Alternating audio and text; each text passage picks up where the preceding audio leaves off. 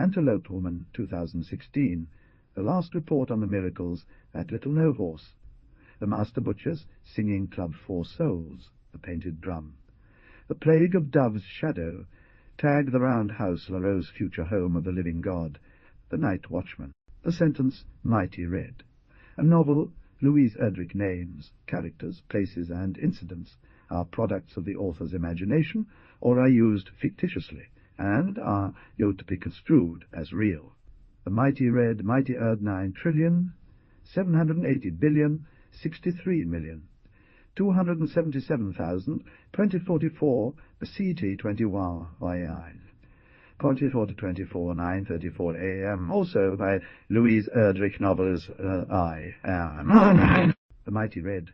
Any resemblance to actual events, locales, organizations, or persons, living or dead, is entirely coincidental. Copyright 2024 by Louise Erdrich. All rights reserved. Printed in the United States of America. For information, address HarperCollins Publishers, 195 Broadway, New York, NI 10007. No part of this book may be used or reproduced in any manner whatsoever without written permission, except in the case of brief quotations embodied in critical articles and reviews. HarperCollins books may be purchased for educational, business, or sales promotional use. For information, please email the Special Markets Department at sdlsharpercollins.com. Title, The Mighty Red. A novel, Louise Erdrich. First edition, designed by Elena Cohen Art, courtesy of Shutterstock ad libitum Library of Congress Cataloging and Publication. Data names, Erdrich, Louise, author. Novels. Identifiers, LCCA 2,023,056,288. Print SCCA 2,056,289. Ebook ISBN 9 trillion or 780 billion 63 million 277 799 trillion. Classification LCC 5542 M54 2024. Print LCC 55 bought for 2 ebook R42 ebook. From above it resembles a length of string arranged on a flat board in a tight scrawl of twisting loops. Tired 9 trillion 780 billion 63 million 277 1052 at 5244 AC 81 998 852,424. The river flows into the Ottertail and Boyaz's Sioux rivers and runs north on a slight incline from Wapiton to Winnipeg. The water is muddy, opaque with sediment, and toxic from field runoff. It's not a river you'd swim in, but it's good for fishing, especially at its source.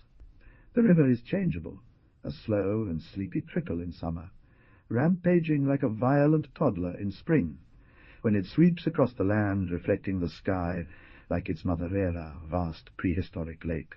Over millennia, the waters have given the Red River Valley earth its blackness, its life. The river is shallow, it is deep. I grew up there. It is everything. On a mild autumn night in the Red River Valley of North Dakota, Crystal pulled herself up behind the wheel of an international side dump, steered out of the sugar processing plant, and started her haul. Crystal drove down the highway, turned onto the access road, and loaded up from the pile. Out in the country, the sugar beets from Geist's fields were piled in a massive loaf on the company piling ground. She cruised back to the plant, unloaded, repeating this as many times as fit into a 12-hour shift. She'd attached a segmented canvas tool bag to her lunch cooler. On night hauls, she always packed a certain lunch. 2 sandwiches turkey salami on whole wheat carrots, apple chips, peanuts, and 2 cookies.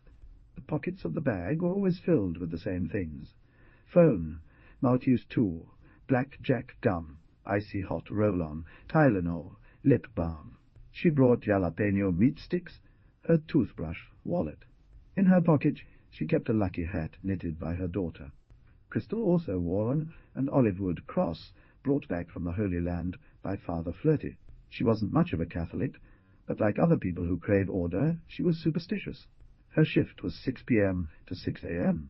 By the time she left for work, Her daughter was at her homework, unless she was waiting tables. Crystal got back in time to see her off to school. At 11 p.m., Crystal ate her first jalapeno stick and used some icy hot. She left the plant and was going back out to the country, high beams cutting into strange mats of fog that lifted and fell, when a brilliant shadow vaulted across the road. Before she could touch the brakes, the animal was snatched away into blackness. It was a mountain lion, the first she'd ever seen. There was the flow of it, her lights glancing off its pelt, the ruthless slope of its head. Crystal rammed her elbow to the side window and slowed down. Even in the cab of the heavy truck, something had touched her. Driving over the place she'd seen the big cat disappear, Louise Erdrich felt a slight electric charge along her jaw, a twinge of unease. A prophecy. She tried to shake it off. Her daughter, Kismet, and her husband, Martin, were certainly winding down their days at home. Maybe Kismet had made popcorn, and Martin had brewed himself a cup of the special bedtime tea he liked. They were safe. "Tune your thoughts to a better station," she muttered. Then her thoughts were broken up as she turned down a gravel road and drove toward the powerful halogen lights out on the piling ground. Happy had lugged whiskey to Fargo to sell during Prohibition. On her way back to the plant, it crossed Crystal's mind that the sighting might have to do with the grandmother who'd raised her, Happy Frechette. She had travelled on foot and wasted a bottle beaning a mountain lion. Good money. She had fumed about it over 70 years later.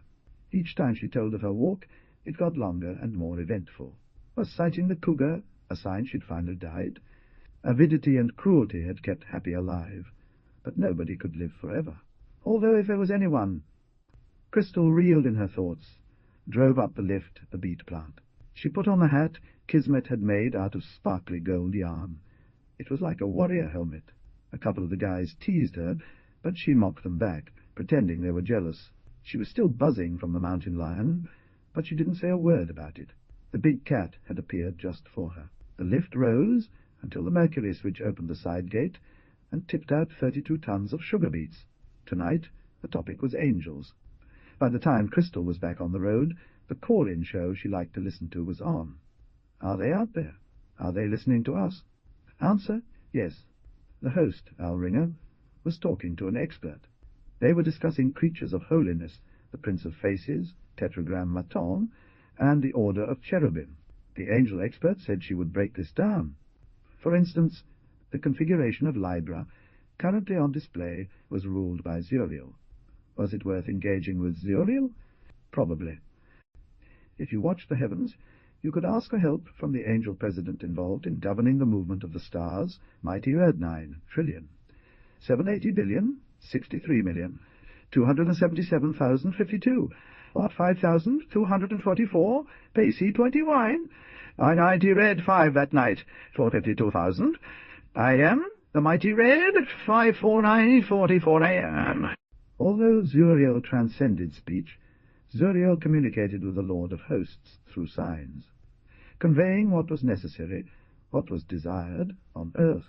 Someone named Boris called in. Zuriel's silent entreaties could be said to command more attention, as Zuriel wore distinctive rings that flashed and gleamed. Boris had been visited by an angel as a child. The angel had awakened him by calling gently from the end of his bed. His parents looked out the window and saw their son in the front yard. When he got up, the angel took him outside, taking care to slam the door in order to wake his parents. Immediately they rushed out. The angel told Boris to run away as fast as he could. His parents chased after Boris. They were nearly down the block when, behind them, their house exploded. "The angel saved us," said the caller. "That's what angels do," said the nonplussed expert. "What did the angel look like?" asked Al. "Like a seal. A seal. I mean, it was kind of glowy and golden, but yes, a seal. In ancient days, a seal was considered a fish," said the expert. "You say the seal, or angel, led you down the steps and out into your front yard," said Al. "How did that happen? It all seemed normal. Physically." A hand came out the end of its flipper, and the seal/angel sort of floated. "They take various forms." "I'll admit I don't have any special Al," interrupted the expert. "Hold on. Here's another call." The next caller claimed to be, or considered themselves, an angel. "Why?" Al inquired. "I was chosen," they replied simply. "What does our expert say?" Al tried to be tactful, but angels are not of this world. "Same here." "So do I. Angels see the world from every possible dimension. Neither am I. Mightier 9 trillion, 780 billion, 63,277,52 at 5,244 pesite, 21 IND 552,424 9. Yay! Well, said Al, it seems that you're an angel. They have direct encounters with God, obviously. Thank you. Next caller. Hello. We live on a farm. I'm the mother of a son. He wasn't swallowed down. When my son was very young, he climbed up and fell into a grain bin, which most people would suffocate in, but not him. He said something lifted him up from below. Then later, at the zoo, he climbed to the top of a chain-link fence and slid down on the other side. It was a tiger fence. The tiger curled itself around him and did nothing. My son has had any number of close calls. Last spring, he and his friends went out on the snow after a party. They raced around on their snowmobiles. Well, things happened, but he was more or less okay. Oh, and third, how do we stop these things from happening? My question is first, does he have a guardian angel? And second, how do you say thank you, specifically, to an angel? Crystal turned up the volume, leaned forward, and stared out at the empty highway as she drove. Overall question, said Al. You want to know what's going on? Yes, that's it, replied the caller. The expert jumped in, excited. Obviously, yes, your son has a guardian angel. And from the gravity of these incidents, I would say his guardian angel is very highly placed, perhaps at God's right hand. These instances are proof that. The expert went on for a while, but by then Crystal had stopped listening. She knew the caller. The voice belonged to Winnie Geist, a member of her book club, whose family land and beet pile she had just turned down an access road to reach. But Crystal hadn't known about the grain bin, or that there were other miraculous escapes. Crystal could even glance across the perfectly flat fields, glistening under the moon like calm black oceans, and see that a light glimmered in a second-floor window of Winnie's house. Alringer moved on. Mightier 9 trillion, 780 billion, 63 million, 277,50 at 5,244 pesite 21 I the 24,9 30,14 red 7. Everybody knew about the tiger, and what had happened after this party Winnie mentioned on the air. She'd never liked the kid. Crystal turned off the radio and drove for a while in silence, her headlights peacefully cutting radiant holes in the darkness. Gary, but people had said, the way people do, that he must have a guardian angel. Gary was in her daughter's high school class. In fact, they'd gone on a couple of dates against Crystal's advice. She couldn't forget that Gary was one of a group of boys who tormented Kismet when she was going through her phase as an innocent, hard-working goth. Crystal didn't trust him, and she certainly didn't trust his mother. Winnie Geist liked tragic endings, even hard history, and pretended she understood what she called the physics of farming. Crystal had named her daughter Kismet to attract luck and lightness of heart. But fate was also involved, and the mountain lion was a hungry shadow. Or maybe she touched the olive-wood cross that hung around her neck, and remembered how the light glared off its Fermi. She had seen a destroying angel. She thought about how another big cat had refused to eat Gary and touched her cross yet again. Getting close to someone whose angel was as powerful as Gary's was asking for trouble. Crystal didn't know if there was anything serious going on with Kismet and Gary, but she did know that guardian angels only protect their special person. On some days the stone was dull, as though it did not care to shine, but today it twinkled. Gary Geist, a.k.a. Gary, 18 years old, and pressed for time, opened a little hinged box and tipped the ring side to side to catch the light. The stone winked at him. He placed the box in the cup-holder between the seats of his mother's car. Many times he'd opened the box to examine the thin golden ring. Still, as soon as he shut the lid, he wanted to check again. He wished she had not said fleck. The saleslady up in Fargo had said he'd purchased a wearable fleck of eternity. She could have said, maybe, piece of eternity or symbol. He had been that way until the party. People thought he was a confident person, cocky, especially during football season, which was now. His mother always insisted that from the start he'd been hell on wheels, though supernaturally lucky, escaping drownings, maulings, always this or that catastrophe. He thought he'd be that way again. Still, a different word than Freck would have helped him in this moment. While he waited for his girlfriend, who said she was not his girlfriend, to run down the front steps of her crooked old house at the end of Tabor's Main Street, he put out his hand, drew it back, resisted again the urge to look at the ring. Between lifting or hauling sugar beets and a home game, he had 3 hours. Had the stone really winked? He was beginning to feel ridiculous, but maybe he should check, at least, that it was really there. He'd bought it with his own money, not his parents' money, and Gary was pleased about that. His father had started paying him for some of the work he did on the farm. The fact was, they weren't as rich as people thought. True, he'd inherit 3,000 acres, probably more from his uncle too, and at 21 become a full partner. But this fall they'd started on a new house, and their farm debt was a source of pressure. Here she was, at the passenger's side window. Still, a young man needed cash, his father besides buying his own snowmobile. For the last year he had bought this ring. The two were more connected than anyone would ever guess, the snowmobile being the reason he had to buy this ring, and proposed marriage to Kismet, our Pole. Gary jumped out, walked around the car, and opened the door for her. His mother had taught him how to treat a lady, and Kismet, our Poe, was a lady, his lady, he hoped. Of course, she would have laughed at him and said that was fucking hopeless. For, though she sometimes dressed tough, she was a nice girl, so she might just smile and shake her head. He was in full control of his face as he pulled out. There was nowhere he could think of to go in town. He felt his lips stretch in a smile, so embarrassingly anxious that, as he walked back around the car, he put his hand to his mouth to wipe the smile away. He wanted a meaningful place, an overlook that wasn't a dam, a hill, but there were no hills, a magnificent tree. Nobody knew why. But Tabor was cutting down all of its old trees. The only place he could think of was about half an hour away. So he'd asked her to go on a drive, and they started out.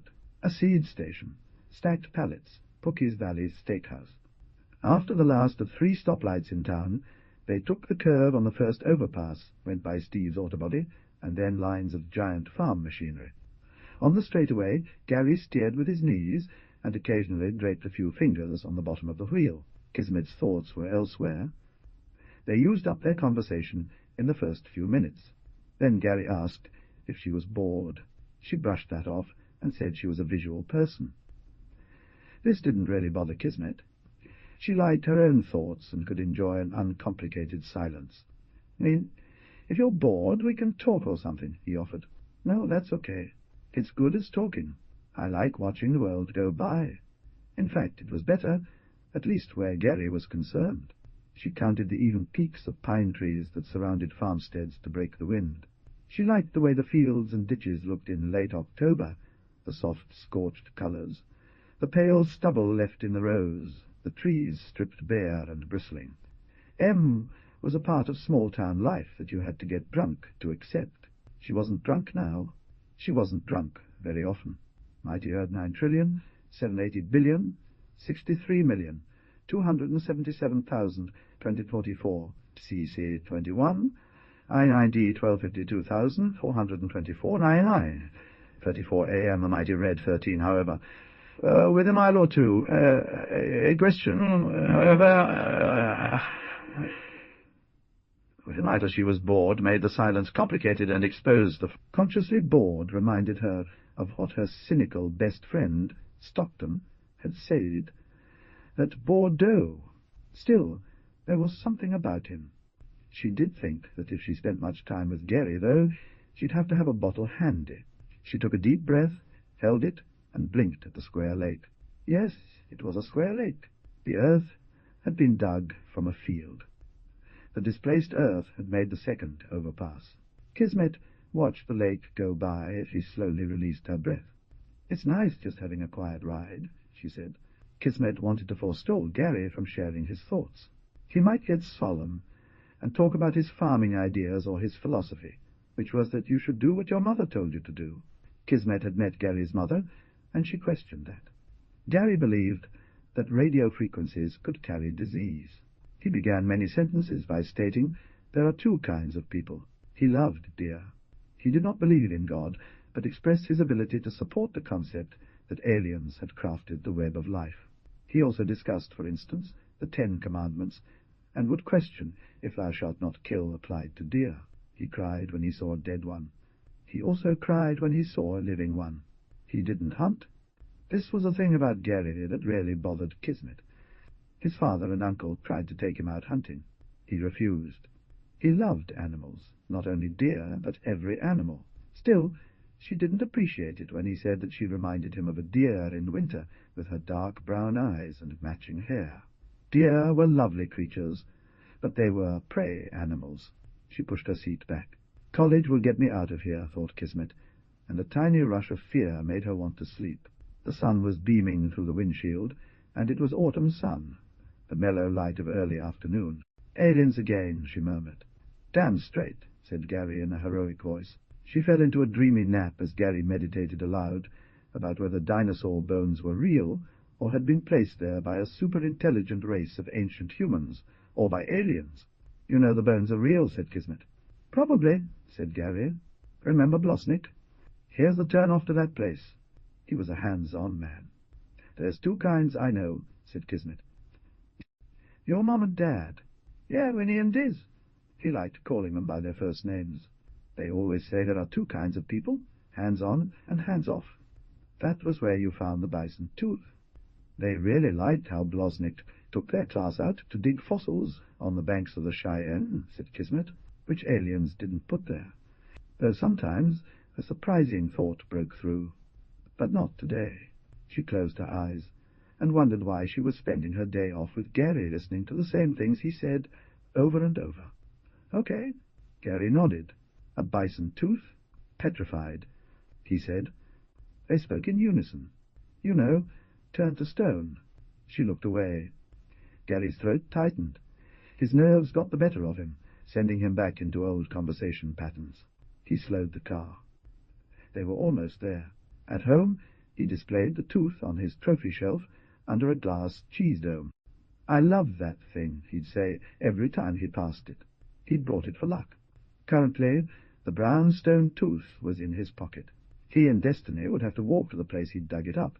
That's where he would propose. He stopped the car. See that?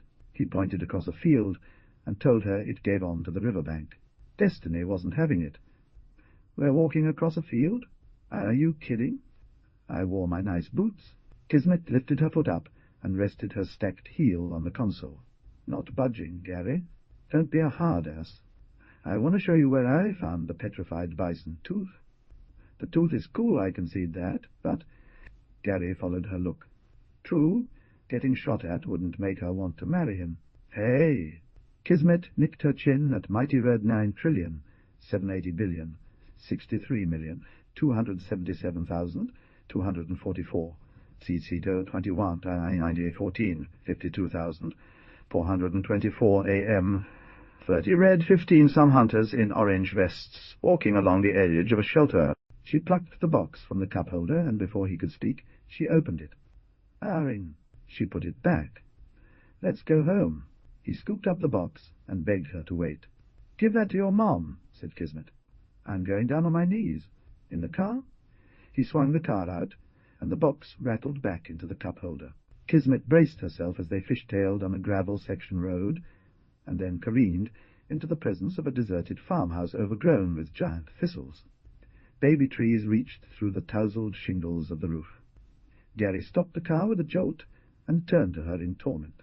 He couldn't speak. His agonized good looks melted her heart. Marry me. Oh, don't look at me like that. Kismet blurted that she had a boyfriend, though that wasn't strictly true. He don't care. His hands were shaking. Gary grabbed the box and offered the ring to her.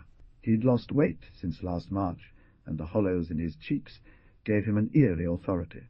Kismet tried to turn away, but she couldn't move. His desperation paralyzed her. He grasped her hand, wouldn't let go, and before she could react, the ring was on her finger. Ah, she managed. Yeah? Did you say, yeah? You said yeah. I'll do anything." Gary threw himself across the storage console and cup holder, burrowing into her, sobbing in a frenzy. "Yes, yes, yes, oh my God, I love you." For surely this was, thought Kismet, this was the heights. And so on, interminably alarming her at first, then, as he calmed down, convincing her of his passion, commitment, ardour, adoration, and love. She had conquered him. Her heart swelled. He would do anything and everything for her. How she herself felt about him didn't really enter into it at that point. And all of a sudden he had dated Kismet, and everyone at school treated her with a mixture of skepticism and surprised respect. Was it true, at least, that she found him tolerable? He had never gone mightier 9,780,063,277,022 at 5,244 RTC-81. Or was this something pulling at her, a sense of the inevitable? Gary always got what he wanted, said everyone. She tried to think. But did she also want to be carried off into an exhilarating madness? For that was how he was acting, an insanity of love. Was this what passion felt like? As they drove back the same way they'd come, Kismet put on the radio and didn't listen to the music. Gary had said that he didn't care if she had another boyfriend. Was her other boyfriend real, if she never said his name? Maybe she didn't have to marry Gary Geist, but could just be engaged to him for a while. She didn't really have to wear the ring, she decided. During football season, Gary often stayed at Charlie's house, so he wouldn't have to drive out to the farm. Gary was handsome, but Charlie's attractions were on a different order entirely. His looks made people uncomfortable. No harm in seeing where things went between them besides, well, sex which they'd had, or almost had, behind an old grain elevator, and on his friend Charlie's basement couch. And there was Eric Pavlicki, Gary's best friend. Eric drove to school with Gary every day. Charlie Jura, Neva Rapateau, and Harlan Gore were some of the guys who had been at that party. Eric lived on a nearby farm, and had been there too. He was waiting in the car. Are you going to tell Eric? He already knows. About the ring? Yeah, we drove up to Fargo. He was the only one of those guys who ever said hello to Kismet between classes as they passed in the hall. Were you surprised? Did you show it to him? Yes, very surprised. He was going to, but he said it was your business and my business, and I should keep it as a personal surprise. They are petrified carbon, old as time. After a dramatic pause, he added, "You are wearing a symbol of eternity." "Oh, my God," Kismet whispered before her throat closed. "Mighty word 9,780,063,277,022 at 5,244 pesite at 16 eternal," Gary said, sounding like some kind of teacher. Oh, boy said, sounding like some kind of teacher. "Diamonds are from the tongue." A sudden sweat broke out on her brow and armpits, alarming her as much as the ring had. A pressure of millions, or even billions of years. She slipped off the ring and silently placed it in the cup holder. She had taken Mr. Blosnick's class too, and was pretty sure that diamonds were even older than dinosaurs. A simmering nausea, a twinge of headache, and flushes of fear overtook the sweats as they drove along, but subsided once they reached her house. He stopped the car, hopped out, but didn't get to her car door in time. Kismet was halfway up the broken concrete walkway. She waved. So he missed that she didn't blow a kiss back at him. He blew her kiss, then looked around to see if anyone else was watching. She was already in her house. He took out the bison tooth, held it for a moment, nodding his head in a silent prayer. People said he was lucky to survive what happened at the party, but there were times he thought being dead might be better. He slid back in behind the wheel, and only when he was turning onto the highway, pounding the steering wheel, moaning to the radio, did he glance down at the cup holder and notice the glint of the ring. "Mom." It was Kismet's panic call, coming from the entry. "Mighty Earth 9,780,603,277,244 BC Day 21 INY 1752 24 AM. The scream for... It was her night off. Crystal lurched to her feet and rushed over from the shambles of her little work desk. Kismet held her arms out and walked into her mother's hug. What happened? Gary asked me to marry him. Crystal stepped away from her daughter, and her hands flew up to her face. Mom, you look like the scream. Don't be sarcastic, said Crystal. This is serious. Her hands dropped to her olive-wood cross. Kismet gave a resentful waggle of her fingers. She tried to control the relief in her voice and said, Let's have a cup of tea. Crystal saw that at least there was no ring, and gathered that Kismet hadn't said yes. I want the tummy tea. Kismet's voice was peevish like a child's, and this irritated Crystal. The pot was shaped like a beehive, but she said, Sure. There was a small pot of honey in the middle of the round kitchen table. Kismet sat down and looked at it while the water boiled on the feeble electric burner. She spoke in a mournful, deadened tone. Everyone knows bees live in boxes, so where does this beehive shape come from? Her out-of-nowhere observation seemed a cry for help. But for Crystal to jump in with her opinion of Gary might drive Kismet straight into his tiresome, but too lucky, jockish arms. She stalled, poured the boiling water through a strainer full of peppermint leaves, put the mugs on saucers with spoons, and brought the tea to the table. Maybe a village life in England, said Kismet, using her stagey, far-away look. You see, it became a symbol. They maintained a brief silence, blowing gently across the hot tea. Crystal sipped awkwardly, as though she had forgotten how to use her lips. How do you feel about him? She could see her own teenage strategies reflected, and it was distracting to remember how she used to flail around in the quicksand of hormones and new emotion. Crystal used the most neutral voice she could muster. To prevent herself from saying too much, she placed her cup down and pinched the side of her knee. In fact, I might be in love. It could be, said Kismet, with a look of intense realization directed at her mother, that I love him. In love? What does it feel like? How did you feel about Dad when you had me? You love him, I guess, but were you desperately in love back then? Kismet dipped her spoon into the honey hive and stared at the tea as the honey slipped off the spoon and dissolved. I've got to be really careful now, thought Crystal. Then her face opened up like a soft, beseeching flower and tilted toward her mother. Her marriage to Kismet's father was over, but this time she was pretty sure it was for real. Crystal had thought this before, but there had always been some reason or another not to leave Martin. She'd been delaying a break until Kismet graduated and was safely in college.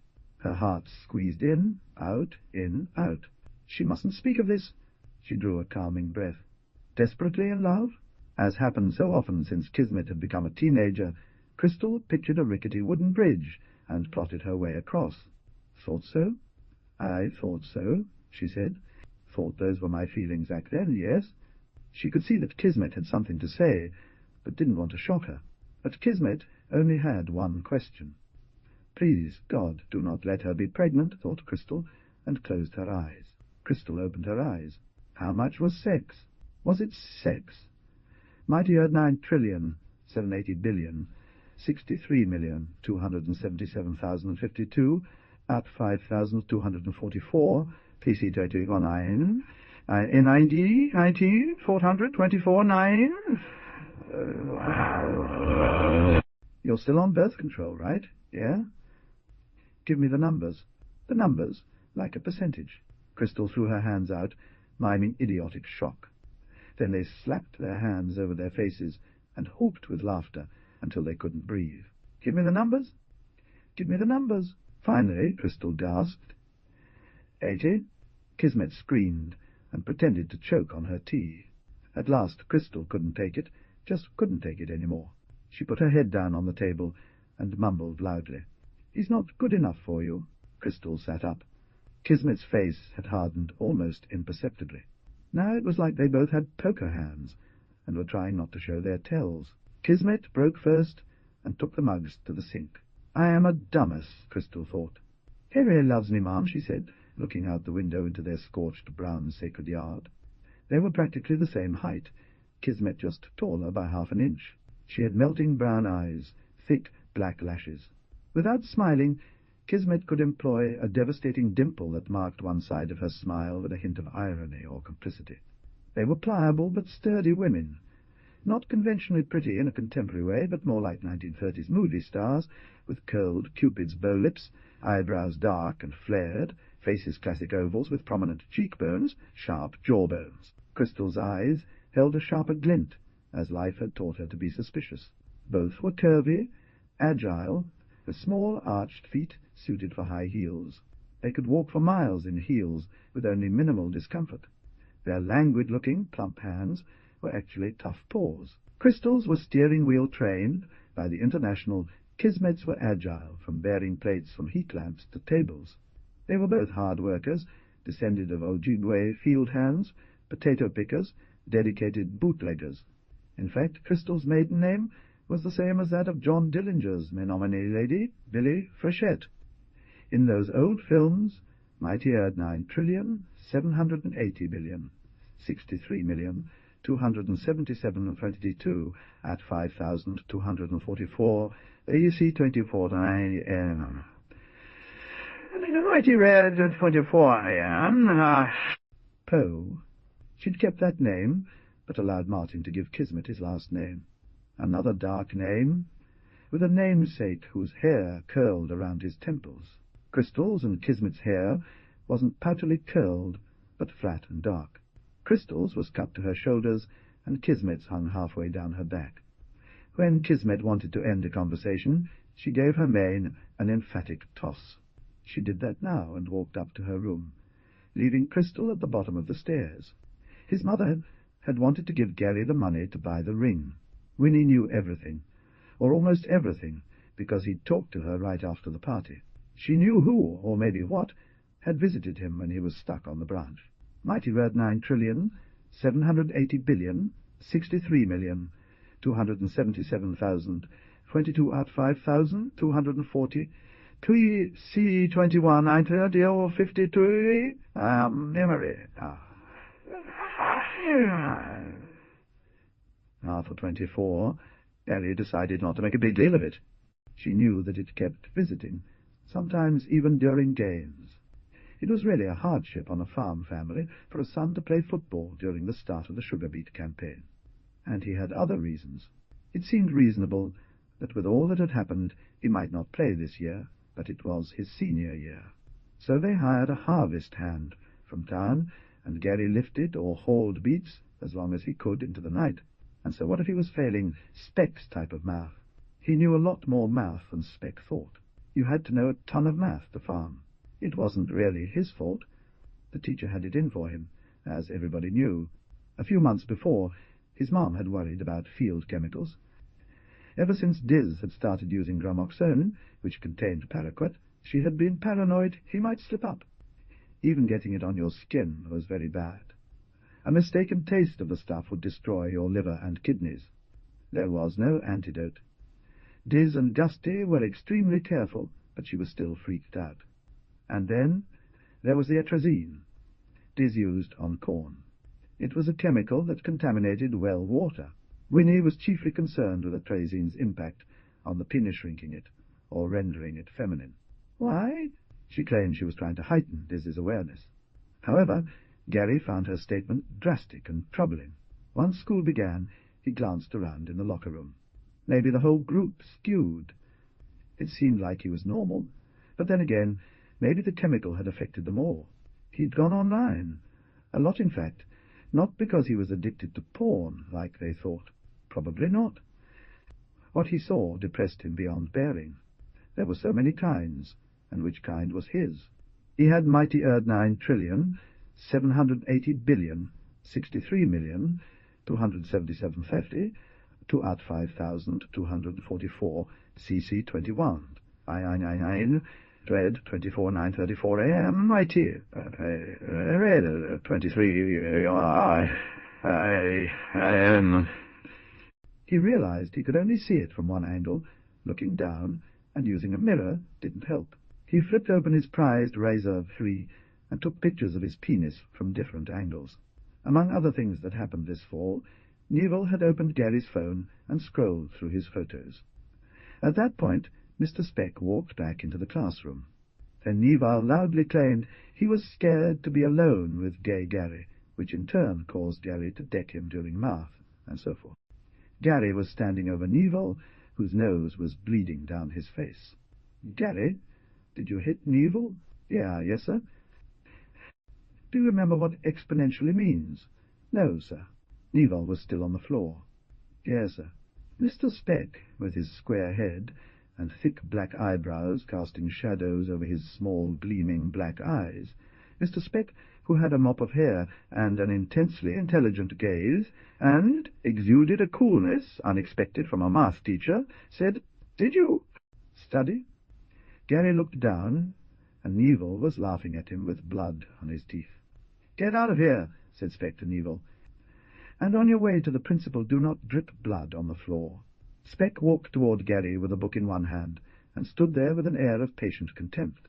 "It means, in a functional real-world application, Gary, it means something grows very quickly, gathers force, and before you even register its existence, it is beyond your control. Maybe like when you flew down that hill. Right, Gary? Now, say you caused the deaths of 2 people, and maimed one, you, or maybe it was Eric, but public opinion is heavily against you. And when you did this, you caused torn flesh, broken hearts, minds overflowing with sorrow in 3 families, not to mention countless friends and even acquaintances in this small, tightly-knit town. In these families you carved a deep, permanent scar of grief, one that young Gary never truly heals. It closes over, but it never heals. There is always a soft crater of agony in a family after that, a sinkhole spot that people flinch from. It will always hurt to touch, and always be avoided. And so many people. So the harm you caused, which began the moment you went full out down that hill, or lost control, or whatever you did, became exponential. Exponential is a terrible word for you, because it extends beyond deaths. Lost exponentially. You are responsible for so much else. The good that the people you caused to die might have done, the loves they might have delighted in, the children they might have raised. Mr. Speck walked away. Gary rose in the silence of his peers. For this he'd taken Speck's mouth, his team. Gary was wearing his letter jacket because it was a game day. The mighty read 63. He turned in a circle with his arms out, waiting for someone to make a joke. It didn't happen. For this he'd stayed alive. Gary left math class, walked down the hall. He was steaming. He was shaking. Nobody would ever see him shake or cry. He veered through the doors of the empty gym and sat in the stands.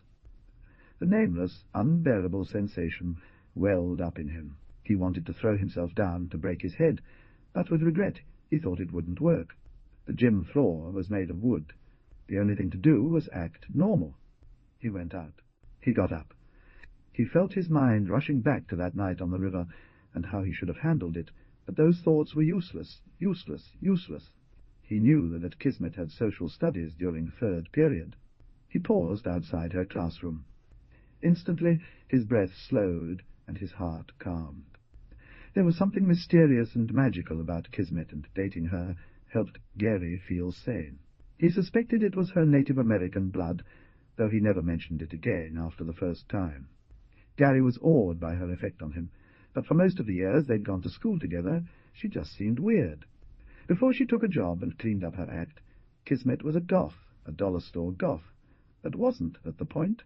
Mighty Rodent Trillion, 780 billion, 63 million, 277,052 at 5,244, CT 21, I90 24, 52,400 AI.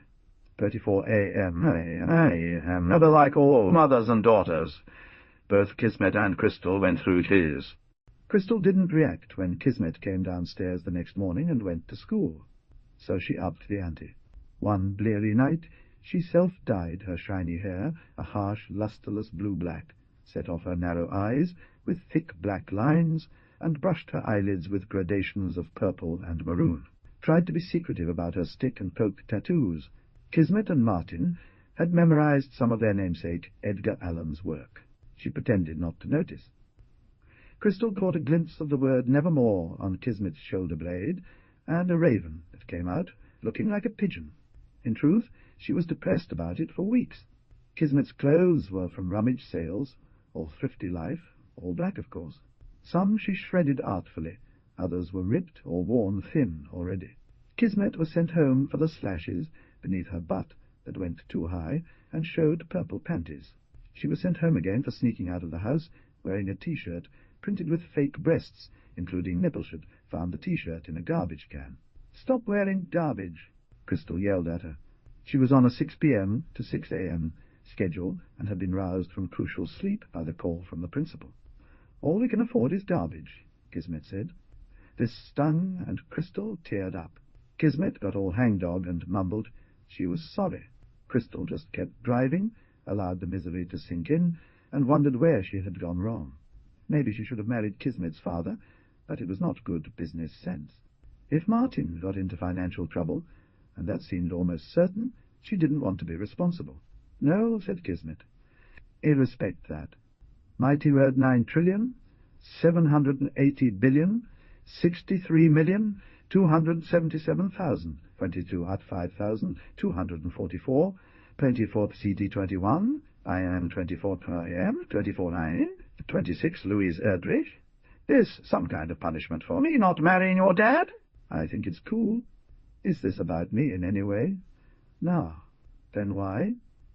I just don't like the way everybody acts. So I'm manifesting my difference." Although she was going to be exhausted at work, Crystal couldn't deny that she felt the same way and understood her daughter's rebellion. For one thing, it didn't seem to entail much drug use that she could discern, or drinking easier to discern, or sex difficult to think about. No, the main aspect of Kismet's flouting of convention was heavy makeup, and her choice of clothes, and what was the point of arguing about that? In fact, her daughter didn't go on dates often, or get caught up in the massive parties that Crystal would hear about from her book club, or from Dale, who usually gave her a ride to work. But they meant a great deal in high school. However, things really got difficult only when she started being openly smart.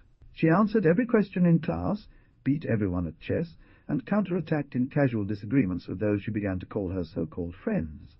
Mighty word 9,780,063,277,022 at 5,244, base heat A21, and A26, 52,424 AM, not a sad lump clothes, and not a sad lump clothes and hair were superficial markers, Kismet knew. Even Stockton had said she was taking it too far. This wore her down. Sitting alone at lunch and being shunned could have made her into a sad lump, but instead she became harder. For letting her voice rage out and challenging Mr. Speck, Kismet was sent to the office to sit in the chair of shame.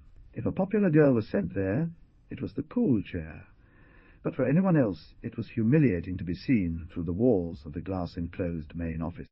When the halls filled with students changing classes, she received those looks of curiosity, pity, or contempt, plus the smiles and middle fingers from the freshman and sophomore boys. There was just one kid who, instead of flipping her off, got sent to the principal's office to sit alongside Kismet. This was Hugo. "Why are you here?" she'd asked. "I was bored." Mighty earth 9,780,063,277,000 at 5,244, the seat A21 INA 27, 52,424 IM.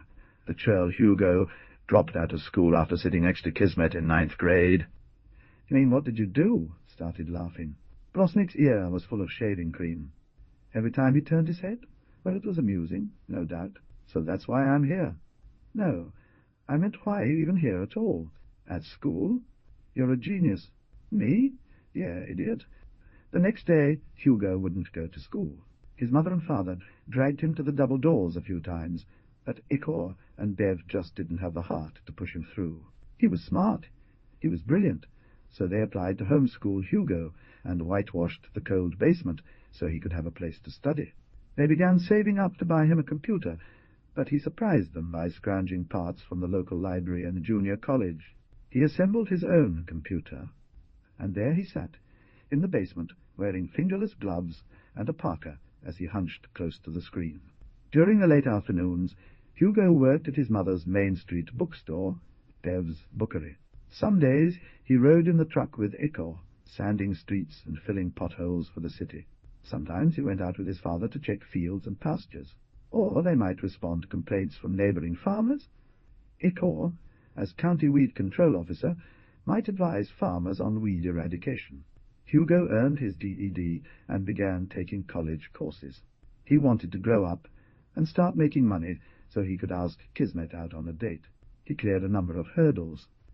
They'd started maybe or maybe not going out.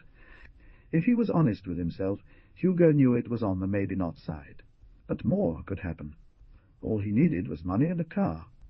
One day Kismet consented to take a walk with him in broad daylight, and he mentioned the car. "I don't care if you have a car," said Kismet. "What's it to me?" They were walking by the park, so they sat down on some bleachers. Privacy. Mobility. Maturity. Some of the guys I know with cars are so immature. As for mobility, I get that. Privacy? Oh, I see what you're saying now. Come on, Hugo. Come on what? Nothing's going to lead to what you're thinking. Why not? Maturity. Yours, whether you have a car or not. Why not just make out? Oh, sure. For you, that would be like throwing a match on dry grass. Hey, what's going on? Said Kismet. I'll keep a bucket of water handy, Hugo said, bending over and giving her a kiss of true love. It's like you know how to kiss. He did some research, said Hugo. Where? On a human subject? No, I dream about you. She laughed. Really? Also, at my mom's bookstore. A moment later she asked if it was one book in particular, and he said, a mélange. Vocabulary word? She asked. He looked insulted. They were just going to sit there a minute before walking the winding path through the park to the golf course. But they kept on kissing. After they finally stood up, they felt a bit dizzy and had to sit for a moment longer. David was sitting behind the community mighty 9,780 billion, 63,277,000, well, 540C, 2040C, 21, I know. 30 Louise Erdrich centred on the other side of the levee, overlooking the wee hockey rink. Overlooking the wee hockey rink. Eventually, Kismet said, "Walk me home, young one." On the front steps, she punched him in the arm and exclaimed, "Wake up! An enemy of books. You're just a child." Mildew. October had become cooler and damper. Hugo busied himself with the airflow system he'd rigged up for the bookstore. Now he was trying to distract himself. He'd met Kismet again last night, this time on the edge of a parking lot. He tinkered maternally with his invention. The shelves of books were crisper, he had to say.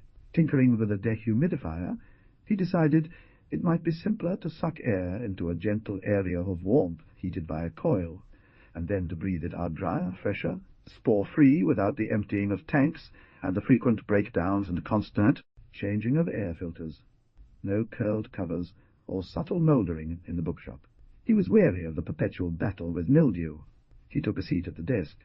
Planning his future offered some solace. Or perhaps it was the boredom that allowed his thoughts, emotions to escape, and he began to fear the drift of his unmoored mind. At first, spongy, then messy. A customer rustled about on the other side of the romance shelf. But he would tend his uncertain plans until they solidified like gel. They'd still be shaky in any case. It was Mary Sotovine, a large, frisky cherub, one of the store's book club members. He didn't want to talk to her, but, as always, that didn't matter. He bent, frowning, over his jotted lists. He reared around himself a wall of concentration. But, as usual, Mary cut right through it with her powerful rays of cornball. "Howdy-doody," she said. Hugo gradually raised his eyes. "Hello, Mrs. Sotovine. How may I help you?" "You are so polite," she squeaked and cooed. Her curly mahogany brunette crown, held high by a huge blue plastic claw, wobbled in appreciation. His mind softened. For, as she was another dark-haired woman, he saw her suddenly as part of a spiritual she-pack that included his true love. He must mighty 9,780,063,277,000 CC21 I-31 52 AM 52 424 I 5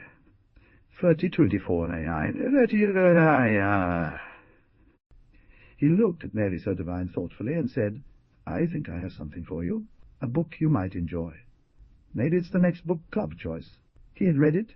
As he read, everything snapped it down. He pulled a tear-stained copy of Eat, Pray, Love from the shelf and offered it to her, put himself in the author's sandals. This book had spoken to Hugo in his darkness, and he bowed slightly as he extended the book in both hands. "She only bought romance or true crime," said Mary, reading the title. "If you added murder, it would be perfect."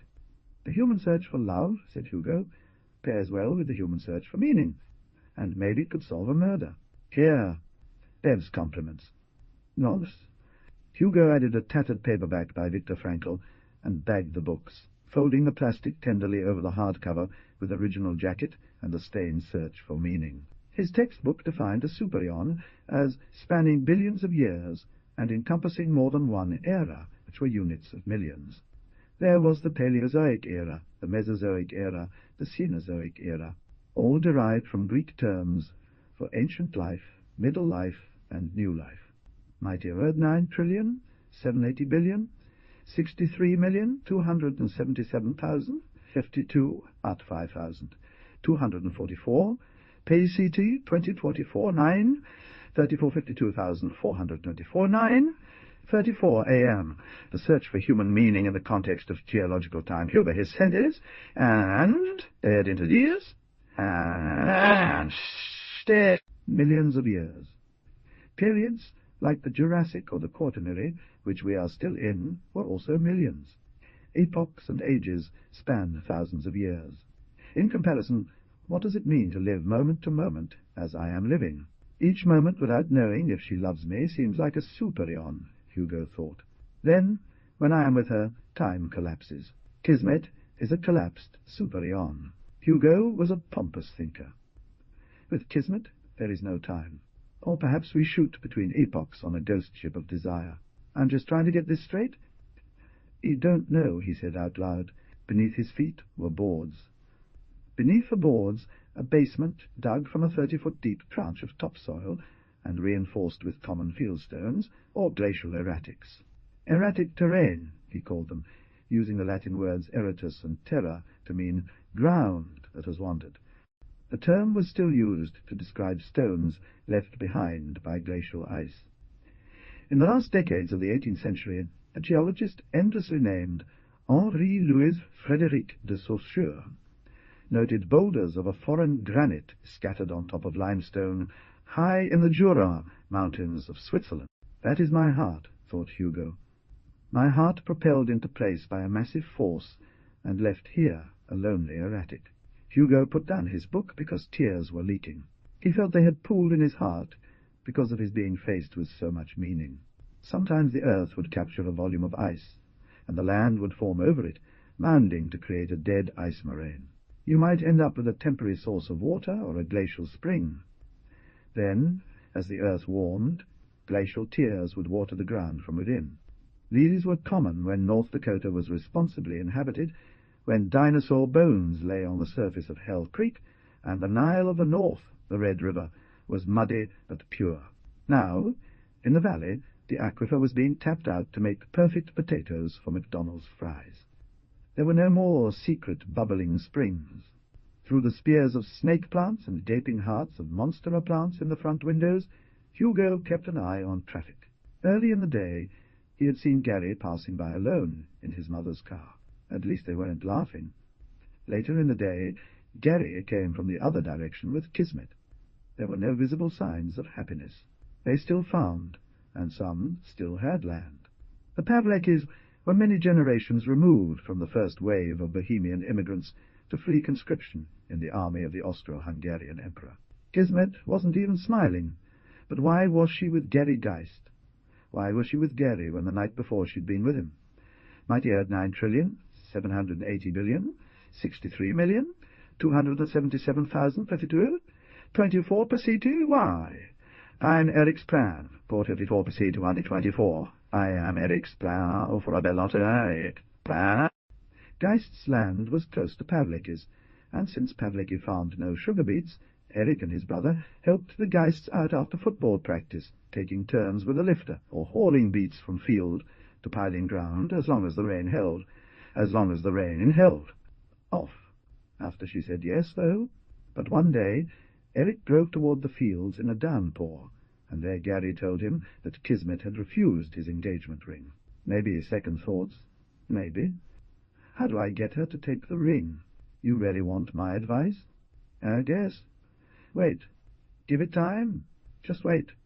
Can't. God, take a minute? Gary didn't answer. You take everything too fast, man. It's all downhill with you. And he didn't answer some more. After a while, Eric spoke. Forget I said that. I didn't mean like down that hill. Give her some time. How much time? Shit, I don't know. A year, Gary. Don't rush it. I mean, like a week, 2 weeks. What's your hurry? Eric, she's it for me. Gary spoke in a low, intense, unwavering voice of truth. Eric was moved to pity. He liked Kismet, maybe more than he could express. Okay, man. Listen up. Take her out for dinner somewhere special. Mighty Erdrich trillion, 780 billion, 63 million, 277,000, 2244. Or CJ 21, 935, 52,424, 36, Louise Erdrich admitted. But he didn't appreciate her sudden hold on his friend. Not that she seemed to enjoy it either. Not that she seemed to either. A place with candles. Italian? Fargo. Bring her a rose. Just one special rose. Not a carnation from the gas station. Go to the restaurant ahead. Ask them to make her a special dessert, like a chocolate bomb or something, and give them a message that you roll up like a scroll. Tell them to stick it in the dessert. Tell them it's not her birthday, but that you're going to pop the question. Tell them the question is written on the scroll, that you'll be on your knee beside the table. They can gather around if they want to watch her read the question. And give somebody your razor with the camera open just before you go down on your knee. You'll have the ring box open, and when she says yes, you'll put the ring on, and they'll be snapping pictures and all that. Everybody will be crying, man, I guarantee. Eric was himself choking up a little. He'd made up the whole scenario on the spot. It was like he was right there. And he envied Gary. He'd gotten used to Gary having certain things, like the sleek phone he flipped open with a flourish of importance, as though he was taking a call that would make him $1 million. All of these things weren't going to erase what happened. Eric had gotten used to the pickup and the party barn and the big screen, but Gary acted like getting married somehow would. That might be true for Gary. He wished it would be true. It would never be true for Eric. He missed the turn-off. When Eric got home, he brought a glass of his father's whiskey out to the old barn. He'd never done that before, but now was now. The first few sips made him jumpy, loose, like his strings had been cut. He listened to the hard rain come down and leaned against the flaking paint, the splintered wood, cradling the glass. People thought they knew what happened, but nobody really understood.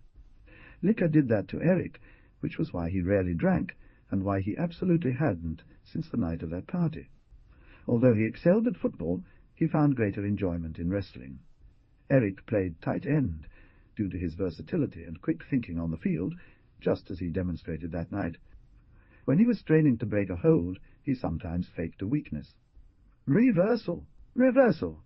In the mighty red 9 trillion, 780 billion, 63 million, 277,052 at page 36 on 52,424 AM. The mighty red 37. He was actually gathering power, at 37 hours.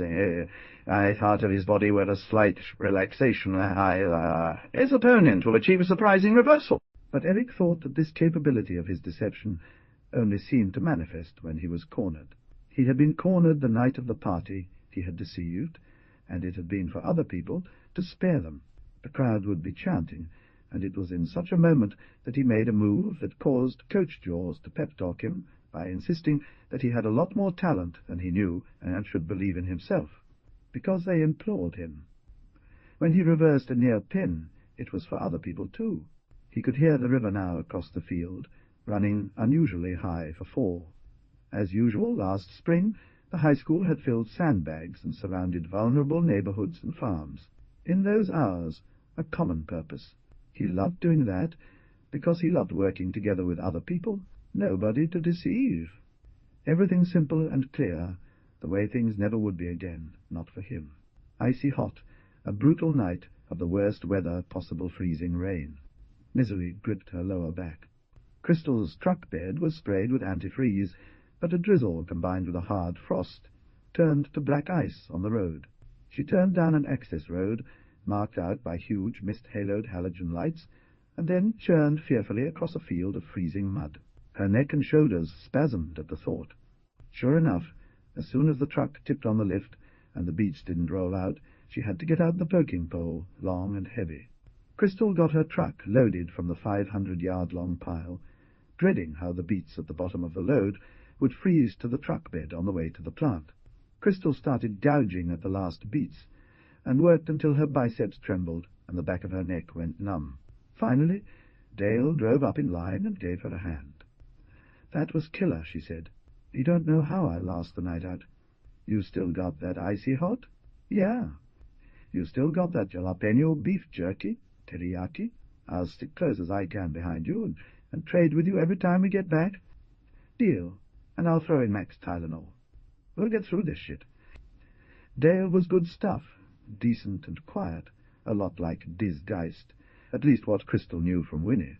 Not a man of open feelings, but predictably good-hearted and reliable to the last. Crystal made a pit stop at the bathroom in the shop. It was much better than the porta-potties at the pile, but also she needed a tiny break. Driving back out this time, she felt the night warm a little and sensed grit on the road even through the heavy tires. She relaxed enough to tune in to a ringer show she wanted to hear. It was about the economy, what had occurred, why it was happening, and what lay ahead. She, like everyone else, hoped to understand how this might impact her family and how she could avert the worst. What Crystal heard made the night seem darker. Firstly, it had snowed in the desert, though she didn't comprehend how that related to the economy. Crystal heard that President Bush was little more than a bewildered bystander. The word meltdown got a lot of play. The asset drain had begun to gurgle on Wall Street. There were ironies heaped on ironies. Printing money was mentioned. The Weimar Republic, massive bank failures, and dismal Christmas retail. The U.S. going into another Great Depression. This would be worse because, in 1929, people didn't have credit cards, and the country wasn't $13 trillion in debt. 25% unemployment was coming. Crystal had some Halloween Butterfinger bars and ate them all at once, and that night she rolled on more icy hot, decided not to complain about the poker pole, and to do everything she could to keep her job. Blue T-shirt with Cloud in Skillet logo, black jeans and apron. Mighty Earth 9 trillion, 780 billion, 63 million, 277,244, PCT 21, IIIA 52,424, Diane, skillet in the sky, AM, skillet in the sky, ponytail. If possible, black running shoes, skillet in the sky. Or just the skillet. It wasn't a bad place at all if you didn't mind the food. Everything about the place was inspired by Norman Greenbaum's hit Spirit in the Sky, misheard by the owner's daughter as Skillet in the Sky. It was treated like a holy object. So misheard because her father, Val Callinor, immortalized in town lore for having brought a dildo to his kindergarten class show and tell, became a passionate home cook, and could not bear to have his cast-iron skillet defiled by soap. When he heard his young daughter's version of the 1970 mega-hit, Val was inspired. He invested a small inheritance in a going-out-of-business restaurant at the end of Main Street, and from the beginning people loved it. The only problem was that Val couldn't translate his recipes from home to restaurant. They still hadn't perfected a signature dish. He talked a lot about that with Hugo's father, Ihor Dumach, and sometimes Ihor came in to test recipes. But the theme took up the slack, and his place could afford to hire staff from outside the family. Thus, Kismet taught. During the week, she waited tables. On weekends, if it was busy, she filled in at the grill cooking breakfast. 4 days a week, she walked or hitched a ride from school, ate a sandwich of choice, usually the Norman baked ham and cheese with secret sauce, and started working at 4. She worked until 8 or 9, with a swing shift partner, Nellie or Roselle or Stockton, one of whom would close at 11. Roselle was the daughter who'd misheard the song, and said she sure as fuck was paying for it now. Nellie was a young single mom, whose mother could only care for her children in the evenings. If things were slow, Kismet would do her homework in a booth and help Stockton close out the register, vacuum, and wipe down the booths. Stockton had endured the goth years, and remained Kismet's best friend, despite her listening to the whiny Lilith Fair CD and scoffing at Brittany. If Trevor was in the mood, he'd make an extra Norman for them to split. Then they'd hang out while one of the cooks closed up the kitchen, eating the last batch of French fries, or whatever else. "Gary tried to give me a ring," said Kismet. "Here." She pushed over French fries, tasting of the miracle, a deep-fried fish patty on a bun. Stockton pushed them back across the table. They were in the booth closest to the kitchen, always the booth for staff. Was it at least a nice ring with a big rock? What? How do I know? And what would I care? They were caught off guard when Gary began dating her. Because Stockton hadn't experienced an evident phase of oddness or rebellion, she understood more than Kismet about the boys they had attended school with their entire lives. They'd be more than willing to mistreat her again once he left her. She knew that all the popular boys in their grade, except perhaps Eric, had judged Kismet to be a slag, a slut, a nothing, solely based on her style of dress. Typical boy behavior, which is why Stockton had concluded that dating was a pointless effort. Stockton leaned over and piled their plates and glasses. Turn him down and move on. "Look, my friend, the world's bigger than one guy among a bunch of dumb jocks who'll be over once this season's done, and there's no more football for the rest of their lives. I know about Hugo. And don't mess with me. He's a homeschool weirdo now. But he's a genius, and you like him.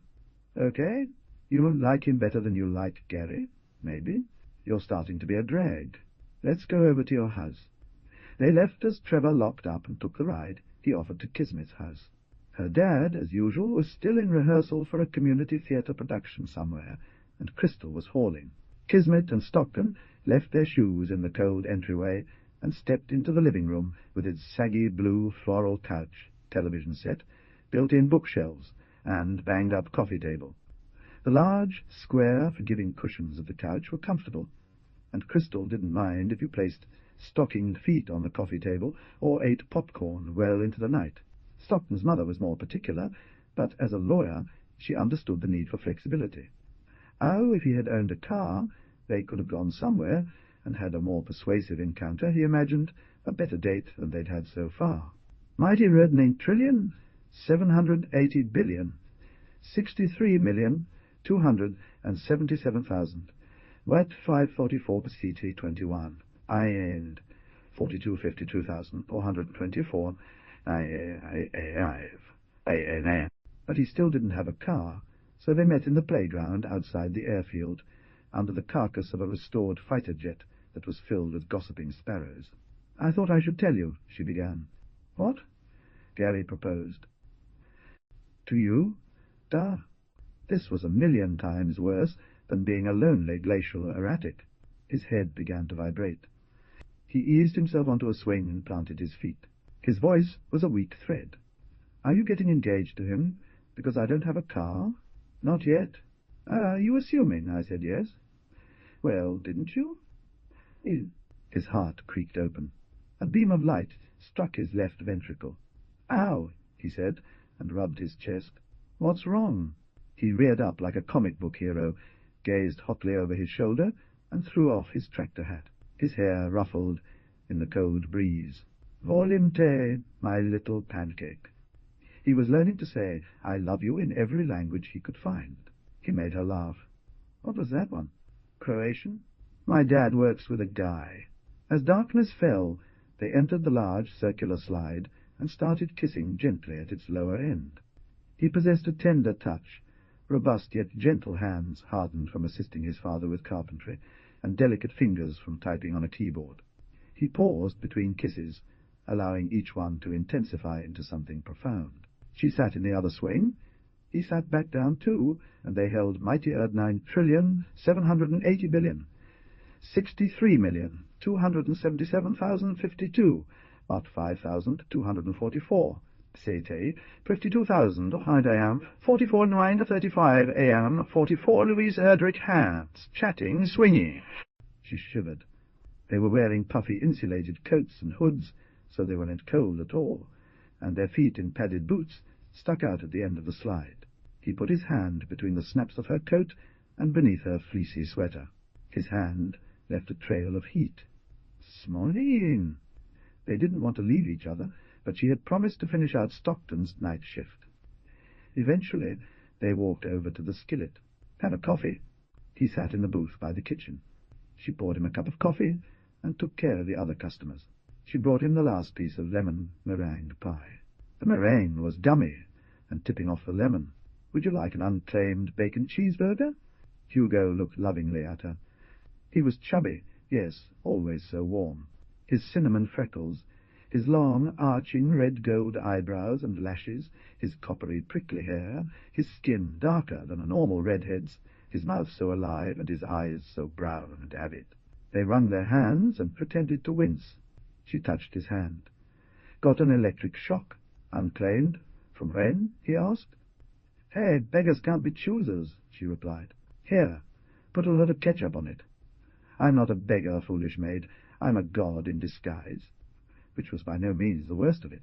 Mighty reddening trillion, 780 billion, 63 million, 277, 2044, CCT, 21, 44, 52,000, 124, 400, to rehearsals. Every day. And, Then, in August 2008, the ground had tilted. He had persuaded Father Flirty that he was an investment guru who drove an old car like Warren Buffett and had an inn with Homobonus, the patron saint of stockbrokers. On September 29, a sinkhole had opened. Now it would swallow everything the church portfolio he'd assembled, as well as their own livelihood. It would decimate the secret nest egg Crystal didn't think he knew about. But no, she kept moving it around. It was probably safe, so why should Crystal and Kismet care? They thought they had it made. Crystal had job security. What's more secure than sugar? Nobody's going to stop eating sugar. They thought they weren't part of the economy. He thought these things as he drove I-29. Here and there another pile of bulldozed trees was smouldering. Weren't burning them illegal? Or maybe not. It was a soggy fall. Every acre of farmland made money, and by next spring another well-grown stand of windbreak trees would be forgotten. Icor had told him that it all went back to Earl Butts, who told farmers to plant their crops fence row to fence row. Economy of scale to maximize profits, minimize loss. This too applied to Martin, but invisibly. He was officially a traveling theatre arts teacher all through southeast North Dakota. Unofficially, he was a failed actor and pretty much a volunteer. Beyond all this, he was a lonely mischief, as was Crystal, but she was harsh. It was more that they had followed their legitimate jobs, he'd told Happy. They were Turtle Mountain people who became entangled with each other in a bend of the Red River and got stuck there like trash in the tree branches, Grandmother Happy had said. Happy had tried her stink eye on him, but Martin only laughed. That was the other reason they were isolated. That's what responsible parents do. Mighty 9 trillion, 780 billion, 63 million, 277, 2024, CC 21.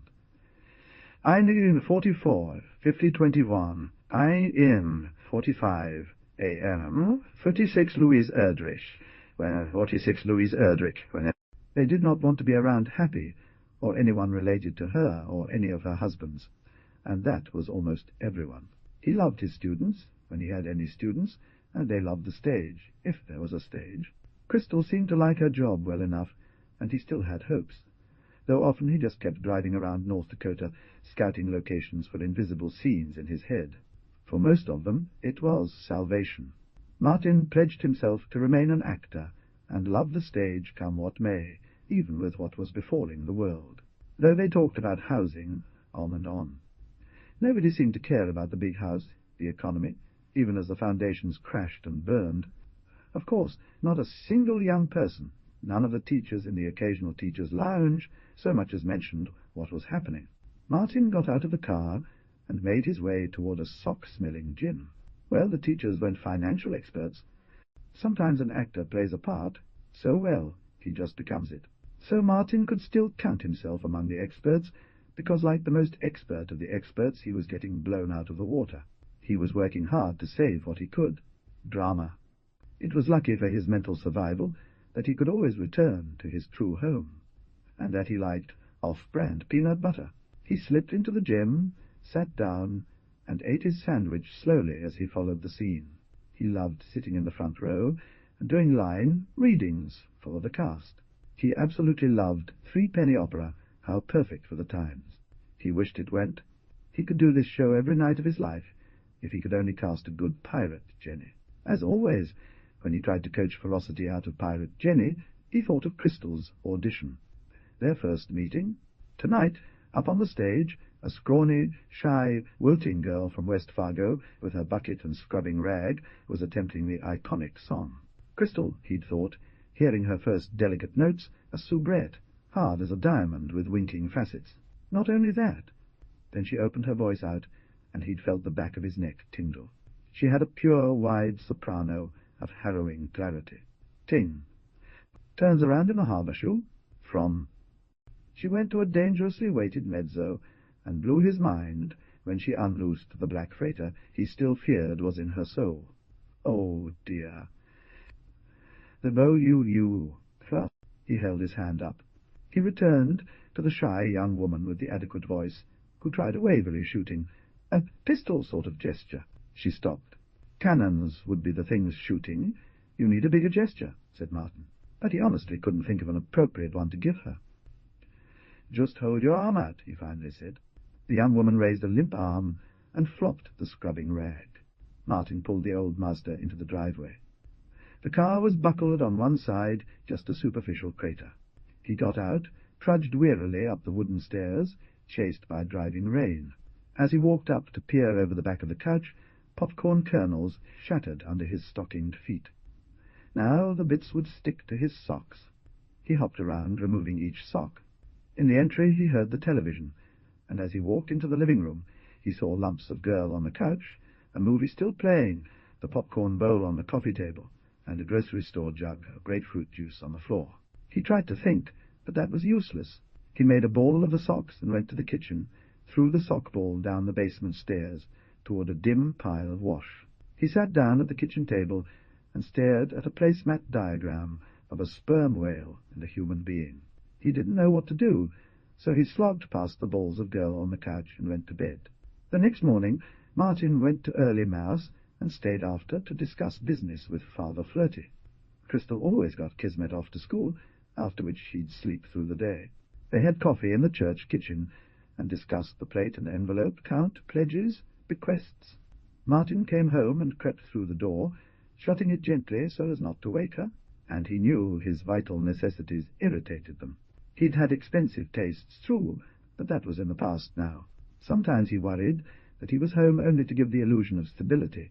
He saw so little of Crystal and Kismet. He did some quiet work before leaving again for mightier 9,780,000,000,000, 63,277,244, CT 21, Orion 4752, I'm 48, Louise Erdrich, rehearsal, I am 48, Louise Erdrich, rehearsal.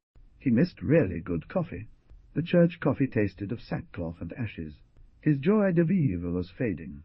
No drinkable wine. No song. Crystal used to sing with him. At some point it had become an effort. He missed the lightness of their early days. There wasn't even much conversation. What a limp fish he had become, he thought.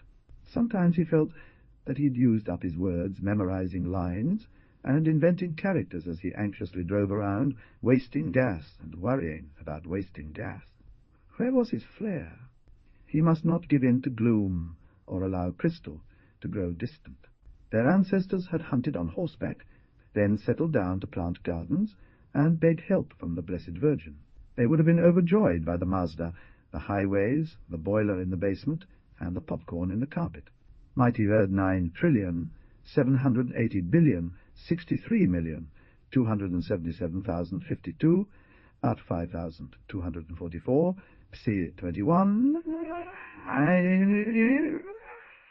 Hard to forget.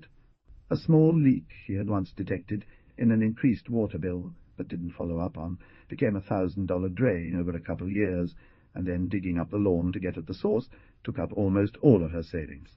Something like this was occurring now when she balanced a household account. The leak had started tiny, as before, a few dollars extra on the debit card she and Martin shared. She thought at first it was something to do with Martin's work, the necessities of drama, or his personal treats. She tapped on the numbers. When the leaks widened to 40, 50, and at last $100, Crystal sat him down. His charm still worked.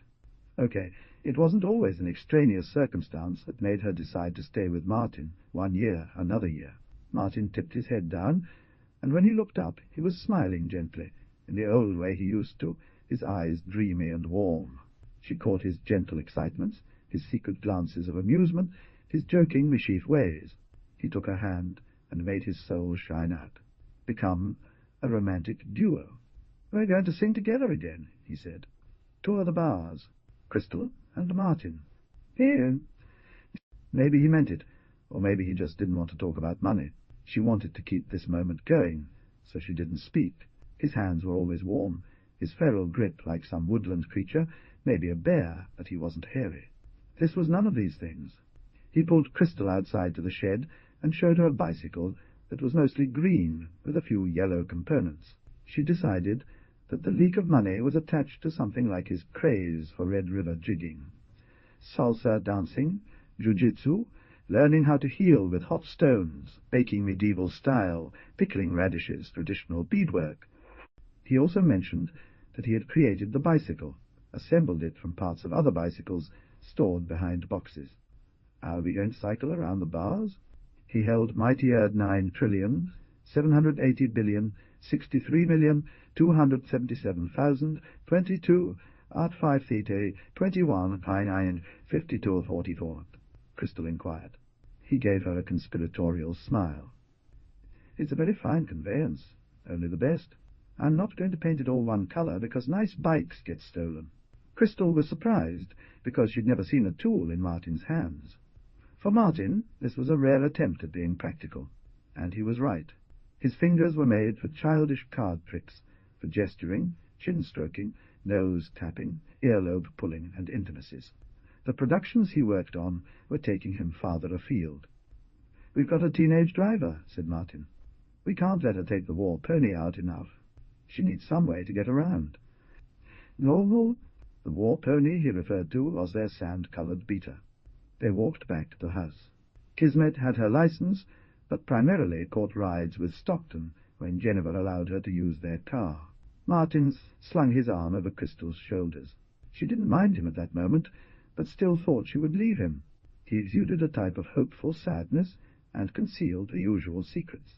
Martin either had no intention of revealing himself, or there was no deeper self to reveal. Crystal had once thought he owned some interior dramas and interesting thoughts, but then she went to great lengths to uncover everything, only to be unsuccessful. He would quote playwrights, though, like Brecht.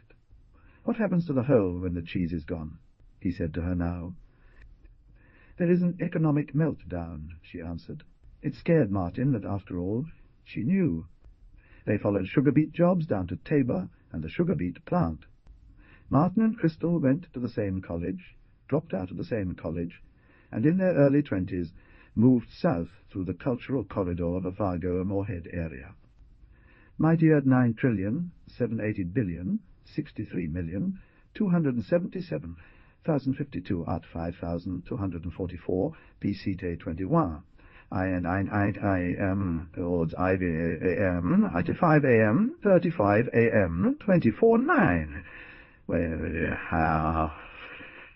family about 100. Martin was a boiler of sugar beet juice, and to begin with Crystal worked office and packing jobs at the plant. Like the mighty red, history was a flood. Their people had skirmished back and forth over this territory with the Dakota, and then truced just in time to have it stolen. It grows low to the ground and can't be mowed. While working in her garden, Crystal had appreciated how their families were like the Lord's ivy, a weed ineradicable by human means. It throws its stems long and roots straight down every few inches, just like the people along the river. There seems to be a frechet, or a poe, anywhere you land, but low-key invisible. The Lord's ivy, or ground ivy, Creeping Charlie, thrives under the leaves of other plants and goes wherever it is not wanted. It just keeps throwing itself along stem by stem and blooms, so modestly you'd hardly mark the tiny purple flowers. People step down and pass. The weed springs up, uncrushable. Somewhere in the welter of stems, leaves, and flowers, Crystal had inherited a gene for thrift. After Martin's cheese, quote, she decided that she would drain the custodial savings account she'd opened for Kismet at birth. They were taped beneath an old tool cupboard behind the boiler, in the gloom of their damp, creepy basement. Crystal knew Martin had figured out her previous hiding places, but was pretty sure he was too fastidious to put his hand underneath the tool cupboard.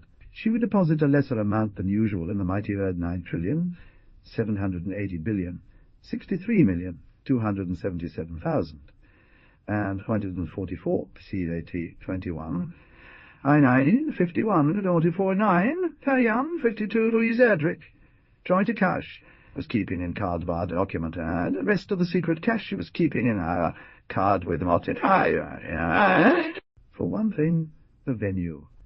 Driving up to Fargo and back plus eating would take an entire night, and that wouldn't work during the beat campaign.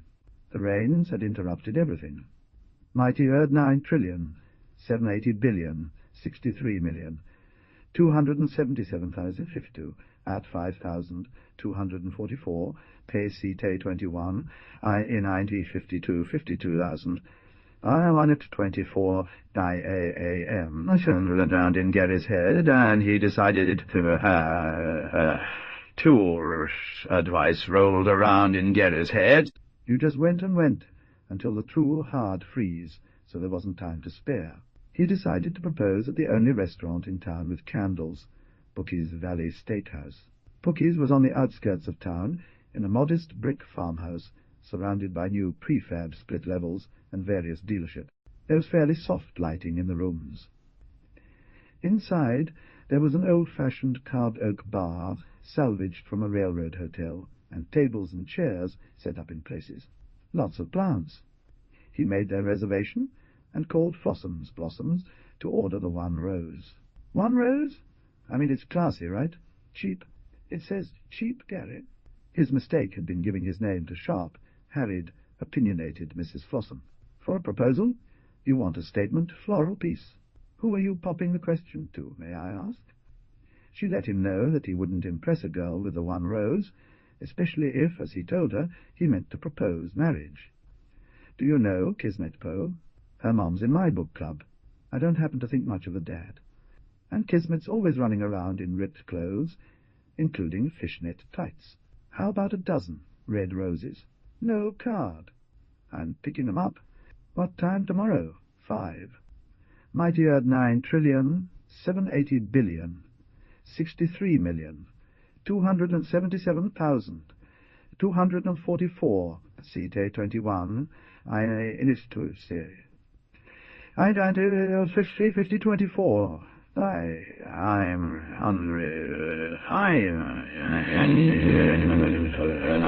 You got it.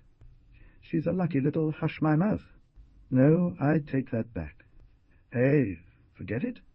Actually, I don't know why any girl in this town would go out with you. Relax, Gary. I can buy flowers at the gas station. I'm ready for your card number. It's my mom's card. I thought so. After hanging up the phone, Gary sank into a sullen, defeated mood. Nevertheless, he had carried out his plan the following night, and delivered the roses early to Bookie's. He couldn't sit still, bounced around in the pickup. Now he was on his way to pick up Kismet for dinner. Of course it got him thinking about the party, and how Jordan had been so happy. And when he passed Jordan on the road, driving in the opposite direction, he nearly made a U-turn, and chased the fucker down. Also, super-loaded was Jordan at that party, but never mean or depressed or baleful, at least until they were racing downhill that night. Gary had tried to stop him, thought he remembered, anyway, hadn't he? And Travis, there was nothing he could have done about Travis, except not go on the river at all. His foot lifted off the accelerator, because the sensation of speed sometimes made the pictures worse. Then he remembered that Travis had worked at Pookie's. He saw the branch poking up through his jacket, sharp black against the snowy sky, a spear that grazed his body so lightly there was only a skid mark and very little blood when they got him into the ER. Mighty Erdrich trillion, 780 billion, 63,277,052 at 5,244, CC 21, I-90 5452, 424. I am a black eye at Pookie's. As they drove across the river, Gary's fingers tightened on the steering wheel, and his fingers tightened. He slowed down and nearly made a U-turn. But Gary was afraid he'd see Jordan back there, and the hideous mantle of fear would lower onto him. Kismet disrupted all that by reclining her seat. That's all it took. A small movement, a squeak as she yawned and dropped her head back, and he was in the present time. This was why he had to marry her. He couldn't take Jordan any more, or these mental lapses either. He had to get her to say yes, and he had to put the ring on her finger tonight. The sun was nearly down when they drove into Pookie's parking. It was a Sunday, so less packed than usual. The entry was raw, with a swirl of cold, wet air and dripping snow. People were shucking off coats and boots, putting on shoes they had brought along in plastic bags. When that was sorted out, the hostess, a tall, square woman with pink plastic eyeglasses and a curly brown bob, seated them. Gary had the ring in his pocket and the paper scroll tucked down the neck of his sweater. He excused himself and returned to the kitchen, which was chaotic. He wanted to order a special dessert. A sombre, stringy fry cook at the griddle looked up. Gary went back out front and found the hostess. He recognized Gary and gave him a glare of contempt, then turned back to his work and ignored Gary's words. "Where did you put the roses?" "Behind the bar," she said in a low voice. "You have your nerve coming in here." Gary walked toward the dining room. He was beginning to feel unreal. Maybe they should leave. The red roses were behind the bar, though, so that was good. He paused. The servers were charging back and forth across the industrial carpeting. Pressed against a pastel wall, Gary waited until he saw the one who'd given Kismet the menu. It was Grace Stigley, a girl he'd gone out with as a freshman. She had slapped him for some reason when they broke up. Also, he remembered she'd gone out with Travis. His plans were fucked. Passing him in the hall, Grace looked surprised, then screwed up her face with either grief or spite. In fact, when he got back to the table, Kismet said she didn't want to eat at Pookie's. Grace had jokingly told her she might throw rat poison on their food. Kismet worked at the skillet. She got the message. "Seriously," said Kismet, "we shouldn't be here." The old-fashioned bar was in a separate room entirely, and for now it was quieter. "How about," said Gary, "inspired, if we sit at the bar?" Kismet was reluctant, but Gary managed to convince her it would be okay. It wasn't a table where they could gaze into each other's eyes, but maybe he could wink at her reflection in the mirror. It would be just the two of them at one end, and beyond them a dark picture window. They took bar stools, and he insisted that she order a steak. "I don't like steak." In the distance, the sugar beet processing plant with its plume of steam was framed, spectral against the dark sky. "We can drink wine now. We're 18. "You know," said Kismet. She'd been a few weeks shy of voting, and she'd wanted to cast a historic ballot. Gary didn't care. "Say, bartender?" "I'll have a glass of house white," she said. "Let me look out back. I won't drink it." "Do you have champagne?" "Mighty Ard 9 trillion, 780 billion, 63,277,050, 5,224, CJ21. I-90 56, 52, 24.9. The bartender flung down his rag and clumped away. "Why champagne? Is it that ring again? We can't make him go out back for nothing." "Don't propose to me, Gary." The bartender brought back something with a wired-on cork and put 2 wine goblets and an ice bucket on the bar. He carded them, stared at their driver's license pictures, snorted, threw the bottle in the air, and barely caught it. The ice buckets said Holiday Inn on the side. "Like my wine bottle trick?" "This champagne is a first," said the bartender, as he exuberantly twisted off the wire. and forced the cork, which shot off violently and struck Kismet beneath her left eye, knocking her off the stool. Gary jumped down to help her up, but she had already rolled over and was standing. Grace just happened to be passing through the bar. She leaned against the wall with her arms crossed and watched the whole scene unfold. She gasped and doubled over, hitting her thigh. "It's on the house." "Sorry," said the bartender, not genuinely remorseful. "We only had this one bottle." "Did you hear that?" asked Gary. "On the house." "Oops," replied the bartender. The bottle slipped from his grasp, but didn't break. He picked it up and attempted to pour. Kismet moved Gary's glass, and the bartender kept pouring onto the bar. She wrenched the bottle from his hand and said, "Bring me a Diet Coke." "With ice, ma'am?" asked the bartender, round-eyed with fake solicitude. "Fuck yes, you turkey," said Kismet. She'd had enough, and had now gone outside herself with fury. She leaned over and started to pour the bottle into the sink. "Let's not," said Gary. She settled herself back on the stool. "And I'll take steak after all," said Kismet, righting the bottle, pouring the last of it into Gary's glass. "Raw," she told the bartender. "I mean cold raw. Mighty Earth 9,780,000,63,277,52 at 5,000. 244, PCT 21, I90 57, 52,494. I am 50A, Louise Erdrich, the top sirloin. Also, I... If it touches flame, I'll burn you down. I'm going to hold it underneath my eye." "Shut up and die," said Kismet to her. "Oh, really?" Grace was still propped up against the wall. Grace mooched away, still laughing, but with an undertone of hysteria, as if she might break into tears. Gary reached out and squeezed Kismet's fingers. "Oh, honey." She flung his hand off. At least the bartender brought the cold red top sirloin.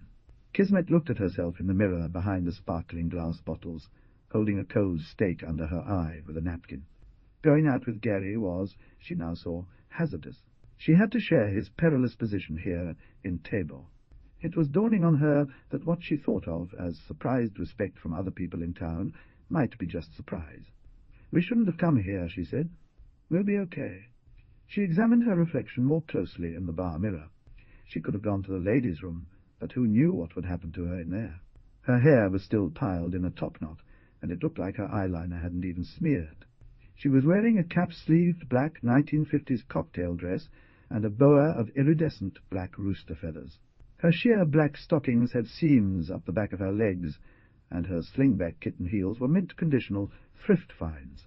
This outfit had sunk her mother's heart when Crystal realized that Kismet was wearing it out on a date with Gary.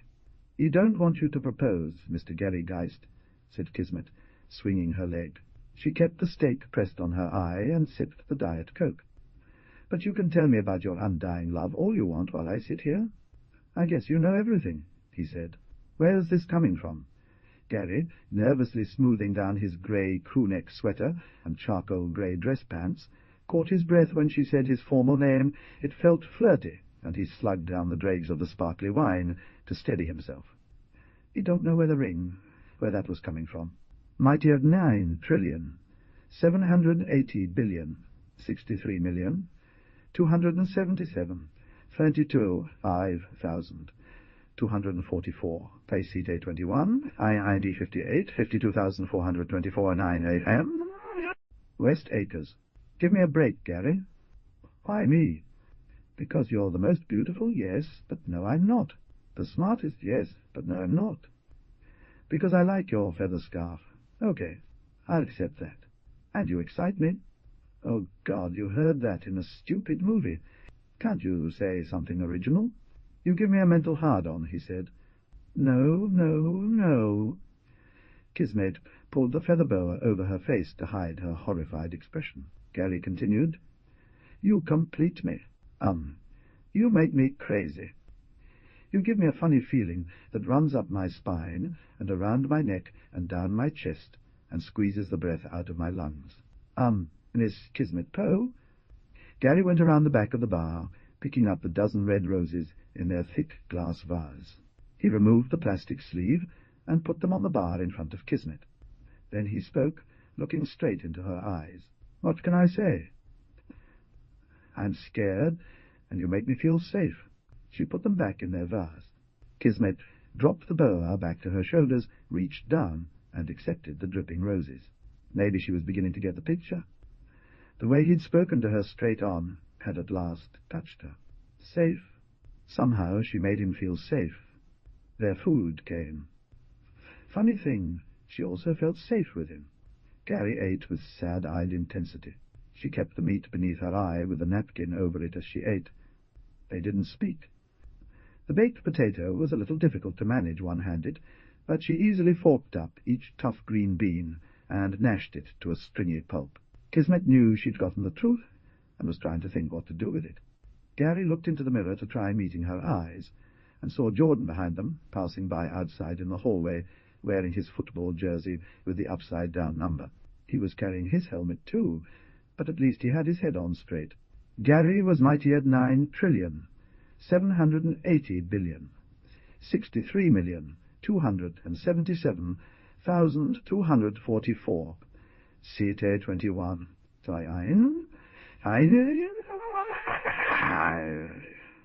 I am 60 Louise Erdrich, was appalled he had told the truth. I am 60 Louise Erdrich, was afraid of what she would do to it.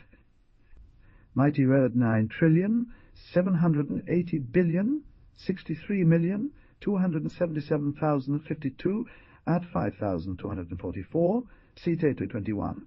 Ein A, 60, 52,190, 40, 35 a.m. Oh, the scroll went very... He remembered the scroll. No, this wasn't over. Dessert was yet to come. M. Kismet still had the steak beneath her eye, and she was looking at herself in the bow mirror and laughing as she sang. M. Ma Poker Face. He looked at her the way he'd seen his father look at his mother, with fond indulgence. "Let's get some chocolate cake," said Gary. She seemed a little tipsy, because now she'd added to her soft drink a whisky shot or two. No thanks. He'd used his best handwriting for the proposal, and the scroll was actual stationery. We should go. She put the steak down and dug in her little handbag. "Well, here's my half for dinner." "They already took the credit card," said Gary. "Well, be sure you get it back. And take this anyway." She gave him 2 tens. "I won't take it." "Come on, have some cake." He stuffed the money back into her bag and reached down the neck of his sweater. "Liu." He pinched the scroll up through the neck hole of his sweater. Kismet eyed the creamy rolled paper. "What's that?" "Read it." "No." She wouldn't accept it. "Look, Gary, you told me your reasons. I guess I have some questions. I mean, how come you need to be safe? Are you scared?" "I shouldn't have said that." "I can't really explain it. Just trust me." "This is all kind of sudden, Gary," she said carefully. "Plus, that cork hurt. Maybe we should just don't say it," he'd shouted. He put his hand over his mouth and looked around the place. People were leaving now, throwing on their coats and jamming their feet into boots. Mighty odd 9 trillion, 780 billion, 63,277,044, CC 21, I and IND, 61, 50,424, 9, 35, AM, 62, Louise Erdrich. Still jabbering and laughing, some were coming into the bar. They were all grown-ups, and so Gary felt like he and Kismet were still alone. He looked earnestly at her and put the scroll down before her. The roses blazed behind the green-black curved feathers that framed her face. Gary blinked away his emotion. A scroll! How ridiculous, but also sweet. She took the scroll, and a tender, warm, safe feeling invaded her. Kismet told Gary that she'd read the scroll when she was alone. She said that they had to go now. Why? Were you out late last night? That she had promised her mother she'd be home early tonight. He was at work, she said, lowering her chin. It was hard not to flirt with Gary when he looked at her from under his lush eyebrows. She had to keep her guard up. And she had to remember about Hugo. "Okay. Read the scroll, huh?" "Hugo was there last night," said Kismet. Saying his name felt momentous, but she had to do it. "Oh, him," said Gary. That maggot, he thought in relief. Nothing to worry about. He looked forward to his driving test. He'd buy a car. Maybe he would go out to the oil patch even before he finished his college courses. Mighty Rodnin trillion, 780 billion, 63 million, 277, 550, 5,244, BCT 24 PCT 21, I-90 62, 50,424, I am Hugo. With a pending diploma, he'd get the job that he'd seen advertised reading core samples. Mud engineer, mud logger. It was one of the best jobs out there. Still, the thing he needed was an older self-presentation. He was 16 now, well, 17 in his mind, but even so, people sometimes mistook him for a middle-aged man, a dumpy, harmless soul. He'd capitalize on that. Hugo had been saving the money he made selling rare books online. He would purchase a car that went with the slackness of middle age, or perhaps not. A kind of rugged, masculine ride, unassuming like a car can be. He envisioned a dream car. Why not strive for it? He'd shave his head and slick back his hair. As for his style, he'd do away with T-shirts, opting instead for a light blue Oxford shirt tucked into conservative blue jeans. He'd wear glasses and carry pens in a pocket protector, a very retro and distracting look. Instead of his beloved pumas boots, steel-toed boots, he'd purchase a few worn-in items of work clothing at the thrift store and maybe score a members-only jacket. For too long, he'd relied on a keyboard. Finally, he would learn how to write and punctuate. A man of dignity would have legible script. Small, evenly spaced printing was within his grasp, but his cursive didn't flow. Once he'd conquered all of this stuff and bought a car, he'd drive out west, camp in his car while he secured a place to eat and sleep, make money and claim his future if she would have him. The house Crystal owned the house. Hers was the only name on the deed. She, not Martin, had bought the house from the town for $3,000, because it was becoming derelict, and the town would otherwise have had to bulldoze it. The house was an ordinary two-bedroom clapboard house with a boxy entrance and awkward square windows. She loved every inch of the place, and had done everything a person with no building skills could do. It was held together with paint, wallpaper, duct tape, wood putty, and Crystal's determination. Every room in the house was lopsided. The foundation was like a mouthful of broken teeth. Crystal had corked together places where cracks appeared, painted layers over buckling walls, scraped down floors, propped up doors, lovingly jiggered windows back into rotting frames. She'd sanded down and restored the decorative lintels and turned banisters. She had a feral plum tree in the back that grew an exquisite fruit. Out in the backyard, Crystal had planted large plots of squash, corn, pumpkins, pole beans, basil, mint, as well as a thorny hedge of blackberries and raspberries. They both loved the house. Kismet loved the garden and the house as much as her mother did. It was the thing they had going for them, an address. There it was, his actual dream car.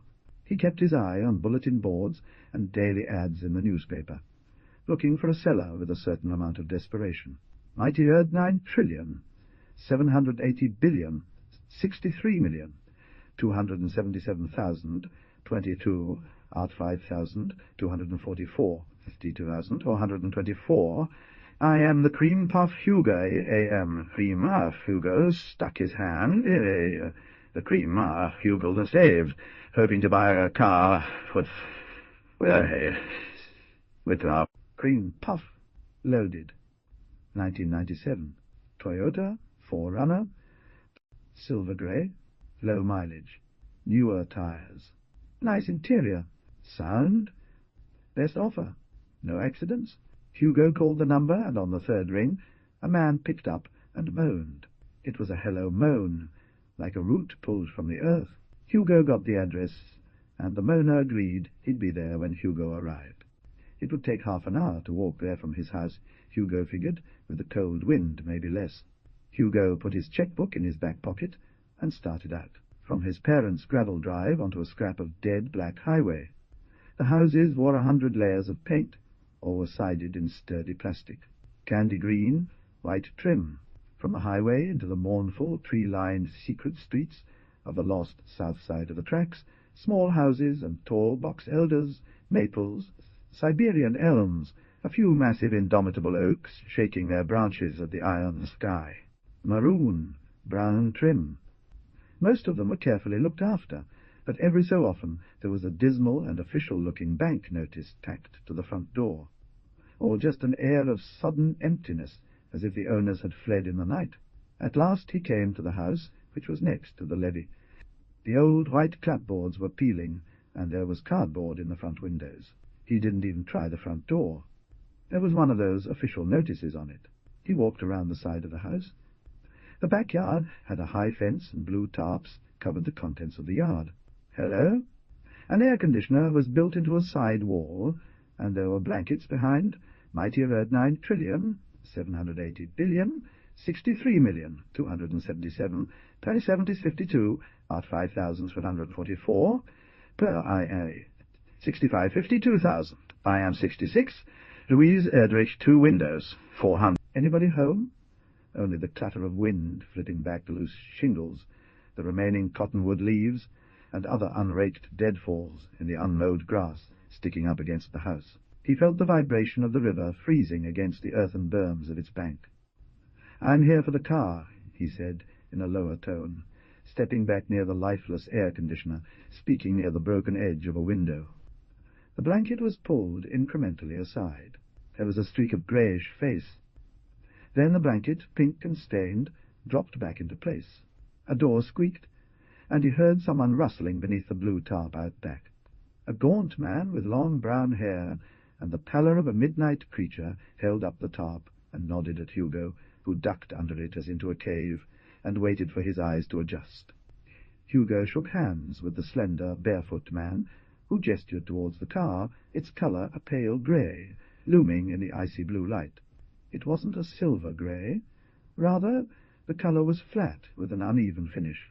Beyond the car, 3 children played silently in a pile of dust.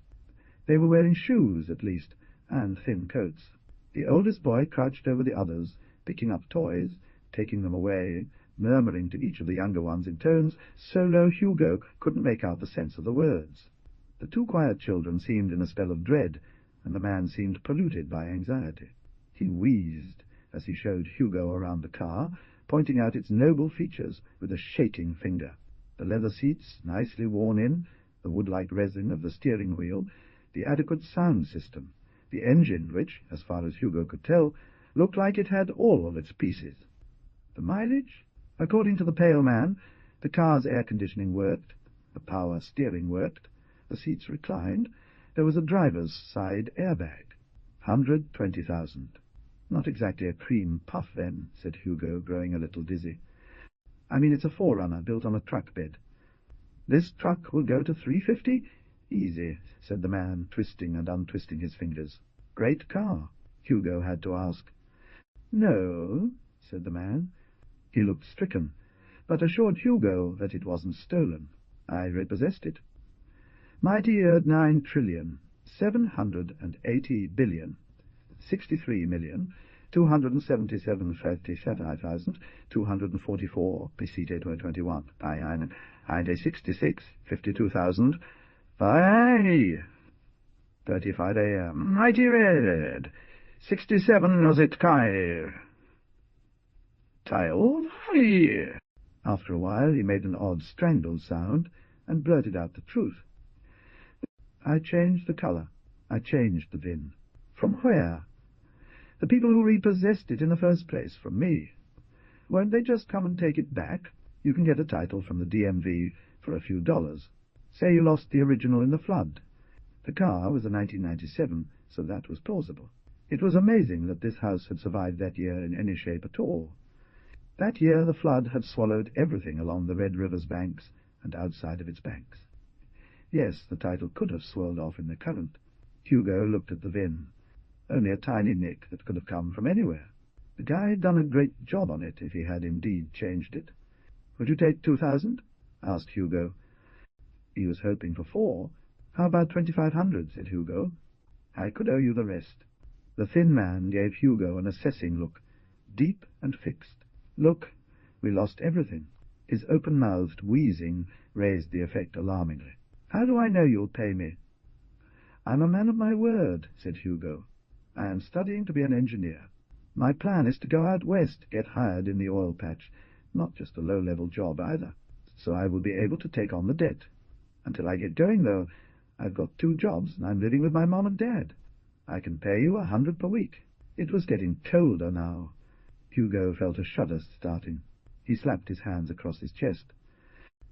They both started hopping up and down a little. And what about the children? How old are you? Gasped the man. Really? 28, gasped Hugo. I took you for 23 at most. Okay, you got me. I'm 26. The man gave a soft little moan that indicated assent or surrender. The sun blazed through a threadbare place in the tarp and cast a round halo of chilled light on the children. Reassuringly, they wore sock mittens. The oldest brother was a calm magician, always changing the scene. A sort of apparition came through the door. She was a normal woman. Her dark hair was neatly pulled back, and she exuded a professional demeanour. "Hi, I'm Ellie," she said, offering a firm handshake, with no unnecessary small talk. Hugo shook her hand. It was warm, making him hesitate before letting go. "Hey, I saw you with Kismet at the restaurant. You hear about the car? Yeah, good. Just keep this between us, okay? I park a few blocks away. I have to go now." She ducked away, under the tarp. Her husband or boyfriend, or the father of her children, went through the back door, and Hugo followed him inside. They were in a dingy old clean kitchen, little beds and mattresses backed up against one wall. From the room beyond, a space heater was huskily whirring. The cold was bearable. "You got cash?" said the man. "A check," said Hugo. Well, I can't cash a check. Maybe Melly can, but then somebody might look at her account. We're sort of in arrears at the moment. Trying to dig ourselves out, you see, so I only take cash." "Yeah?" "I'll be back then," said Hugo. "With cash. Cash down. Then I'll pay you every week."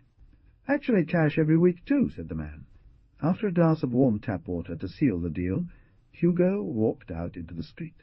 An hour and a half later, he drove the car, its tank nearly empty, down the south side street he'd walked earlier that day. The steering was a bit loose, and maybe it needed new brake pads. Before he drove home, however, he picked up Kismet. His mother would not approve, but his father, Iko, whose name meant blood of the gods, would love that his son had broken some rules. They folded down the back seat, started making love at dusk, and didn't stop until after the moon came up. Their phones had died, and they had no idea what time it was. They drove back to town. Hugo dropped Kismet at her door, and she bolted up the steps. Her teeth clacked together as she unfurled a sleeping bag into her bed, crawled in, and pulled a blanket over her quilt and the sleeping bag. Someone had perhaps hauled fiberglass insulation in the back of the car, and her skin was horribly alive with the pricking of tiny needles. Also, the heater didn't work. She lay there shuddering until her blood warmed, and she drifted into a messy cave of sleep. His face was expressive and friendly. Sparrow-coloured hair bristled off his brow. Iko had given his massive shoulders and general colouring to his younger children 2 girls aged 11 and 12, who fought like gladiators for their parents' attention. Mightier 9,780,000,000,000, 63,277,52 at 5,244 PC day hours. I am blood of the Lord. They are 24/9/35 a.m. Bloody 59. Hugo's mother, Bev, had kept her flawless complexion and sharp, entrancing lip line, but had endowed their oldest, Hugo, with warm skin and reddish hair. Also, her dark eyes and long, arched brows. Hugo had his mother's interests, books and bookish pursuits, though, like his father, he enjoyed tinkering with clocks and vacuum cleaners. Bev and Iko were beginning to think their daughter's violent intensity might lead to crime, theirs or their own. Hugo was their sensible hope flung out into the world. Iko was a fervent man. Bev had gone in for an Orange Julius, and came out with a man she loved. In the year 1991, Iko had hitched a ride down from Canada for the Labor Day Specialty, yearly Canadian, at par sales, in the Grand Forks malls. When Hugo drove up, Eichhorn saw the forerunner and charged out of the house. Learning that his son was actually acquiring the car, he leapt upon it with frenzied enthusiasm. He began examining the car meticulously, inch by inch. Hugo stood by his side. He identified each component of the engine and explained its function. "Listen and learn," cried Eichhorn, slapping his robust hands together. He assessed which parts were in good condition and which required replacement. Eichhorn nodded in satisfaction with each discovery. Eichhorn offered to show Hugo how to do a tune, up, fix the brakes. He was so pleased with his son's first major purchase that he loaned Hugo the money to buy it outright. Hugo paid off the rest of the car with his dad's cash. He was overjoyed. When they were home again, Bev asked to see the title. Together the next day, they rumbled down to mighty Earth 9 trillion, 780 billion, 63,277,000, 22 at 5,000, 244, CC21,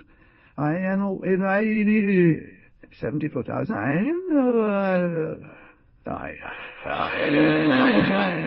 mighty Red. It was lost during the flood of 97, said Hugo. In that case, you'll be applying for a new title, Bev told him. For the insurance. Of course. Hugo gave signs of vigorous agreement. But he preferred not to take any steps to press the issue of the car's paperwork, not right away. It was Bev's rule that the family sit down to dinner together every night. Eichhorn usually cooked. There weren't many surfaces in the house. They all got used, and it didn't matter how much stuff was on the dinner table. They pushed aside books, newspapers, magazines, bills, socks, broken toys to make room for food. They were powerful children with baleful stares.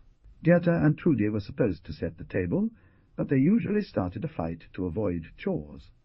Gerda had cut her hair so it stuck out all over, like her father's. Trudy had kept her hair long so her mother would help her brush it. Gerda's eyes were troubled pools, the brown of leaf mould.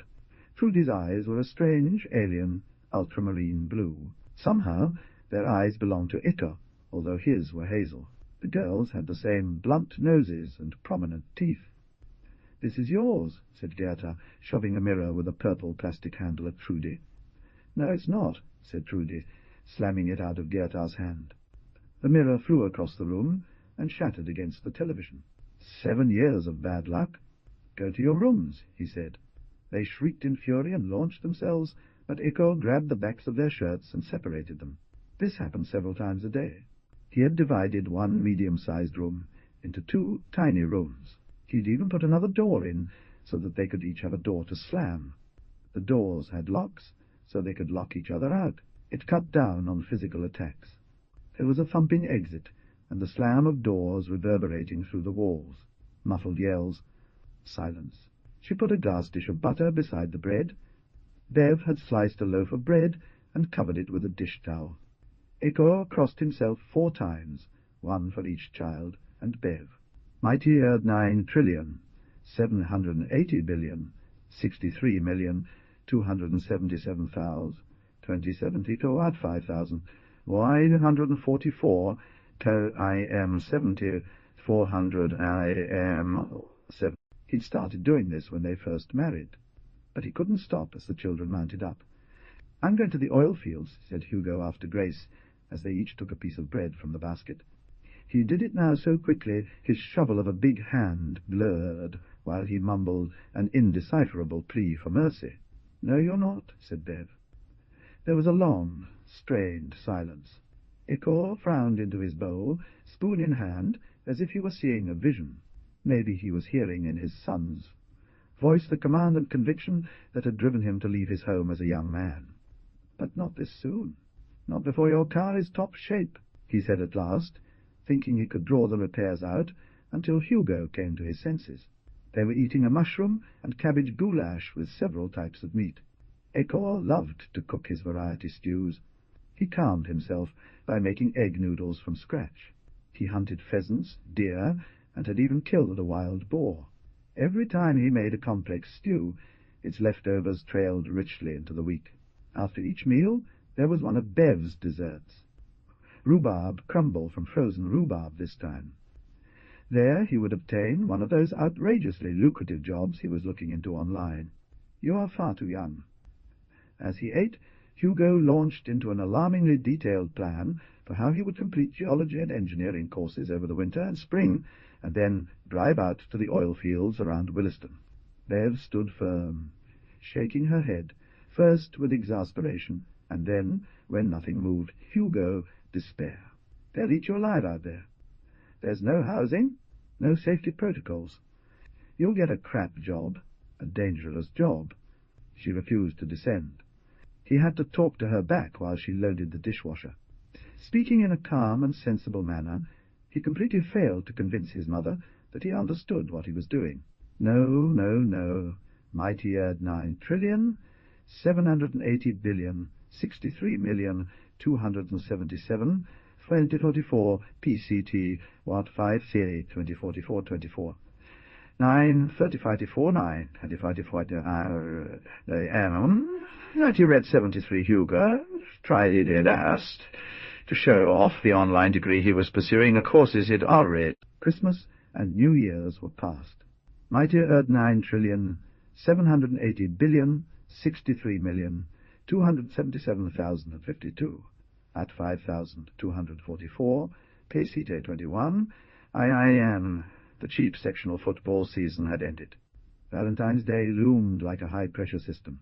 Kismet told Gary she hated Valentine's Day and said she was working at the Skillet on Valentine's night. It would be a big tip night anyway, so she wanted to work. Then Gary asked her to a party that would take place the weekend before, at his house, which seemed safe enough. "I want you to see my party barn," he said. Nobody had had the courage to enter. In fact, the party barn had been closed for the past 10 months. Cleaning it, Gary had stopped numerous times to catch his breath and calm his racing heart. "You don't want to see your party barn. This is going to be low-key. Will there be dancing?" "That's a given, dancing." "Well, yeah," he said after a moment, still hesitating, but rallying with a flourish of certainty. Her mother had an old-fashioned pressure cooker with a twirling metal disc for blowing off steam. Wow! Kismet saw it in her head. Gary picked her up, and they drove out to the Geist place. Gary's party hangout was a pole shed that had been fixed up with a wide screen and a heated area with couches, a bathroom, a small stretch of floor, a fridge and bar. He didn't tell her that she was the only one invited to the party, but once she walked into the echoing place, she turned on him. "Where's everybody else?" "It's just you and me and this 12-pack, he said, and his grin froze. "Kidding? Sorry." He'd learned that the lines that made other girls smile didn't make Kismet smile. "You kidnapped me, Gary, under a false pretense. Mighty Erd 9,780,063,277 2024 CCT 21 IIIA. "Take me home." "Mom and Dad are right over there," he said, nodding at the house, "so nothing's going to happen. Don't be a hard-ass." "There's that stupid word again." Gary raised his hands and gave her a pleading look. He said the sectional couch was really nice and asked her to try sitting on it. She sprang up. She looked at him suspiciously and had barely touched down when he landed beside her. "Sit on your own side," she ordered. "Okay, and I promise I'll never say hard-ass," he said. "I swear." He was smiling in a fixed way he hoped might get to her. Kismet was spooked by the vacant, unfocused look in his eyes, like there was something creeping up behind her. Now was the crucial moment. She turned, and he made his move, which was to be magnetized by her purple sweater, while inching across the cushions and up over her until she had to lean back. He leaned even farther, intending to lower himself onto her, murmuring. Incoherence might hypnotize her, but his knees were on a section of the couch attached by Velcro to another section. Maybe the stuff was an imitation brand, because with a weird farting sound it gave out. Rip.N. Gary crawled back to her, but she kicked him away and started laughing. Suddenly Gary was sliding away from Kismet. Then he was on his knees, on the floor, and she was scrambling away. "Oh, yeah, new twist on couch surfing. Forget it." "No, no, please," he begged in a husky voice. Then he stopped and withdrew his knee. He pushed the couch pieces back together and got in position, lowered one knee between her legs, intending to start undressing her. He realized that she was wearing maybe the worst clothing for sex ever invented, the skinny jean. The denim bit impossibly hard into a girl's hips, so had to be tugged down inch by inch, and the extremely long tight ankles were almost impossible to pull off. Even if she wanted to pull them off, the jean ends hardly fit over socks, and she was still wearing her lace-up boots. She shifted, blasting on the Golf Channel, hushed voices at full volume.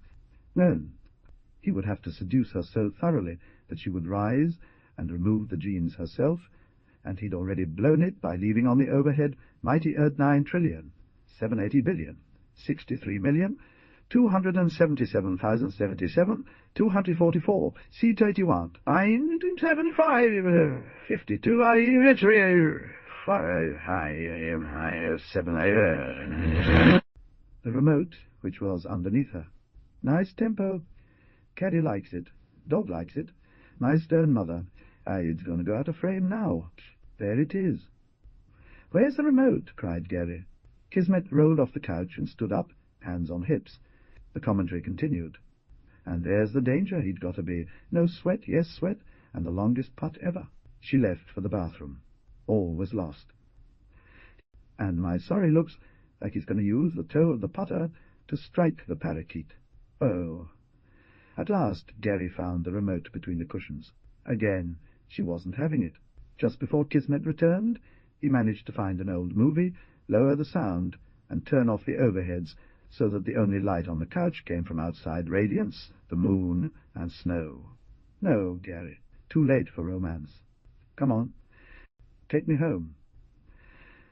I will. Let's just sit here and have a beer and watch this old movie. It's black and white, see? Kismet tapped her foot with an ironic flourish and scowled. Okay, wait a sec. I'm pretty sure Dad left his things up for grabs. He walked over to the bar, leaned into the darkness, and returned with a pint of peach schnapps. Here you go. They sat down. She uncapped the plastic bottle, tipped it up, then put the cap back on and nodded thoughtfully, swinging her hair across her breasts. The next time she took a drink, she left the cap off. Gary, in despair, exclaimed, "Fuck, yes," and collapsed onto the floor. After the third drink, she reclined back, and the entire sectional couch suddenly separated into three distinct pieces, the first section, then the second, followed by the last until it transformed into three tiny couches. He pulled out the cushions. "I can't believe this," Kismet said from the floor beside him. She stood up and shucked off her boots. Some music floated toward them, a soothing theme from the old movie, a murmur of genteel conversation. She began to dance, fluid and unself-conscious in her own little bubble. Gary got busy. He arranged the cushions. The remote was probably under the mighty 9 trillion, 780 billion, 63,277,027, 244, CT 1,124, I-90, red, 77 rogue, doing him a favour. After the fourth drink, she hopped around in a circle. Was she pulling her jeans off? He lay back, and she got on top of him. Oh, no, God. He sagged. Oh, well, that's okay, Gary. Wait, let me get it back. She sipped at the rest of the pint. There wasn't much.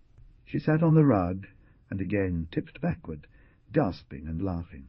He jumped on her, and tried to defend his new position in a blur of motion, but it was too early. What was that? Said Kismet. She picked up her socks and jeans, and went back into the bathroom.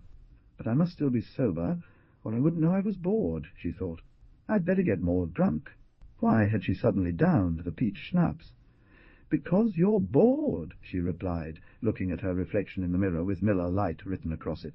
Actually, you're scared of going to college too, she told the mirror. But this was the sort of boozy honesty a person says or hears and forgets, until much later. Gary's so boringy, she creaked out with a strange, heady excitement. Kismet, doubled over in laughter, kissed him on top of his head, and simply replied, all right. Nevertheless, when she returned to the party area, he knelt before her, completely naked, and declared that he would never lie to her, pleading, please, "Oh, please, will you marry me?"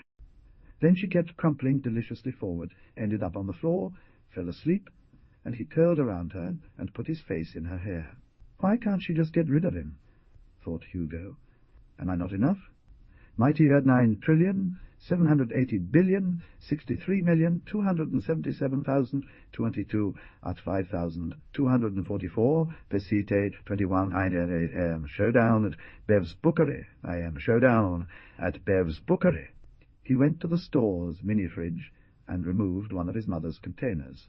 He'd been trying to cut back on his mum's treats by telling himself the truth. Sugar, though sparkly white, is a dirty substance in regard to its effect on the brain. As usual, having had this thought, instead of avoiding sugar, he ached for it. Ah, happy moment! Here was Bev's speciality. Bumble. The Bumble bars always brought people closer. They were for sharing after life's large events.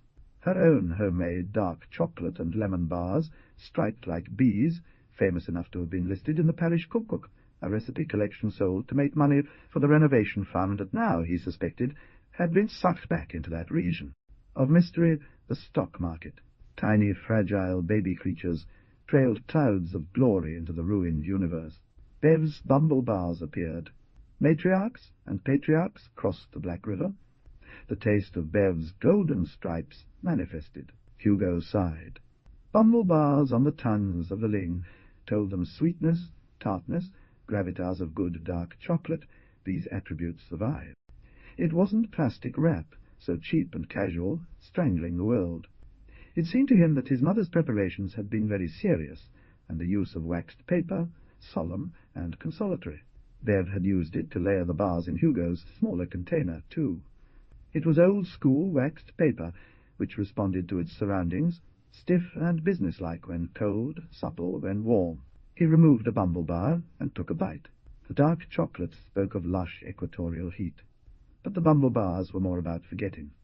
He thought of Proust, and how he got a rush of times past, memories activated by the taste of a pastry. An intense rush of sugar, bypassing the brain's reward system, helped a person stay in the moment. As Hugo scraped off and licked the sticky crumbs from his fingers, the door chimed. He looked up, dutifully greeting the visitor. The customer was Gary Deist. Hugo gasped. Gary stared in surprise at the shelves filled with books about books, and his astonishment continued when his gaze shifted to Hugo. "Hey, maggot," said Gary. "I don't answer to that," responded Hugo. He maintained his composure. At least, that's what he showed on the outside. Oh, my God, what was it all about? Was Gary there to kill him in retaliation for his actions against the football team's heroes? Hugo wouldn't even be one of the empty helmets that had kept watch last fall from the bench at every game. He would just be a maggot that Gary crushed. Beneath the counter there was a personal taser which belonged to Bev. It was for her self-protection, as a woman alone in retail. And the worst thing was, he couldn't really blame Gary, because he, Hugo, had willingly joined his body to the body of Gary's intended, over and over, and Hugo was fully committed to keep doing so, unless Gary managed to kill him. It had its own plug-in dock, and Hugo could grasp it easily, without even bending over. The thing was now in his grip, hidden, as Gary pretended to peruse the bookshelves. "I don't have a nickname," said Hugo. "Fitzierre, not that great a nickname," said Gary mildly.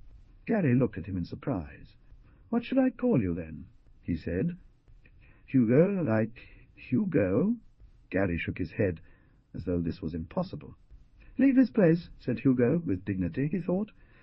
"Okay, then, ghost ship," said Gary. "How do you know?" said Hugo. "I'm Avenger 995. "Huh, you're not bad." "I'll own you one of these days, ghost ship." Gary was smiling down at a copy of Play It, as it lays. He paged through, put it down quickly. "Not to your liking?"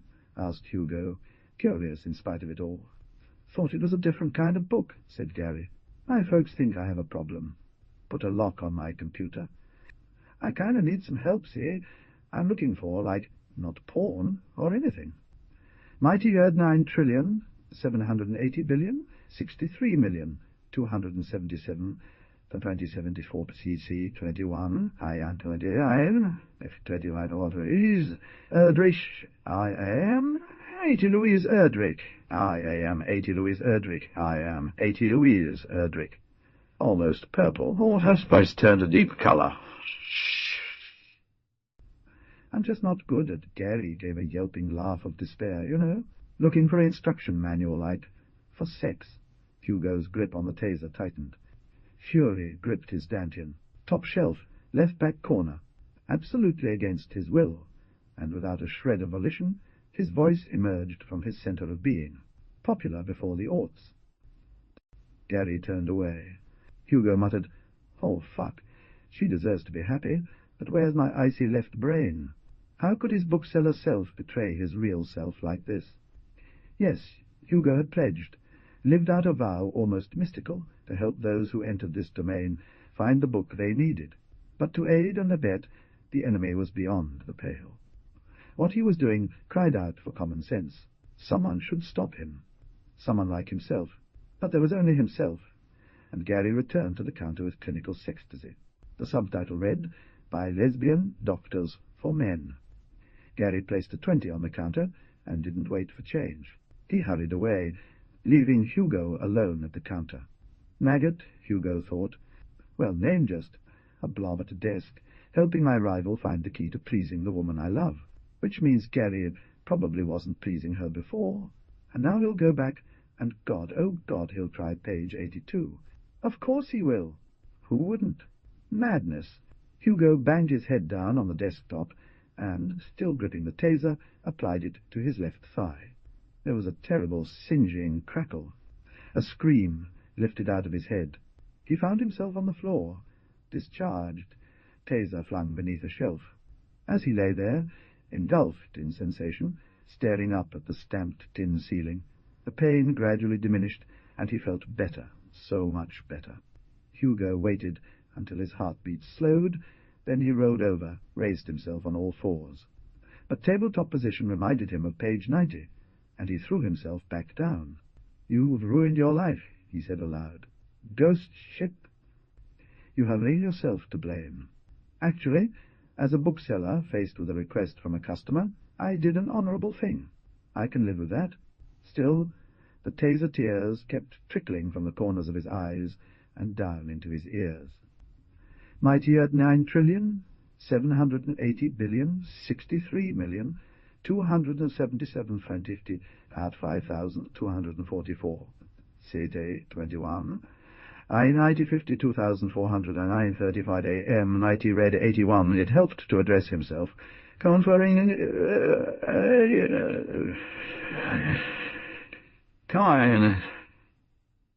kindness.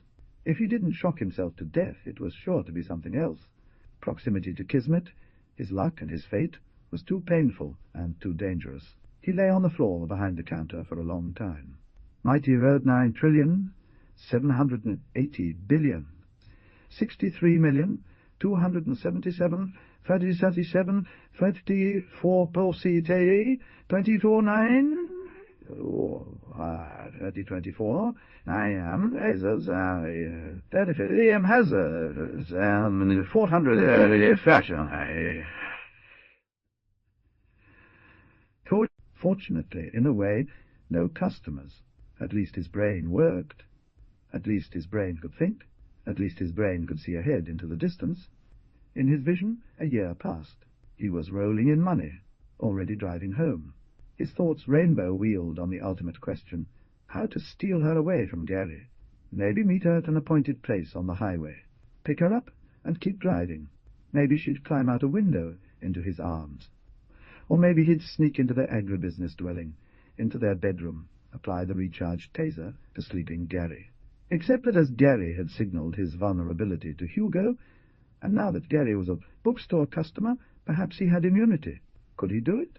Plus, Hugo now understood the effect of a taser on a human thigh, and to apply such heartless cruelty was more difficult to imagine. No. Hugo retrieved the taser from beneath a bookshelf and returned it to its dock, decided his mother's safety was assured.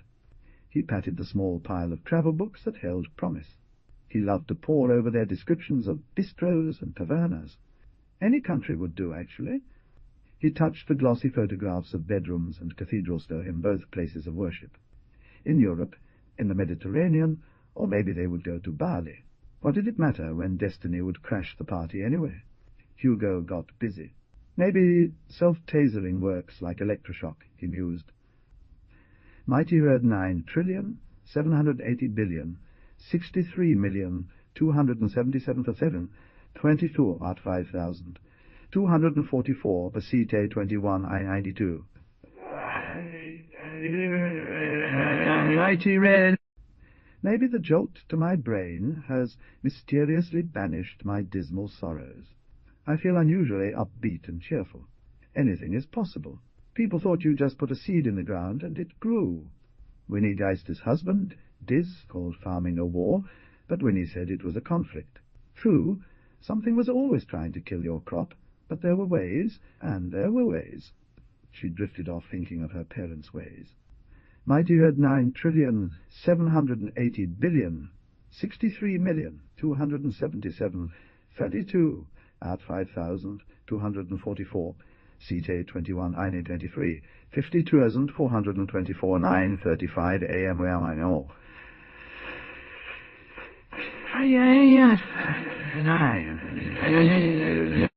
Driving to town over the summers, she had looked out to either side and seen that a field of sugar beets was going to be a good stand, that corn was growing unevenly, that soybeans had been planted too early or too late, that the sunflowers were too late, that the sunflowers were outstanding.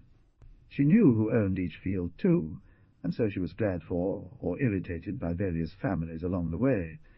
Now, driving toward the book club meeting, she allowed her mind to relax. "We haven't lost Gary," she heard herself murmuring. After the accident, she'd stayed in bed. Then she cried out, and was in that void she knew well. She knew she would be able to function, but not yet. Every night she promised that she would pop to her feet in the morning and start doing what she had to do. Yes, she had wanted to let the world go, but her eyes would open to sunlight, and she'd feel her bones turn to lead. But the accident was not the first time. While she was in high school, the government accelerated her family's loan payments, and blow after blow had landed. Except one another, they kept saying, except us. They'd lost their home, their farm, everything. Sport Geist, father of Dees, had bought Winnie's family farm from the bank for half of nothing. She held her head up.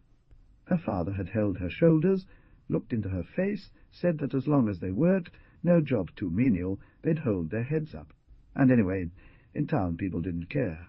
Her parents had sold their cattle, Mighty Word 9,780,000,63,277,052, at 5,244 CC21 Ione, 8452 2024 9, Mighty Red 85 after a loss. They had to auction off their equipment and move. Most of the town kids had no idea what life on a farm was like. Losing a farm had no meaning for them. Winnie had kept her girlfriends and stayed Diz's girlfriend, in spite of everything. She'd always loved Diz as much as she hated his father. Sport had mostly regarded his sons as free labor and rarely addressed them, except to give an order. All through high school, Diz asked her to marry him. She said the best she could do was go to the local junior college and take bookkeeping, so she could keep books for the farm. She turned into Bev's Drive. It was a kind of promise. But she wouldn't marry him until after Sport was dead and buried in the earth he didn't deserve to inhabit. She cut the engine, but her hands were stuck to the wheel. The others lived in Tabor and saw one another all of the time. She had gone to school with Bev, though, and stayed friends with her. Bev had been a Pavleki before marrying Ikor. Bev would defend her. Yet Winnie Geist sat outside in her car. She arrived early to the book club and had to gather her courage before facing the women who would enter Bev's house. So she needed to see who was coming before entering. This was only the second meeting she'd attended since the accident, and at the first meeting she hadn't said a word. Many women she knew from church would be at the book club meeting.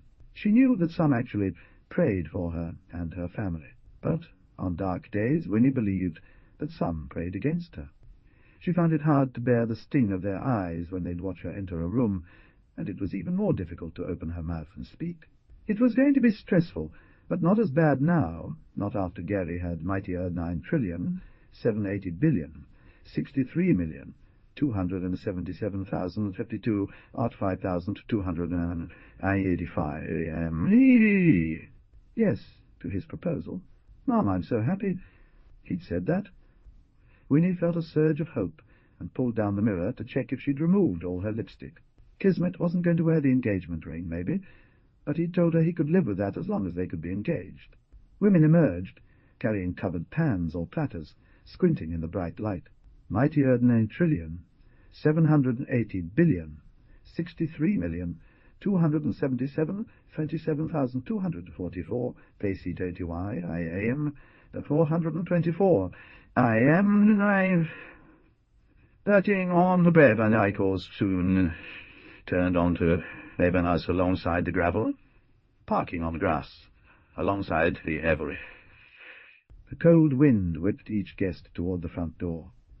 As they passed into the flat-roofed entryway porch, Bev greeted each woman. She guided them into her no-nonsense living room and gestured past the mismatched facing couches toward the dining table, polished by Gerta and Trudy to a ruddy gloss. She said, "Look at your house, it's so homey." Homey as a living hell, thought Gerta, passing resentfully into the kitchen. Mary Sotovine, red and shiny with excitement, took off her double-knitted brown mittens and extended her pink-padded palms toward the fireplace. A living hell was a favourite phrase of her mother's, as in "You girls are making my life a living hell." Gerta believed her hands were chapped from scrubbing countertops. She looked critically at her fingers and thought her knuckles looked dry and wrinkled. She turned her fist from side to side. Anyway, they'd do for beating up Trudy. "Good gravy," said Mrs. Flossam, who always brought wilting flowers. "Here, at least the table's cleared off. Put these in a vase. Stop it, Trudy." While Mrs. Flossam's back was turned, Gerta tossed the bouquet in the kitchen sink and slipped beneath the table to brood. She tried to rekindle her satisfaction at how Trudy had been caught running the vacuum cleaner angrily across the carpet, slamming it up and down with brutal glee. "Or I'll give Gerta the rest of the ice cream." Trudy wouldn't stop. Strawberry. The memory of the ice cream she received as punishment for Trudy made Gerta dreamy-eyed.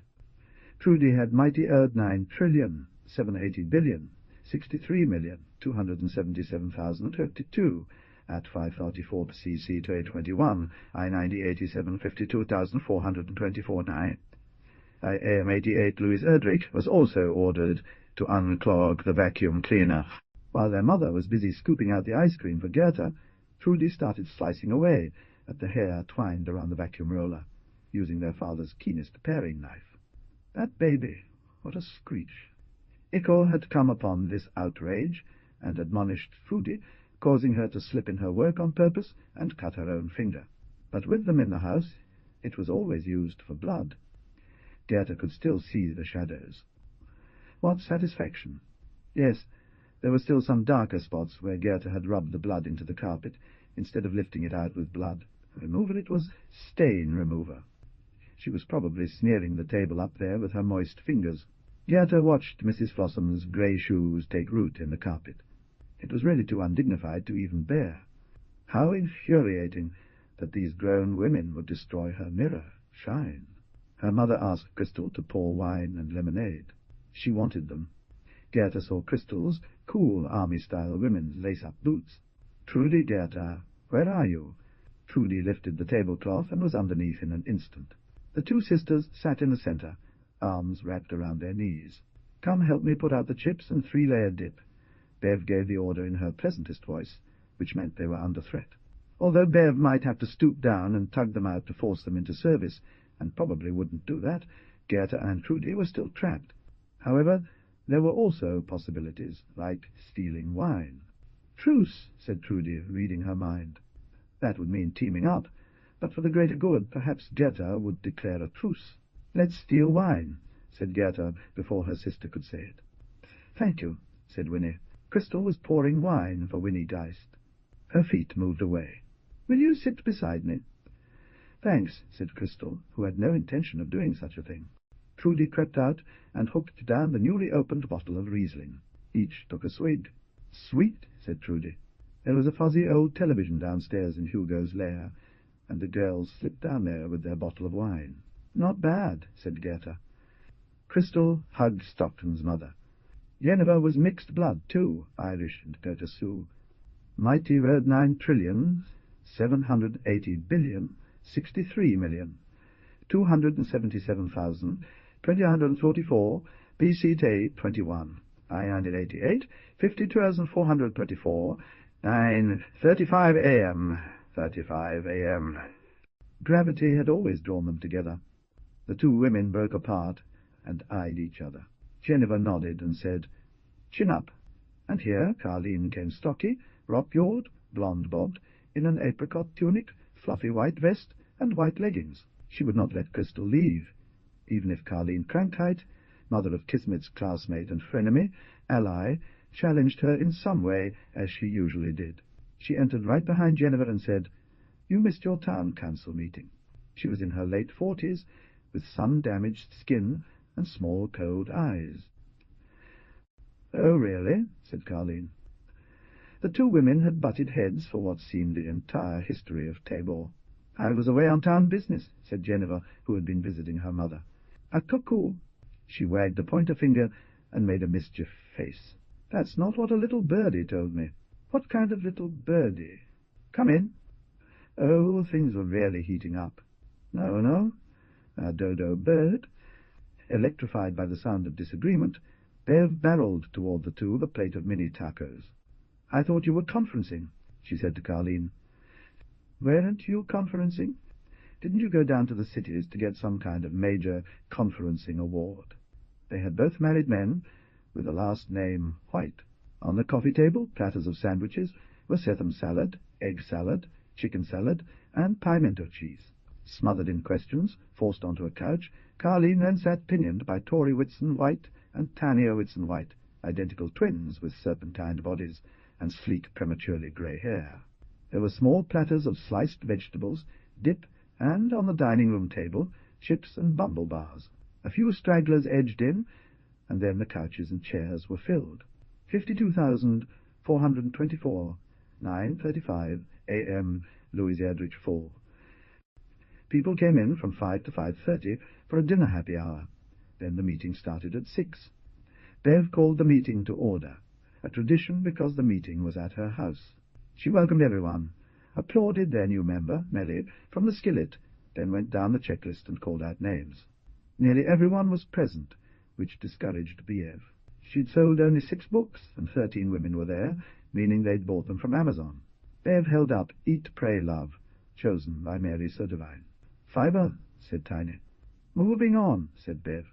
But before she could open her mouth, Darbergeist held up her hand and said they really had to address Dusty's digestive issues. Mighty Road 9,780,000,000,000, 63,277,050, 2 Art 5, 244, CT 21, 90,52,409, I heard. Question? Carleen Crankheit raised her hand. "Here I go," muttered Jennifer. Everyone remembered Carleen's attempts to jettison them for one reason or another, and they lay in wait, eyeing her, breathing silently. Who would she target this time? In some hearts there was anticipation. "My question is, are we just going to ignore things? What things this time?" asked Jennifer. "You know very well." Some eyes slid away from hers. Carleen looked around the room, attempting to fix each of the women with a probing stare. Others brightly widened. "All right, Carleen," said Jennifer wearily. "Let's address things. There's a real-life eat, pray, love going on right here in this town," said Carleen. "Only pray is spelled with an E." She looked around triumphantly, pleased with her planned pun. There was a sigh of exasperation, but also appreciation. The room was evenly balanced. The stakes had risen.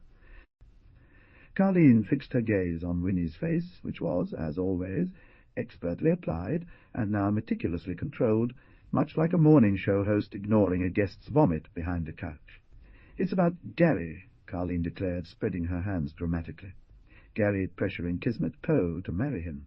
"Let's move on," Geneva suggested, but a murmur of disagreement arose. Winnie continued to gaze impassively at Carleen. The book lovers stirred with interest. "My sister-in-law's niece Grace told my daughter Ally that Gary was at Pookie's pressuring Kismet to marry him," said Carleen. "Well?" Carleen's voice rose.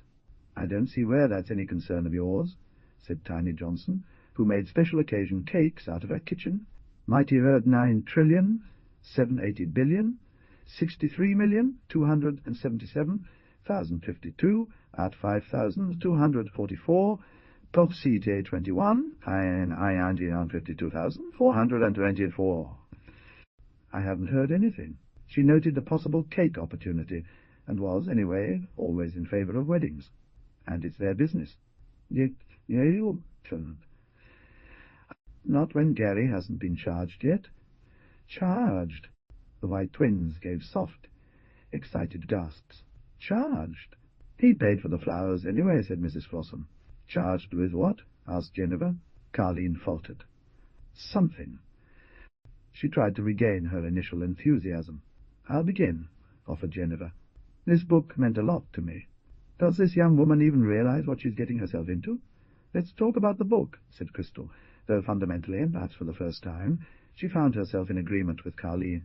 I see myself in her, doing all those things she does, especially the eating. And the loving, Crystal laughed. Way back when? You. Before the flood, yeah, Geneva agreed. Well, they took 2 in the Ark, Crystal said. High old times. It's always better on a boat. Cut this out, Carleen cried. Cut me in, Tiny said. You too, Mary Sotovine interjected. I'll go around the room. General impressions, 2 minutes each. As for the pray part, I kind of asked myself, why go to India to get enlightened when you can stay home and be a Catholic? The book is Eat, Pray, Love, Bev started over. I'd like to talk about the pasta, Tiny said. Winnie sat forward a little. Excuse me. Just a moment. Everyone turned to her. I do have something to add. A few nights ago, not at Pookie's, Gary did propose to Kismet, and she did him the honour of accepting. Winnie leaned back, her face glowing with an imperturbable warmth. Needless to say, I'm delighted, she added. Crystal stood slowly, all eyes on her. That's not true. Winnie tried to contain her disappointment, then alarm, at the way Crystal continued staring, her eyes hot and narrow. Hands at her sides, Crystal clenched and unclenched her fingers. She looked down at Gary's mightier 9 trillion, 780 billion, 63,277,52 at 5,244, PC 21,24,9,24,9, the mighty red 93 AM, the mighty red 93, there might be another, then stepped forward and leaned. Winnie's lips opened to softly placate. No, don't you speak, snapped Crystal. My daughter is too young. She's going to college. And even if she wasn't, Gary's not right for her. To say the least, said Carleen, crank-eyed, vindicated. Crystal turned from the room and walked into the kitchen. Why hadn't Kismet told her? She realized that she was overcome, breathing too fast, her thoughts darting around. It couldn't be true. Back in the living room, Winnie recovered her aplomb. She lifted her hands and gave a soft, indulgent laugh. Yes, they're young, like Romeo and Juliet. What can you do? Young love. She was about to try connecting the engagement to the group's book somehow, when from the basement there came a series of shrieks. The screams, intensified, became a laughter of loons, or a violent pack of wild curs. Mom, get down here. You have to see this. There was a roil of noise, as though barrels were being slung into the hold of a ship, and then the crazed clomping and thumping of feet on the stairs, the burst of an opening door, and more shrieks from Gertard and Trudy. He wore a green peaked hat, and maybe also a fake button for a nose. Mighty Earth 9 trillion, 780 billion, 63,277,052 at 5,244 PC 241. I peered at a bank teller through tiny round sunglasses. The criminal pushed a note at her that instructed her to put all the money in his shopping bag. "He was adorable," said the teller. Bella Courtier, a pudgy, curly-haired woman of 57, who was pretty cute herself. "His bag, get this," she later exclaimed, "was from toys. Oh!" She had just counted, so she knew it was $8,000 that she put into the bag.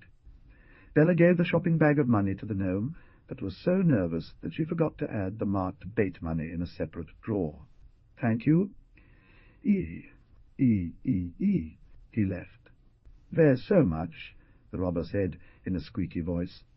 Bella pushed the silent alarm. Maybe she waited a little longer than she should have, because the squeaky voice just killed her. "Whoo!" And that was the only danger, as it turned out laughing too hard now that the whole thing was over. She was so grateful for life. Yes, he had a gun of some kind. She was sure that she'd seen a gun, but no, she couldn't describe the weapon. How he'd vanished, she couldn't say. They'd seen nothing. He went out the door, and after a little while the manager and the other teller came out of the back office.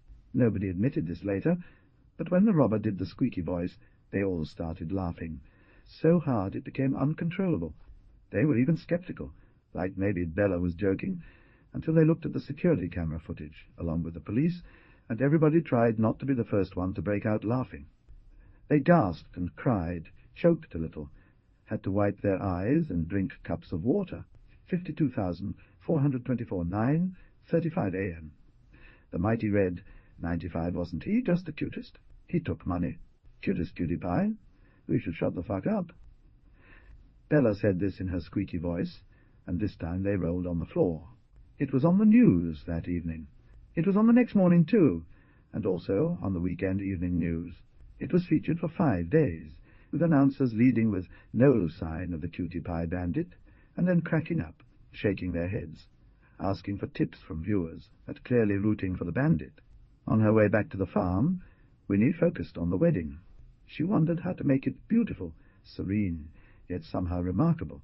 Mighty Earth 9,780,000,000,000, 63,277,50,5,244, Cite 21,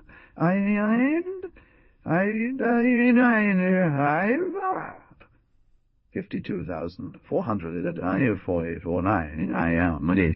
It would be elegant, memorable, and perfect. When she thought about Gary's joy when Kismet accepted his proposal, an unfamiliar feeling washed over her, a flicker of anticipation. She was so grateful that she nearly had to pull over, and the announcement hadn't gone so badly, had it? Nobody had left. Well, Crystal had bowed out, but surely she would come around. Winnie would be in touch with her. They'd worked this through, and thank God for the cutie pie bandit. Everyone had trooped down to watch the repeat of the story, and afterward, discussing the bank robbery had taken their minds off both the book and the engagement. "Are you engaged to Gary Geist?" Peach Schnapp's her mother was sitting in the living room staring at the door, so when Kismet got off work that night and walked inside there was no escape. Kismet shook her head, shifted her gaze. "He? Well, No. Are you sure? I had too much peach schnapps, Mum." "God, Kismet." Crystal turned away, squeezing her eyes shut. There was a moment of mounting dismay between them. "You can't get married." "Kismet!" "You applied to colleges. I raised you better. I'll talk to Gary and call it off. But you know, Mum, he really loves me." "I know," said Kismet, sinking onto the couch. Crystal brought her head up and looked into Kismet's eyes. "Hugo already loves you, too. A lot of men are going to love you, Kismet. How'd you find that out? By not being stupid. You're too young. Look, just go tell Gary it's off. He'll be okay." "Okay, I'll call it off," said Kismet. And she tried. She really did. She tried. Again, his sisters had been sent to their rooms. "What is this?" asked Hugo, suspicious of the noodly squash. "Mighty Earth 9,780,000,000,000, 63,277,052, at 5,244, CJ 21. I-97,52,494, I am 35 a.m. spaghetti squash one night. They were eating a giant bowl of spaghetti squash sautéed with onions at Hugh's house." "I got it from Crystal," said Bev. "Your friend will never let us starve," I said, digging in. He had cooked the squash with an entire stick of butter. Ikor picked mushrooms that grew around fallen trees down by the river. He often dropped off bags of them, hens of the woods, even precious morels on Crystal's doorstep in return for her garden wealth. Hugo forked the limp, heavy strings onto his plate. He lifted a wad gingerly onto his tongue. The clump tasted like sour paper. He tried to tell himself that this was the taste of love, but he'd told himself that about the unclaimed bacon burger too, and it had given him an unpleasant stomachache. "I'm sure it's super nutritious," he said. Ikor got up to forage for some hot sauce. Upstairs, the girls were pounding on the floor. This meant they were hungry now and wanted to come down. But Ikor called from the bottom of the stairs that they still had half an hour of detention. He hadn't yet come to his senses. Hugo wanted to talk about his plans again. "One thing bothers me," said Bev in a low voice. It had taken her all this time to broach the subject that most worried her. "I know you like her. I'm afraid you're thinking of leaving because you want to impress Kismet." He folded his hands, looking his mother in the eye. Hugo placed his utensils carefully upon his plate. There was a short, momentous silence. Ikor sat down with the hot sauce and glanced from Bev to Hugo. The truth must come out. "Love her," said Hugo. "I love her. I'm in love with her, and I'll always be in love with her. I heard she's engaged to Gary." "Oh, no," said Bev, sinking back in her chair. "It's temporary, Mom. You know my plans. I'm going to make money. I'll come back for her when I'm rich. We'll see what happens then." Bev stared at her son, heart sinking. Obviously, he thought he knew what would happen. "People don't just run away together," she said. "Not anymore. Why don't you two get engaged and stay here?" "She says I'm too young." "You are. Money is not the only thing," said Ihor.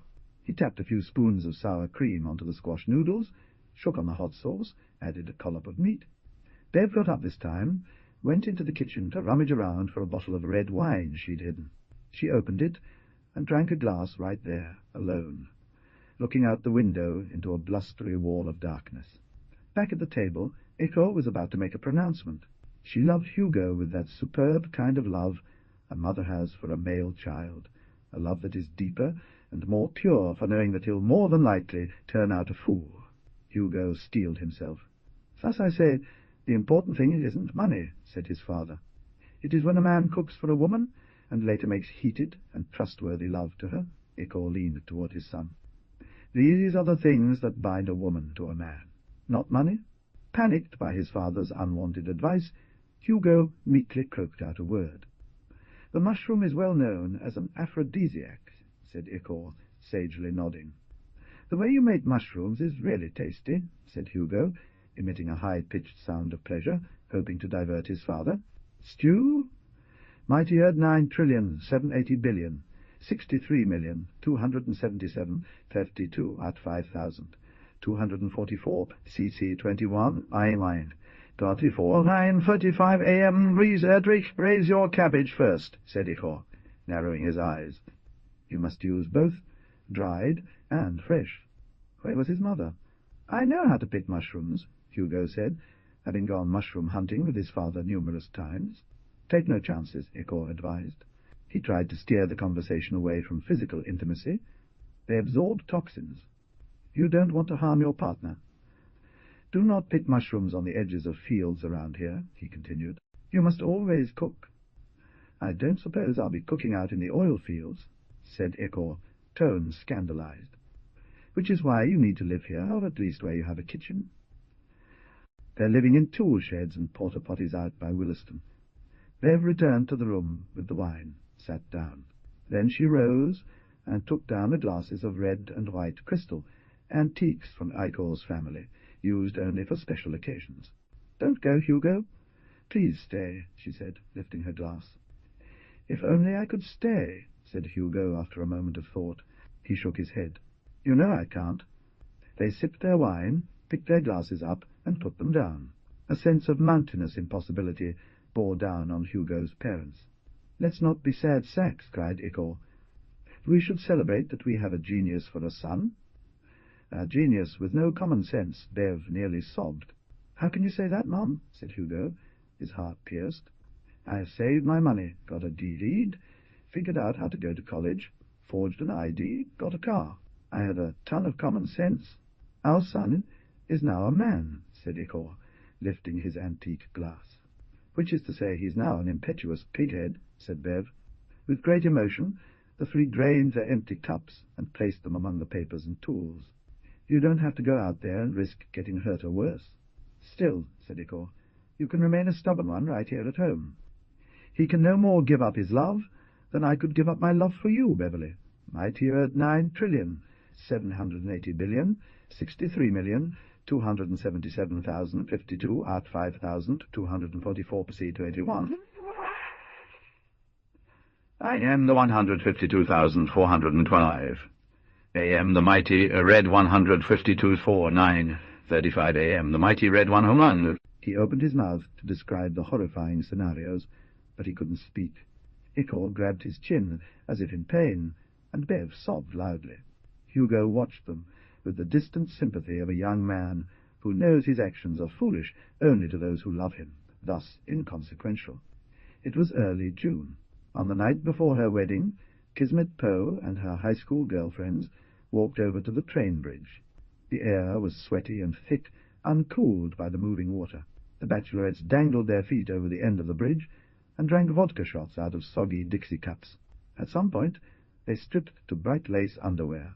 Maybe it was Stockton who dared Kismet, or Ally or Brianna who dared Stockton, but somebody dared somebody. The Red River was still swollen with spring flood, ice-cold, and filthy with debris. They didn't jump. They weren't suicidal enough to spring directly into the current, but they did let themselves fall off the bridge, which everyone later agreed was idiotic beyond belief. The bridesmaids managed to scramble out of the brown muscle of water and cling to the rocks bermed up against the dike, but Kismet floated on. She let the current clutch her and carry her to the main street bridge, but right there it took her under, whirled and rolled her. The feeling was not unpleasant, as the shock of cold had worked with the vodka like a stun gun, but soon Kismet knew she would have to breathe. She didn't want to die, but also understood with perfect clarity why she'd let the current grab her. She absolutely could not marry Gary Geist.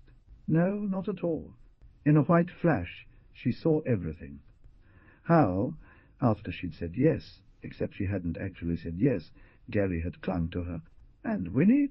He tucked her close to his body, where he would run a football through a mass of crazed teenage defensive linemen. With savage determination, she had planned the wedding a limousine rented from Fargo, an elaborate cake made by a show baker who'd won prizes. She described slow dancing, whirling lights, a Cabo honeymoon. There would be a reception at the church event room, then another reception, and a fancy dinner at the golf club. Mighty Earth 9,780,063,277,244 PCT 21 I-9105 52,424. Winnie's fixations on these ever more complicated plans had exhausted Kismet. Winnie had plunged forward while Crystal was on night halls. Crystal, in her distress, kept trying to talk her daughter out of getting married, but she didn't understand the dazzlement of cakes and lights.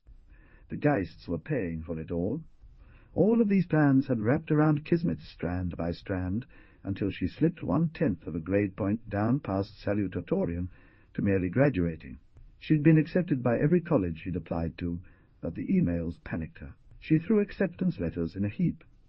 As the wedding plans intensified, all of the correspondence got smashed into a corner. Fate even quit her job at the Skillet. Kismet opened the messages, quickly read them, and closed them.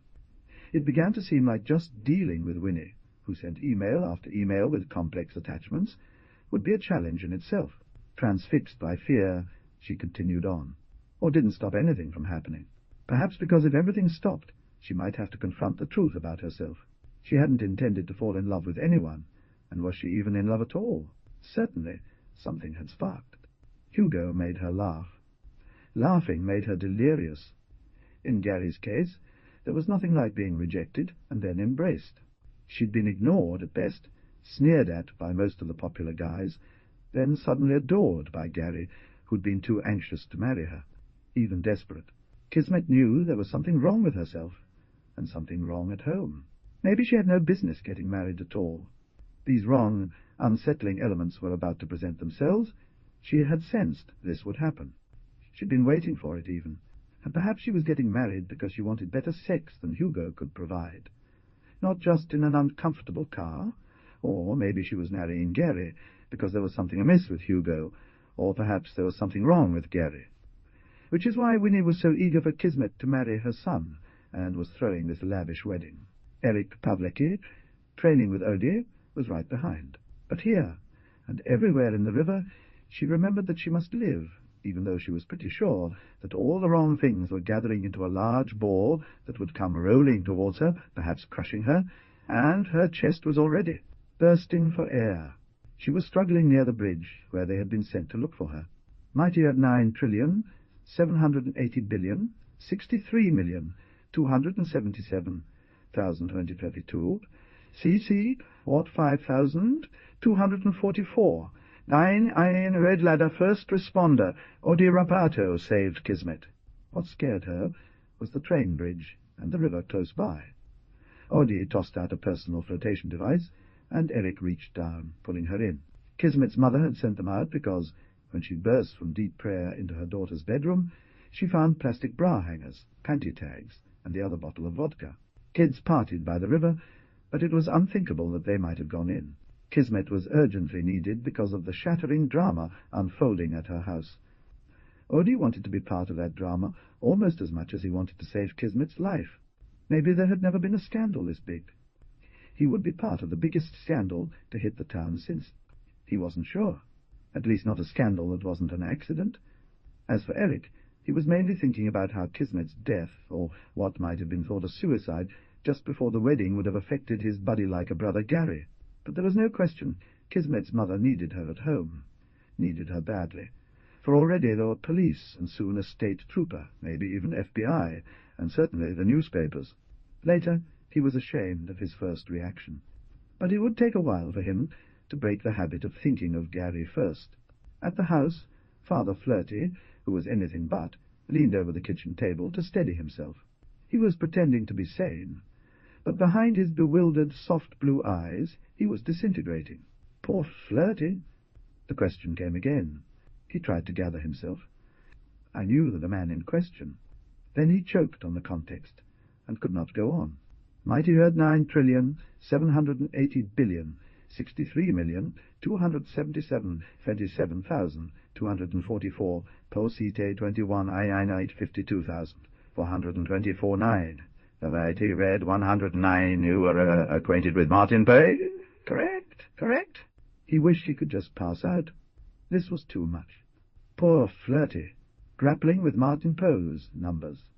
Scheduled to wed the Poe daughter, Kismet, to Garrick Gary Geist at 11 a.m. the next morning. Not have this wedding in his ready-to-renovate church. Perhaps the priest thought, in sudden desolation, he would send them to a justice of the peace, not bless their union in the void of Holy Rosary's bank account. Astonishing and painful, the audacious cruelty of the betrayal, and, yes, the dazzling vision of the $1.5 million, represented by the red blaze on the giant money ladder, painted on a plywood rectangle in the church community room, was gone. I must sit down. Thoughts of the red rising slowly up the rungs sank Flirty into a chair. Martin had kept the money in a dedicated series of accounts that were no longer. This money had been carefully heaped together by Martin Poe, investment counselor, trusted servant, tireless fundraiser. All that money scraped from bitterly small sugar-beet campaign checks, clerk and teacher and grocery bagger checks, bartender and grain elevator operator checks, slipped from worn plastic wallets dollar by dollar since 1998, and worthily invested, practically growing by the minute. No longer anywhere. He sought the scratched kitchen chair in a corner. Father Flirty's heart began to flutter, and weakness seized his gut. Impossible to imagine how all of those handfuls of change and wads of small bills could simply, unspeakably, disappear. Nodded, sipped from a glass of water. Of course, there were big donors, too. A jelly jar he saw, an old Tom Jerry glass, cheap, height, like the Geist's, for instance. No, he had to go through with the wedding, but he would wear a threadbare simple robe to symbolize humility. He had done no wrong. And he was married to a woman who also had never done a wrong. And yet Father Flirty's friend, yes, friend, Martin, was a very well-liked man who had never done a wrong either, up until now. As his throat tightened around memories of the culprit, what Martin Poe had done might sink forever the town's regard for local Catholics' prestige, or their faith in humanity, perhaps even their trust in Father Flirty. And their daughter, too, an outstanding girl, although with a non-saintly name, this mighty word 9,780,000,000,000, 63 a new priest's residence for preschool and Catholic kindergarten, and truly Flirty thought, when Kismet walked dripping and shivering into the kitchen so cramped, so shabby her mother's valiant little touches apparent in the handmade teacup print curtains and the scrubbed fluoro. When Kismet walked in, she knew that the marriage she had nearly drowned herself to avoid was inevitable. There was her mother's smeared eye makeup. There was that sense of general disaster mixed with the horror of shame, signalled by the grim or gaping police officers, by the slumped priest, her aura of furious tension. But also, and Kismet knew her mother very well. But this still surprised her, a hint of raw jubilation, in the way Crystal Frechette sat at the weathered wooden table, gazing at the wedding ring she'd removed from her finger and placed on a saucer. She did it instantly, signalling that she was abandoning her slender, hip-swivelling husband, a man known for his graceful pieties and superficial charm. She told herself that she had stayed with him for the family, as a woman of faith will. She had cast away Martin's expensive shirts while she sewed kitchen curtains. His insistence on state while his family ate grains, his iced coffees and artsy jobs, which were mostly parts in local plays. Also, his charms ran deeper into the murk of mutual history. Quite recently, Crystal had decided otherwise. There was his certainty, his confidence, his sweetness, his... But if only she had followed her gut instincts, and somehow, she couldn't imagine how, gotten rid of him. An excited regret smothered her thinking, and a forgetful fury obliterated the exhaustions of their love, which was like no other love on earth, he had always insisted.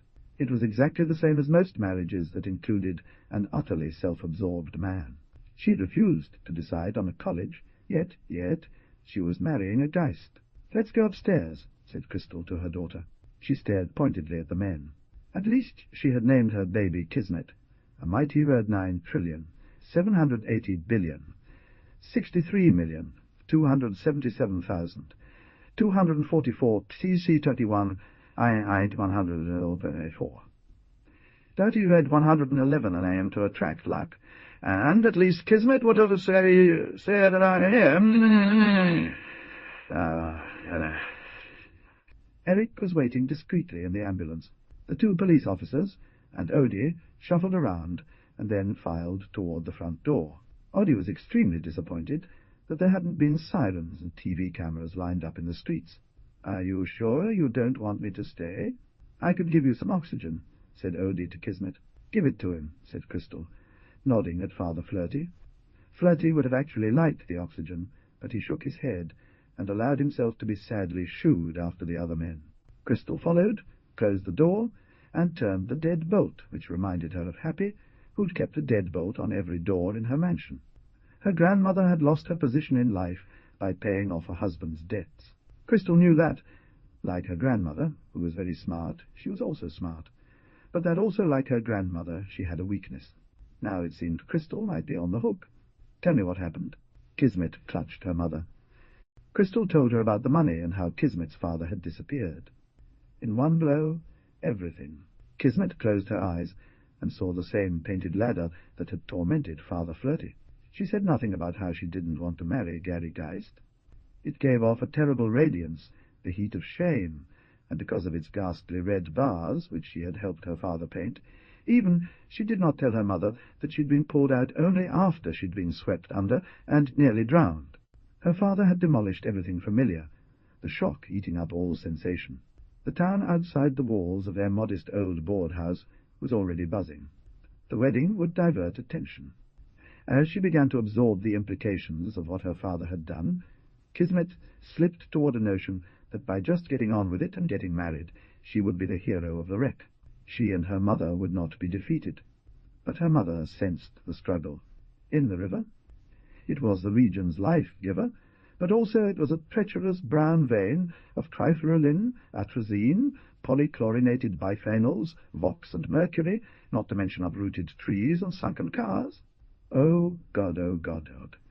Nobody allowed themselves to fall in mighty Earth 9 trillion, 780 billion, 63,277,244 per CT 21, IND 111,52,924, 32 AM. What? What? No, dear! Crystal hugged and rocked her daughter. She whispered against Kismet's wet hair, "You stink of booze, too. Goddamn bachelorette party. You could have drowned." Kismet still didn't tell her mother how close she'd come, but she gripped Crystal tighter, sagged against her. At Kismet's age, being open to reason from a parent comes in slim windows that slam shut fast. Something else? If only Crystal hadn't been distracted by Martin's crime, she might have realized that now was the time to act, to say something, to stop her daughter from making a serious mistake. "Honey, are you scared?" Kismet would sacrifice herself. No, the whispery tremor in the no should have told Crystal. Cold feet? That her mother could even think of her feelings in the crazy shredding of their lives moved Kismet so much that she decided to do the last thing her mother would have wanted. But she was drenched in shock and shocked relief. Crystal dried her daughter's hair with a dish towel and tried to stop her thoughts from seizing on what could have happened in the river. She tried to talk about the wedding plans, but, as always, the groom's name stuck in her throat. Gary was a lazy talker, drawling with his blue eyes vacant. So what if he was Mr. Right for so many girls? Not only rich, but there was his football captaining and student council presidenting, and his fake-looking white teeth. Not Gary. There was last year's tragedy, which she hated to blame him for as he was young, but he didn't seem in the least remorseful. Still, Kismet had professed to love him, love him, love him. So many declarations, like she was trying to convince herself. "Are you sure?" Crystal asked now. Her voice cracked a little. "Yes, for sure, it's decided," said Kismet. "Only if you love him," said Crystal. Kismet didn't answer. Crystal's heart leaked love and warning right along with her daughter's heart. But she didn't insist that her daughter call off the wedding. A street light blinked off, and night entered the dim room where the layaway bridal gown hung like an apparition on the outside of the closet door. Mighty Red 9,780,000,000,000, 63,277,000,000, 22,5,244, 50:21 AM, 34, nighted at a staircase with her hand on her daughter's back, and then as Kismet lay set her hand on her daughter's back, and then as Kismet lay stiff forehead. She told herself it had to be Kismet's choice, though perhaps, just perhaps, there was some scared, frozen part of her that thought Kismet could save her too.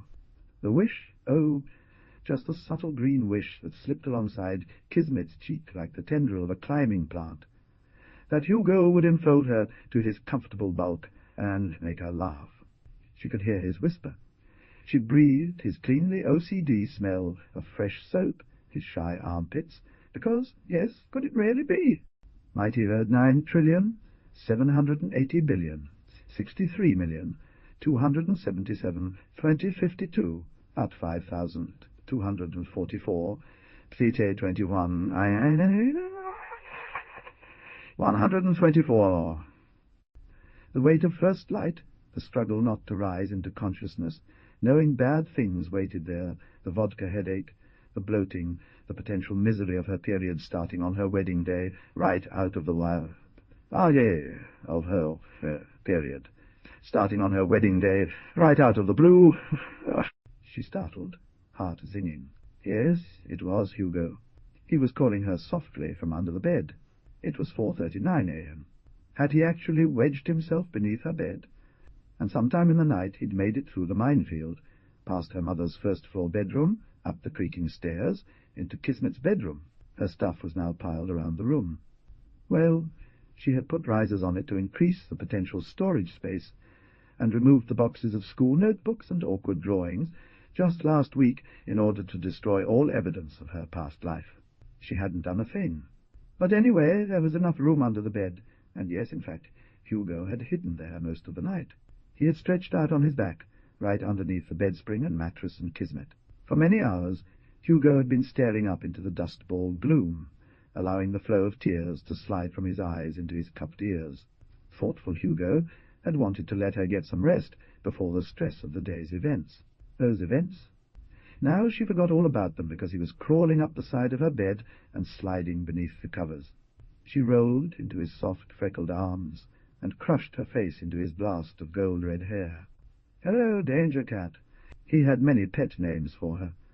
They made the delirious last love of lost destiny. She began to cry, and their feelings overwhelmed all judgment. Mighty at 9,780,000,633,277,052 at 5,244 Pesite 21. 144.9:35 a.m. Mighty read it 115. There was so much emotion in that room that it poured off Kismet's old mattress, out from under the quilt her mother had pieced together from Kismet's favorite T-shirts. That emotion altered the surfaces in Kismet's childhood bedroom. The shelves of treasured books, jewelry boxes, and wire, daisy-shaped earring hangers all trembled with ominous joy. Life was all around them in a whirling haze of heart-lifting happiness. The many collages she had made from magazine-esque collages of eyes that were sightless, lips that couldn't speak, hands that couldn't touch, suddenly came alive, and there was babbling, blinking, whispering, touching. It could never be replicated. It could never come true. That's what made it so powerful. "Your marriage is an ephemeral blip," said Hugo, as they lay together in fraught peace at dawn. "I do not believe in it. We are bound by fate." "And surrounded by junk," said Kismet, looking at her clothes, her stuffed animals. "Has this ever happened before? Us? Maybe our ancestors had a thing. We should trace it back," said Kismet in a weak voice. It was true that both their families had been in the valley for centuries. "Books," said Hugo. "Which books?" Classics?" Her voice was hushed. "I guess after today, adultery," said Kismet. They kept saying the word because it sounded so weirdly grown up. It did not occur to either one of them to stop having sex after Kismet's wedding. "I'm sure we have copies." "Let's read the same books," said Kismet. "I'll get them. And then we'll visit all the places in the books." Kismet perceived a vast, dry desert of time with Hugo minuscule in the distance. She pushed her childhood quilt into his arms and kissed him. "And engage in adultery. Don't you engage in adultery, as in commit to, or as a sin? Both? Mighty 9,780,063,277,052 at 5,244 Pesite 21, 150 wide, 410, 500. So young. His lips were soft and full, like a woman's, and his eyes were muddy hazel brown, completely vulnerable. Nothing could be done about the fact that he was only a home-schooled kid, no matter what he said, and she was a recently graduated senior taking on the cross of womanhood before her time. His voice was amplified by the tiny mic clipped to his stole. Hours later she stood before the giant wall cross and writhing crucified Christ as Father Flirty's voice trembled along through the marriage service. Mighty word 9,780,000,603,277,02044 PC T21 IN8 1016 52,424 9 Thele across. In his distress, while donning his vestments, Flirty had pulled his cincture too tight, and now he felt it digging into his tummy, a fitting penance for the double breakfast he'd eaten in despair. He had worn the gorgeous white brocade chasuble. Of course, what else was he going to do? And it fell symmetrically as his thoughts went up and up. One reason he had become a priest was the sense of solace these high ceilings afforded him. There was space up there for thought, for memory, for prayer, for emotion. During the ceremony people murmured responses and joined reluctantly in hymn-singing, but really they too were thinking. Beneath that glorious ceiling they were feeling, they were remembering. They were pondering their mistakes and hopes, private obsessions, or anxieties about money. He promised, then vanished. And would she have to repay this exorbitant sum of money? Mightier 9,063,063,277,022 at 5,244 CT 21. I am not in 424. She'd be night hauling forever. She began to pray to St. Christopher, who'd crossed a river carrying on his back a very heavy baby that turned out to be a grown man. Would anyone put a halo on Crystal? I damn well deserve one, she thought. Jesus had skipped down and put a bright halo on St. Christopher. Also Crystal thought in her collapsed consciousness. Love, reality shows, greasy pizza at a certain point. It had stopped being the three of them anyway. It had been Martin and Martin. The wedding seemed to be taking forever. It had been Crystal and Kismet. Martin needed the other bed to himself. Martin spent his time on his own pursuits, and Kismet did her own homework and was self-reliant. When the family went on little trips, never real vacations, but just overnight journeys here and there, they'd book one room and Kismet would always share a bed with Crystal. Martin. He needed space to stretch out and sleep soundly, to use his night guard so he didn't wear down his molars, to paste across the top of his nose the sticky butterfly that would open his nasal cavities, to ceremonially don his silk pyjamas and sleep on his special pillow. He had many rigid sleep preparations, and every so often he added another. It was all to ease his descent into unconsciousness, a scary place. He was filled with anxiety about nodding off, but also about not sleeping. Waking up during the night would ruin the next day. On those family trips, Kismet and Crystal would ball themselves up in twisty sheets, eat chips from the vending machines, drink root beer, share a bag of red licorice vines. Sometimes they would even have a decadent cardboardy cheese pizza delivered to the front desk. They both loved the grease pooling in the cheese. Mighty Earth 9,780,000,000,000, 63,277,5,244 pesite 21 IE 118,52,424 IM 5:35 AM Mighty Red 119, while Crystal could sleep in a And so love dies, Crystal thought, pulled down to earth by the tedious weight of a partner's habits. When they switched on the motel television, Martin would sigh, pull down his eye mask, screw in foam earplugs. Or at least, love hibernates. Because, to tell the truth, Crystal was finding that she still had some feelings for Martin, even when surrounded in her own kitchen by police. They wore long, saggy T-shirts and leggings to bed, soft old clothing that washed up in the laundry year after year. Once Martin had passed out in his motel bed, Kismet and Crystal could watch dance moms or chicken hoarders, low volume, exaggerating silent guffaws, and elbowing each other. It wasn't just economy.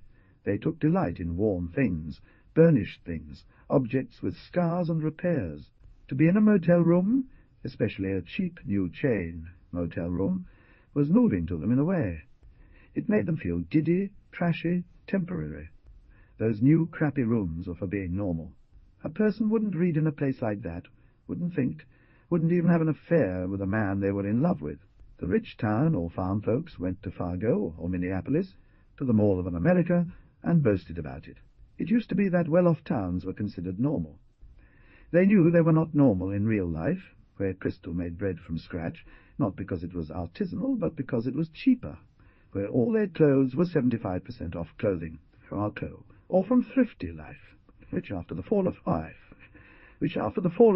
2008 was less embarrassing, just the place people shopped. They were like characters in movies and TV shows, so they seemed like typical Americans. But lately, Crystal and Kismet had realized on some level that they were the real Americans, anxious, scraping by, always in debt Americans. Somehow they would rise.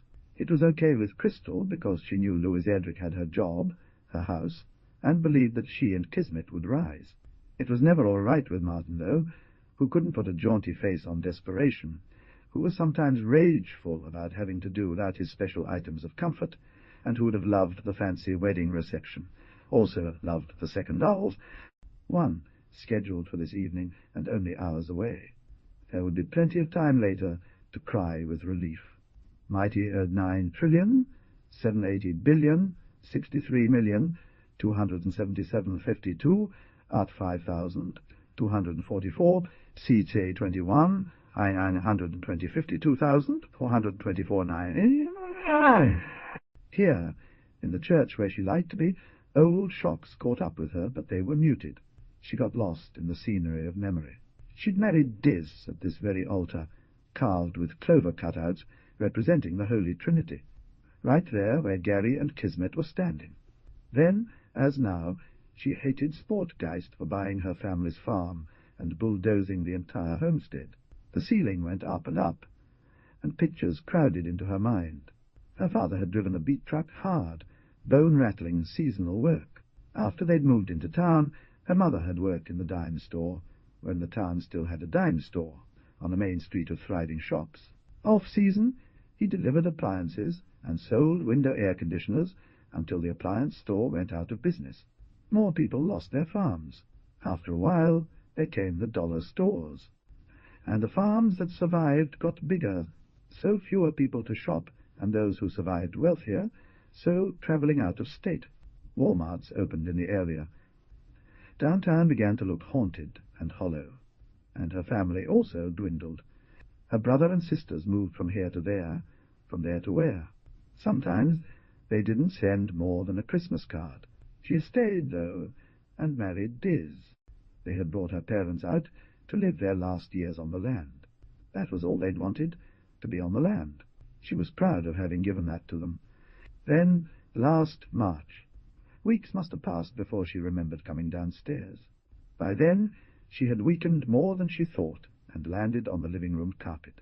Vividly, she remembered picking a piece of fluff off the carpet and putting it carefully on the sofa. The carnival. She recalled thinking about the county fair and feeling confused. What kind of carnival ride am I on right now? She had crawled onto the living-room couch, where she saw blips of mighty 9,780,000,000,000, 63,277,52 at 5,244 Pesite 21 and 125 AM 122 9 I 20 squeaking shift of Diz's jars, and pulled the car into the yard. She'd loved the teacup. She had thought she was on a very slow teacup, so slow that she'd be able to drink a cup of tea without a dribble. She saw herself spinning incrementally across the field to the horizon. She picked herself up, but something had changed. Diz and Gary decided to build a house for Gary's future. They could only think about the house they were working on. They didn't seem to notice the powerful mess in the house they had. Once it was time to plant, they hired a few subcontractors. Although it seemed she was moving through heavy syrup, Winnie stayed upright for longer and longer amounts of time. He began to look like himself.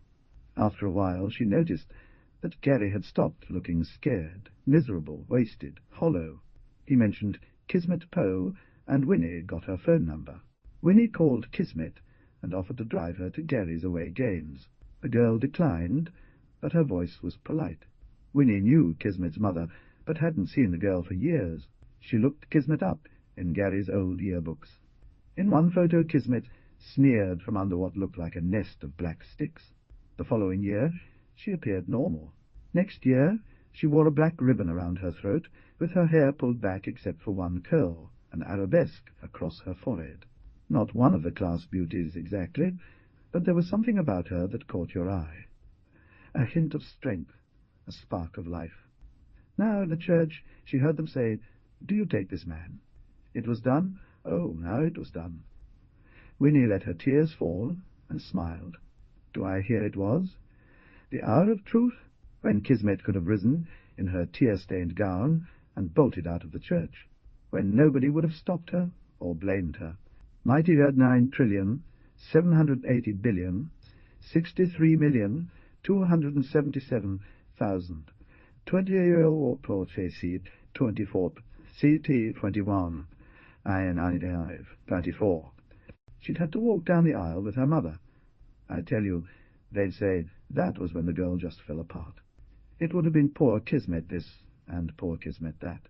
Her father ruining her life, discussed with excitement, then within a couple of years a legend, like other town disasters. Possibly, in Kismet's alternate future, she didn't get married at all, but went to a friendly college, and her father somehow returned the money. Perhaps Gary Geist would then marry one of the 2 remaining bridesmaids, or maybe the third, Ally, who had been confined to her bedroom under parental supervision. It was Ally whose parents had contributed the most to the church fund. Ally or Brianna could wed Gary. Not Stockton, though, as she didn't care for Gary. But it did make Kismet uneasy to think of Gary without her. However, that was just in the heat of the moment, right? Sometimes he said he would have to kill himself without her. Well, Gary could mysteriously disappear, let us say, into a fabulous existence. Yes, imagine if he really disappeared. Yeah, that would be great, said Kismet. Not murdered or anything. Of course you wouldn't wish that. But why couldn't Gary simply happily vanish? She blinked, coming back to herself. Idu would be more correct here, said Father Flirty in his most catechismal voice. Kismet stared into Gary's face. He was looking away, a knowing glance at his best man. But Eric was looking at Kismet, nodding encouragingly, mouthing the words. He gave a nod and a lift of his sandy brows, and stared at her with worried brown eyes. I mean, I do. She had the disorienting thought that Eric was the one she would actually be marrying. Her eyes shut. Alas, it was done. Mighty Earth 9 trillion, 780 billion, 63 million, 277,052 at 5,244, Pesite 21, 124, AM 124, Louise, AM 124, Louise Erdrich, said Kismet, looking at Eric, whose face cleared in relief. Her mind raced off. He doesn't know they are actually criminals, but once he goes there they won't let him return. Or maybe he joins their sugar cartel by choice. She imagines that Gary follows in his parents' footsteps, back to Russia, to join some rich and powerful sugar beet farmers his parents have kept in touch with. Kismet smiles, her harsh, vampy features and soft eyes shining with joy despite Gary living a continent away. It comes as a surprise when he kisses her. The wave of joy she experienced in that moment, although actually her mind kept crafting an inner narrative. They keep him down. Large men bearing golden teeth suddenly plunged Gary headfirst into a huge barrel of vodka. When Gary grabbed her arm too hard, pinching her, he whispered, "Hope your mum has a good lawyer," and Kismet's thoughts surged. Mighty at 9 trillion, 780 billion, 63 million, 277,052 up 5,000, 244, 5021. 424 AM Splendor Stripe, meanwhile, at Holy Rosary Church. Everyone who sees the newlyweds walking down the worn aisle carpet, away from the peeling altar. Looked a typical bride. How much she must love Gary that the embezzlement didn't register above. Gary's legs kick straight out until his whole body relaxes in a horrible way, and he is dead. And why did she not feel the head-wringing explosion of her father's crime, either? Hold of her mind at that crucial time, his lips pressing against hers unwelcome, the taste of his stale beer and brat breath from his last night as a bachelor covered with mint gum. Why did she feel only worried amusement? Why, she wondered moments later, showered not with rice but with sunflower seeds on the church steps, because this was also sunflower country. Why did this disturbing fantasy take hold of her when, of course, she loved Gary so very much, loved him much, enough to have let things go on and on when he asked her to marry him, and now, such thoughts having taken, she picked a sunflower seed from her veil. It was a plump, splendor stripe. The capacity to make any sense of her own emotions had deserted her. Once, months ago, she had told herself that she loved Gary, and everyone said love was eternal. So what had happened to those feelings? Mrs. Flossum had supplied centerpieces of white roses and baby's breath. Also there, the first wedding cake, the much-anticipated famous wedding cake, barely fitting into a large white van. It had been delivered on a pallet by the baker and her terrified husband. The cake had wobbled, but not broken. Mighty Earth 9 trillion, 780 billion, 63,277,032 at 5,244 .52,424.9. Perhaps now forever destined, an ephemeral relic following the ceremony. There was an immediate reception in the draped in, disposable, eternal plastic tablecloths. It was a castle, story after story of frosted towers, a fairy palace of sweetness. The napkins were printed with more bells, their names, the date. There were the photographs, taken with a knife poised over the cake's white flag towers, and there was a splendid devouring of the cake on wedding bell paper plates with metallic-look plastic forks. This first reception, meant to be public for the town, went on for quite a while. People praised the fluffy, exotic creme anglaise, filling, the superior sugar in the frosting, the intricate sugar roses that twined on every layer. There was also a special dispensation from Father Flirty champagne. Then more corks popped, and the stuff was poured. At the pop of the first cork, Kismet flinched and touched her cheekbone. Kismet raised the slender glass to her lips, and the delicate bubbles tickled her nose. She took her very first sip of champagne. She drank again, attempting to comprehend. A ghost of a flavour, an emotion in her mouth, indescribable. But it was too fleeting. Then she understood and smiled. A fleeting moment. She drank until the champagne ceased to provoke thought, taste, or emotion. People whirled, talking in her face. People watched from the sides of the room. They were talking about her father, trying to corner Crystal, who eluded them all. After a brutal set of photos, Kismet's mother squeezed her arm and said that she had to leave. Early. "Are you going to see a lawyer?" said Kismet. "Oh, honey, yes," said Crystal. They wrapped each other in a silent hug with eyes squeezed shut. Getting a lawyer? It had never happened to them. It was as apocalyptic as Kismet getting married. They hugged harder, trying not to cry. Everybody looked away. The church reception ended, and the newlyweds drove out of town in Gary's pickup, rattling cans off the back fender, followed by honking cars. The receding floodwaters, which had crested at over 40 feet, still stood in some of the fields nearest the river, reflecting the sky, so that the world was confusing and horizonless. Mighty Earth 9,780,063,277,022 at 5,244 CC 21 I 27 50 24 424 AM.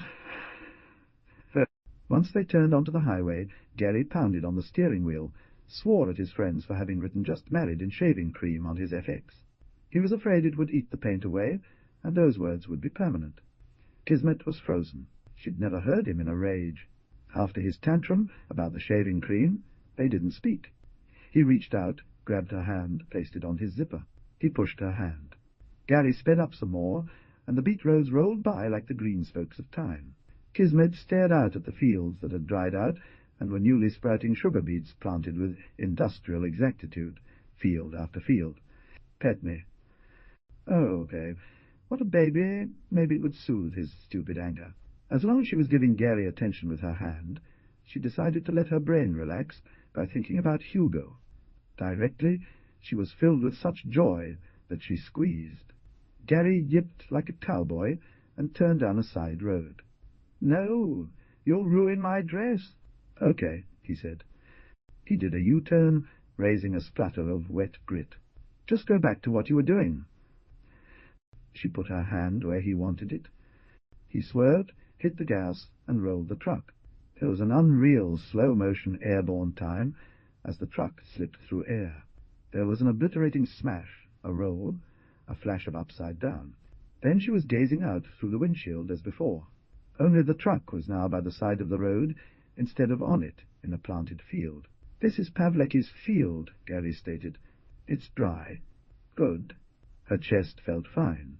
She examined her hands, her arms, checked in with her legs, reminded herself to breathe. She touched her face, her head, her hair. Mightier 9,780,063,277,024 PC 21 IN ER 28 52,424 9:35 a.m. for the 24 sign-up. The mighty red 129 kissed, inhaled deeply. No blood. She seemed to be all right. The sun was on her, shining with a soft afternoon intensity. Yes, nothing had been dislodged, except, wait, something had definitely been dislodged.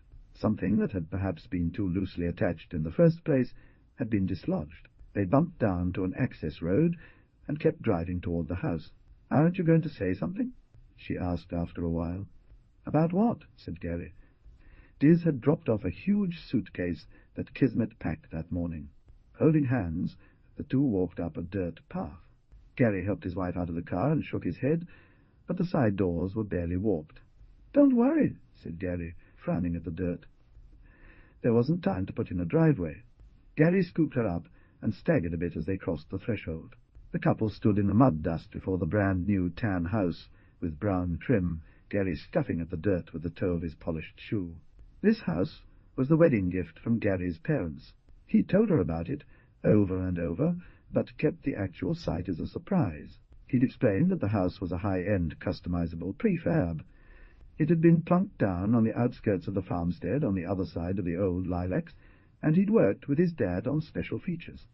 Yes, Gary's parents lived across that hedge, maybe not ideal, but now it occurred to Kismet that her mother could maybe live here too, if things got worse. Gary stood Kismet on her feet, like a doll, right there on the mellow wood-look floor of the entryway. Unexpected tears pressed behind her eyes. Oh, yes, Crystal could get used to this place if she was driven out of town, that is. Kismet walked in and thought that she had never seen such light, or known that this was what she'd always craved, western light pouring into a house in this way. She looked around, and her heart slowed in helpless pleasure. Transfixed, mightier 9,780,063,277,244 CT21. Airwinder 24. Mellow golden sunlight flickered through tall rhomboid windows spilling across the walls. One wall was still sheetrocked and taped, waiting for paint. Here and there, cans of paint and magazines, agricultural ones, were stacked. A few trees had been left in the yard, cottonwood and ash. Kismet walked into the room, tranced by the fireplace. Shadows of their leaves, faintly blue, roiled across the creamy plasterboard and up the stone, or maybe fake stone, fireplace and chimney. Cheery little flames licked behind glass, and she stretched her hands out before she could help herself. Each rock was perfectly split to harmonize with the next rock in mica-flecked pink or grey or tawny yellow. The fire disappeared, sucked back into the logs. Behind her, Gary laughed in that way. He laughed like a stupid cow. What way, she asked herself, exactly did he laugh? And yet he loved her. She turned and saw that he held a remote control to the gas insert, and she shrugged, as if she'd been kidding, too. He dragged her into the kitchen, showed her the gas range, and the new refrigerator with the options for ice and water right there in the door. Kismet flung herself down on a dog, smelling sectional reassuringly, not new, but he grabbed her arm and pulled her up. In a party, where frail glasses of wine would be served from a silver platter. It was too much for her, and again tears assailed her, but this time it was grief for Crystal, who always filled her plastic ice cube trays so carefully, and sometimes placed a tiny mint leaf in each ice cube, or made coffee ice cubes for her father's. Iced coffee, or lemonade ice cubes for lemonade, or froze grapes to dunk in glasses at, say, an Image. Gary rummaged through the fridge, pulled out cold cuts, groaning with hunger. She made sandwiches for him. Brewed coffee. For herself, a bowl of cornflakes. Afterward, she did the dishes, put things away, turned the pans over, as she did in thrift stores, to see the manufacturer's marks, and gravely looked at plates and cups, seeing that everything was made in China and new. Gary had gone up to the bathroom to shower. She went upstairs. He told her that if she wanted, she could go upstairs and take a bath while he was taking a shower. She heard the water going behind one door, and saw that there was another bathroom, which contained a suave commode and an oval bathtub. The floors were covered in digitally distressed linoleum floor tiles, pretending they were from an old castle. Kismet started running a bath and went to the walk-in closet, which was the size of her old bedroom, to get out of her wedding dress. She got the satin down past her hips and slithered like a shedding snake over to her belongings. Her mother had slipped a bottle of her own perfume into the suitcase. When she unzipped and opened her suitcase, the smell of her old life wafted gently out. The frosted glass stopper of the tiny vintage bottle was shaped like a flower petal. Kismet patted her throat and rubbed a tiny droplet between her wrists, as she used to do when she stole into her mother's room and used fleurs du monde. The perfume made her sag onto the carpet. Kismet dug her hand into the packed pile of folded jeans, through her bald socks and tangled underwear. She put Hugo's T-shirt around her head and passed out for a moment. She pulled out an XL T-shirt of faded bronze, featuring a sword-wielding, sexily ripped, bikini-clad angel beneath the word magic. Then, in the bathroom, there was the turbo whine of a hairdryer. Oh. She threw off the T-shirt and tried to struggle back into her wedding dress, lying on her back, squirming it over her hips. She was pulling up her pantyhose when Gary walked out of the shower into the closet.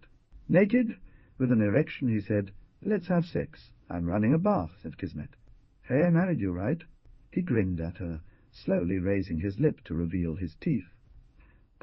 "And I built this house? I installed the floors, taped the drywall. Give me the candy." It didn't work, but he seemed undeterred. He sank down beside her, attempting to pull down her pantyhose, push up her satin skirt, and kneel between her legs. She reminded him of her running bath. He said, absently, there was an overflow gasket. A strange expression crossed his face. "You're so beautiful," he said. "I'm sorry, slut." He was holding her arms down. She gave a hard push and staggered upright, kicking off her dress. He threw himself on top of her, moved jerkily, in a kind of fit, went slack, then inert. Mighty Rerd 9 trillion, 780 billion, 63,277 30 at 55,244 CT 21. IIDE 13150. You know, when you rolled the truck, he lost my love for you. I lost something, she said. Whatever I thought was love is back there in Pavlik's field. She scrambled around and pulled on the big T-shirt. Had he taken some drug? He didn't move, and she bent over to make sure he was breathing. Maybe an overdose. But he was indeed breathing. Damn, thought Kismet, sinking back down into the carpet to catch her breath. He stirred and shook his head as if to clear it. When Gary heard what his new wife had said, he'd fallen a great distance, into a lightless pit, and gone inert. "Did you take something?" she asked. "A drug?" "Hey, we're married." "Why? Did you hear me?" Gary tried to rally his wide, lazy grin, just like in his high school senior portrait. His teeth were movie-style, straight and brilliant. He'd had his jaw broken and his bite messed up in a football game. Some of his teeth were implants from corpses, he had told her. His grin had cost a fortune. "The bullshit is over, babe." He suddenly reached over, swiped her hand in his, and began to stroke himself with her hand, gently, as if it were a piece of cloth. "You're creeping me out," said Kismet. She snatched her hand away. "But you kind of like it, right?" "No." Gary's self-assured grin turned, for a moment, mean and furtive. Then the anger passed, and a bewildered look settled there. He gazed at her like a child, stumped over an arithmetic problem. "So you don't? That's not hay." To steady herself, Kismet called up, as she had several times in the past few weeks, the moment last fall when Gary had nuzzled her collarbone and told her he loved her, that he'd die without her. That he'd die without her, that nothing else in this world mattered. That he had to get married right after they graduated. He gave the door a light rap. Gary was still trying to reset his brain when she walked into the bathroom and locked the door behind her. She turned off the bathwater and hit the tub drain, then wetted a cotton ball to begin the process of removing and reapplying her makeup. "You outside in the truck, waiting for me." He gave a softer knock and said, "What will it take to make you open that door?" "You did bad," he said, after a few moments. "You didn't like it." "He won't." "You got that right, Gary." He started to speak, couldn't go on. She kept squirting foundation on the side of her wrist, and patting it on with the tips of her fingers. "Okay, I won't be that way again." Kismet stopped and gazed at herself intently. She noticed her frightened expression, and something else's sense of desperation. "Yeah, you won't do that again." She struggled to even form a dimple on her cheek. "You looked disgusting. Where'd you learn those moves?" Gary, from the internet. That's what I thought. I'm not going to have sex with you tonight, Gary. Just prepare yourself for nothing. I might never want to have sex again, ever, after what you called me. No, let's not start that way. You have dishonored me," she said. Her voice was queenly. Where had that come from? She wasn't really all that hurt or insulted, but with the word slut he'd given her the upper hand. Blocking out everything else, she slowly began her ritual. She sharpened her eyebrow pencil, aligned it with tweezers, and prepared her makeup, a square compact of eyeshadow, liquid waterproof eyeliner, and blusher. She needed to unravel her unstrung brain.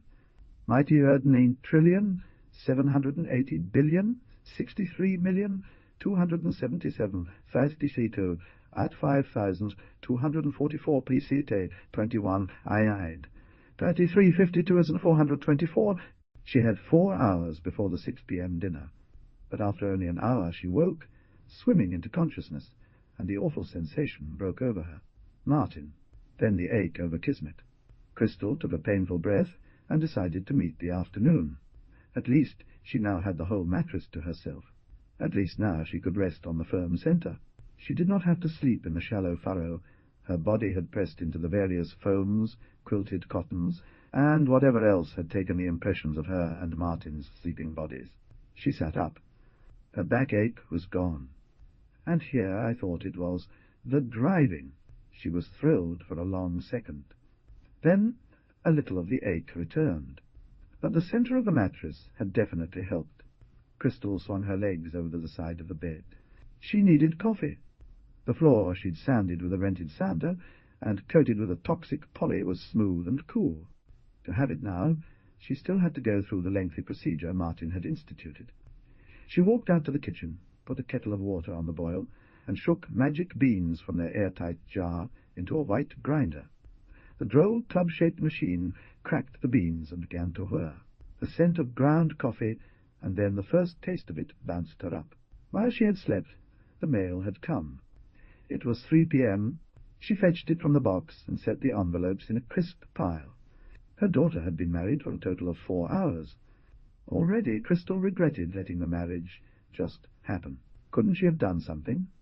Meanwhile, the police had been to the house again. She'd heard them knocking, but put a pillow over her head. Why should she talk to them after last night? But the marriage, this was the main thing that bothered Crystal. Somehow she hadn't fully connected the wedding with the loss of her daughter. Somehow it ached that Kismet hadn't come home with her today. They mighty Erdrich trillion, 780 billion, 63 million, 277, 22 at 5,244, CC for 52,408.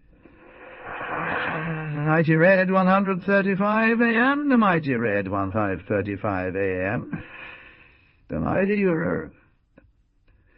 She'd left messages on Kismet's cell phone. She had emailed. Crystal paced through the house, impatient to talk to Kismet, to go over the events of the ceremony, the reception, minute by minute, to dissect the behaviors and the possibilities, to figure out what to do next, to plot a strategy before the wedding. Dinner. Still no word from Martin. Everything she wrote was sucked away, but no messages came back.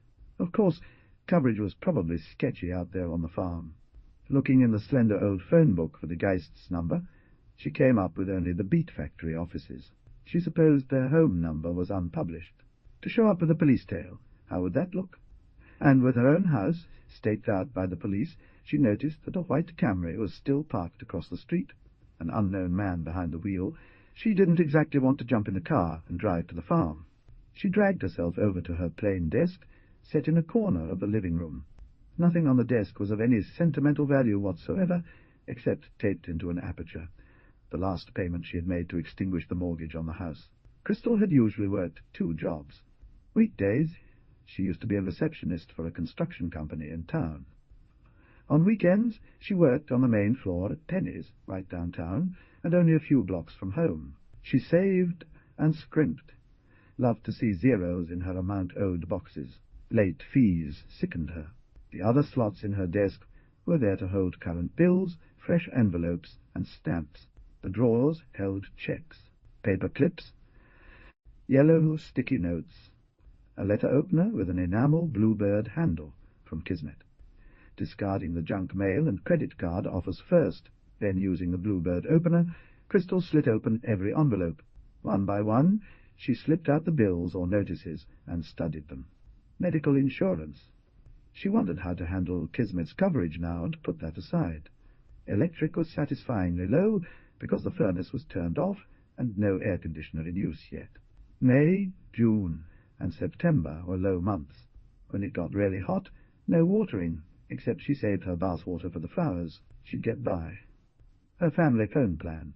Should she call to remove Martin? No, it would look suspicious. And again, Kismet, who had just bought herself a cell phone. Should she pay for her daughter's phone plan, which was attached to hers, or would that change? Would Kismet now enter Gary's family plan? It gave her a little pang. She paid the bill. Her account was sinking. Her subscription to the local newspaper had lapsed, and she wrote a check out, paid up. Martin had scheduled a physical before he ditched such foresight. There was a co-payment due. Maybe she'd have to pay that. Perhaps he would get caught if he tried to use his insurance card in an emergency. The final envelope was from a bank, some sort of offer to open a new sort of checking account, she imagined. But it was not. She had to read every word of the notice for mortgage payment many times before she even understood. There was suddenly a mortgage on her house. Impossible. She jumped up, walked in circles, considered the situation. No! This would not stand. No!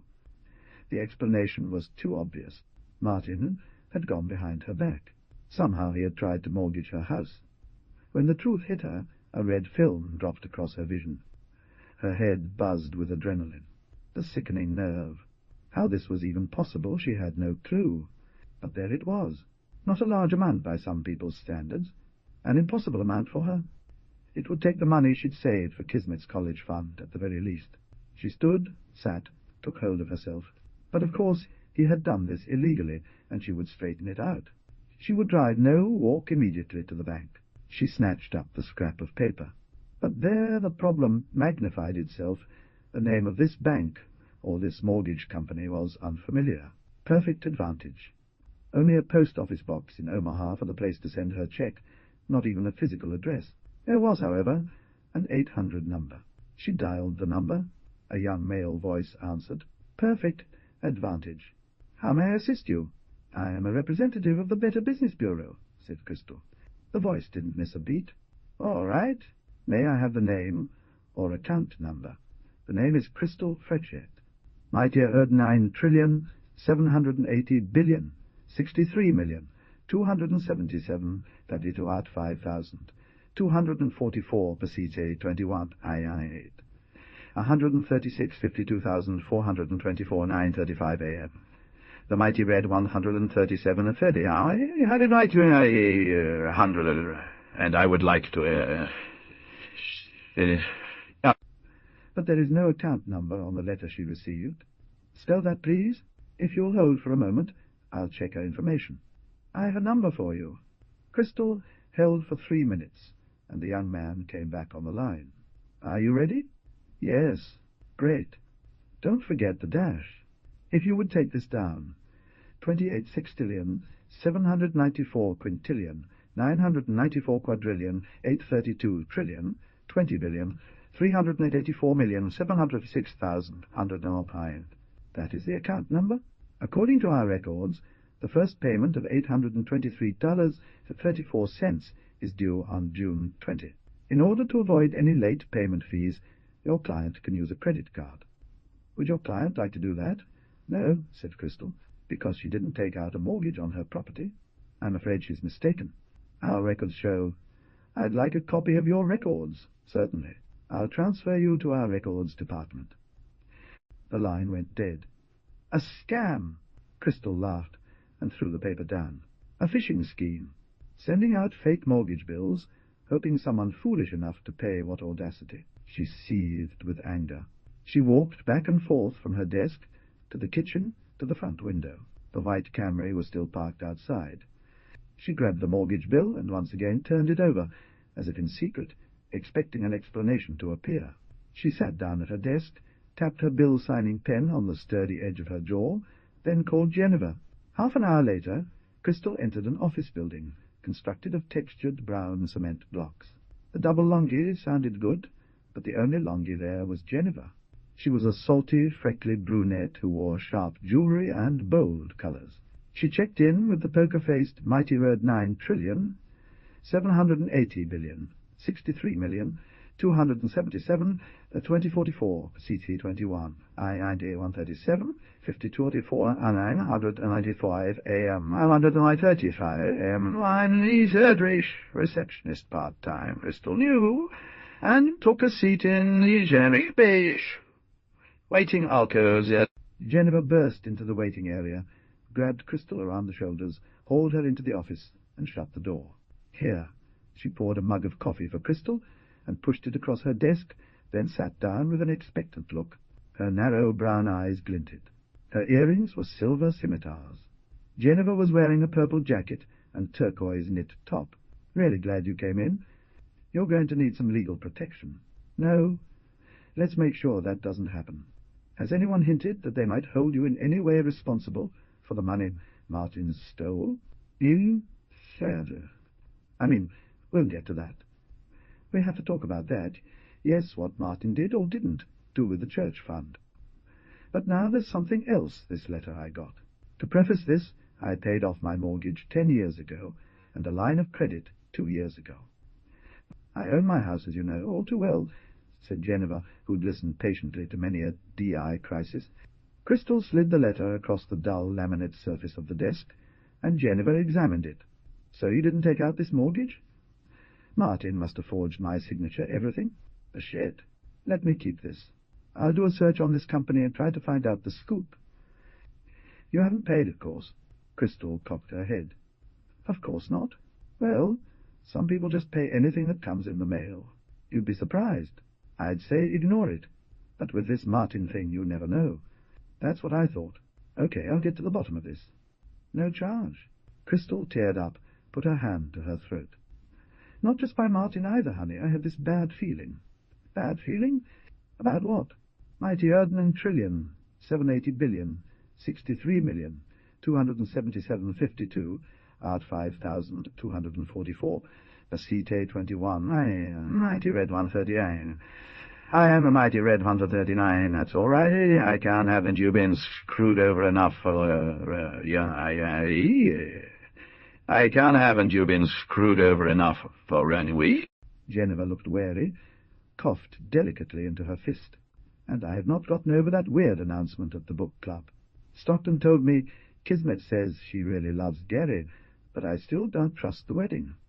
Crystal had the dreamlike sense that everything that had happened this morning had occurred on a conveyor belt, and that she should have hit the red emergency button. He should have stopped it somehow, she said to Jennifer. But I can't even begin. You know, she exclaimed, Kismet fell in the river last night. Stockton, too. All of them. What fools. They're idiots. Not like us, right? Laughter felt good, though Crystal worried it might take over. Her laughter was deep and warm, like a whiskey soda, even though she seldom drank. A night creature. Jennifer's laughter had been a raucous bray in high school, but the practice of law had squeezed it to a sharp series of knowing woofs, not dog woofs, but another kind of animal. Jennifer's laughter was the sort that might emerge from dense shrubbery and sink your heart. It always impressed Crystal, comforted her. She was in capable, clawed hands. Green silk back at home. Crystal's breath clogged, and her brain buzzed. How could she possibly go to the golf club and celebrate? After a while, she managed to calm her heart. She sat on the edge of her bed and tried to just take things 1 minute at a time. At least she had something marvellous to wear. It was not a dress she could ever have afforded new, but somehow it had been marked down enough for her to have it. Crystal went to her closet, opened the saggy door, touched the glimmering cloth. From an upscale Fargo thrift store, Crystal had mightier 9,780,000,000,000, 63,277,000, and 2044, BC 21, IA 139, 52,424, 9:35 a.m., 109, yes, but... Maybe nice dress, but... maybe, no... Yes, she thought, this looks like an embezzlement dress. However, it doesn't look like the dress of a woman who is in danger of losing her house. Crystal brought the dress out into the light and tried it on. It was slippery green silk shot through with golden threads. The dress was lined with heavy satin. Tiny linked initials of the designer were embroidered into the pattern. The hem was weighted. The sly neckline lay flat just below her collarbone. 3/4-length sleeves, fake cuffs, small gold initial buttons. The dress was immaculate, yet it had been worn, for it bore the trace of an unusual perfume, which hadn't cloyed, but retained a hint of freshness and life. She had fastened a mirror inside her closet door. She searched a few moments for the green silk jacket that was supposed to go with the dress, but then decided that the dress was better on its own. Fate had frequently slipped in to check her outfits in that mirror. Crystal smoothed the dress along her stomach and studied her profile. Nothing can touch me in this dress, Crystal thought. I can walk through this storm, and I'll still look perfect. You're a devastating love witch, she said out loud to her reflection. Tears pressed up, because this was the sort of thing she and Kismet had said when they looked into this mirror together. Only, of course, afterward they hugged and laughed. And now Crystal turned away from the mirror and had to cover her face. Why, oh fucking, why on God's earth had she let her daughter marry Gary Geist? She tried not to cry on the silk as she slipped out of the dress to take a quick shower. There was a trace, like the perfume, of the spirit of the woman who originally owned and wore the dress. The water was still hot. "Hello," she exclaimed, "you with the good taste. This is me, Crystal. I am asking for your aid." "Whoever you are," Crystal thought as she stepped into the shower stall, "you are surely dead. For although we don't acknowledge this, most of the best thrift shop clothing is bequeathed to us, not mighty 9,780,000,000,000,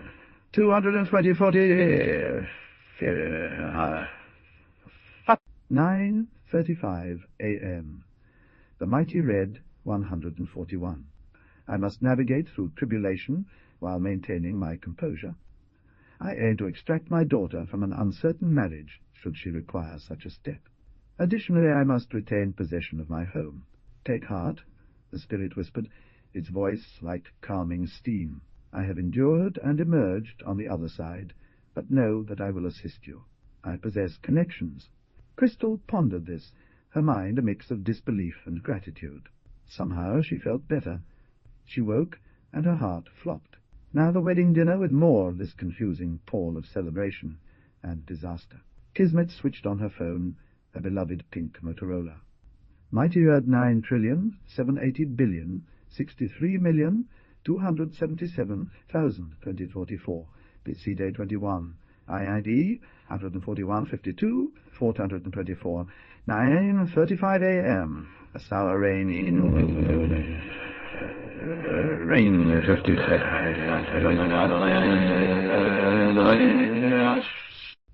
On the way to the farm, she must have passed through a zone of cell coverage where voice messages miraculously downloaded.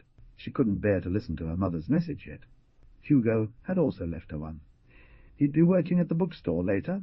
Eventually, Kismet checked her makeup, smoothed her dress out. She crawled out of the bathroom, got her bag of clothes to change into for the dancing, and went down the stairway. She stepped into the living room and was arrested by the beauty of the massive clouds lowering in the windows, a phantom drift of rain sweeping the horizon. As rain reached the house, she watched the tossing crowns of trees and could see the stirring of wind outside.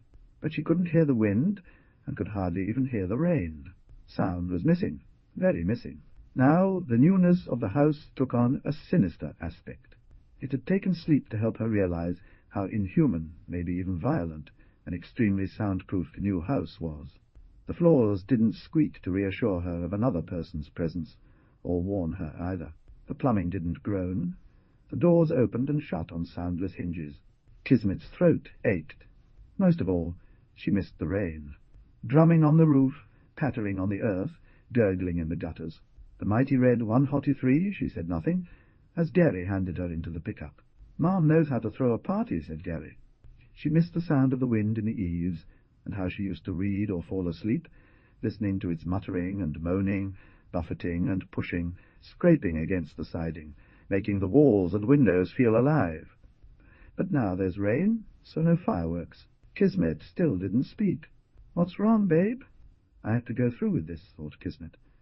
"You bummed about the fireworks?" Gary started the pickup and pulled out of the drive onto the highway. "There's no out." She bravely gathered her late-night self to greet a party of 10 at 2 a.m., and managed to joke about rain on her wedding day. "Hey, we're married," said Gary. She enjoyed the sound of it on the pickup roof, the soothing sweep of the windshield wipers, the words, the nod, the slow, wide grin, the perfect teeth of the dead. "Time's wasting," he suggested. He reached for her hand, but she moved it away. They rolled along without speaking. "I have to do one thing," said Kismet. "I need to order a book." "Order one, or get one. Stop at Bev's Bookery. I'll be a minute." "Okay," said Gary, looking away. And now it was raining, though too late to ruin the wedding. With spring and rising temperatures, last year's harvest of sugar beets, stored in loaf-shaped piles, giant against the horizon, were rotting. The bottoms of the beet piles were mush, and the lake-like bodies of the holding tanks were filled with what sugar beet farmers always called organic material. We are continually working on the issue of scent. For instance, the head of PR, as he addressed the numerous complaints, "I'm sorry, but organic material is simply prone to degradation in spring." The complainant would argue it's a stench, not a fragrance, and the head of PR would think, along with so many others in the valley, that stench is the fragrance of money. Yes, there was a penetrating unpleasantness. The smell affected everybody's outlook. Yes, the air over the fields and into town and along the river smelled like old cooked broccoli that you have forgotten in a bowl in your refrigerator, or maybe like burnt coffee run through the wrong end of a dog. Yes, the rain smelled like mighty 9 trillion, 780 billion, 63 million, 277.52 at 5,244 per CT21 and 144,944 Louise Erdrich rotten A's because of the hydrogen sulfide produced by the hydrating sugar. 144 Louise Erdrich rotten A's because of the... Even for the good of the economy, it was a thing that some people could not easily get used to. But although you weren't used to it, you had to accept it if you wanted to live along the mighty red. Hugo sloshed through the stinking rain and took his mother's place in the bookstore. "I left you dinner," said his mother. He checked as soon as she had gone. There was wrapped food in the clean little white store refrigerator. Threads of outdoor fumes caused him to reflect. Here was some of the most fertile land upon the earth. The owners of this treasure were various farmers, whose bill-paying cash crop was sugar beets. Many considered it a point of pride that their area was number one in the country for the production of sugar. "Better money in the oil fields," he said out loud, thinking of his next move. But although sugar is a useless and even harmful substance, and although this nutritionless white killer is depleting the earth's finest cropland, you forget that when you are eating blueberry crumble, thought Hugo, sweeping his finger across the air, blue stain and sweet crumbs on his plate. But there won't be blueberry crumble. The clouds sank and opened, the storm slashing down, beating upon the empty storefronts, pelting the random arrangements of fake flowers in the windows, rippling across newspaper covering the glass.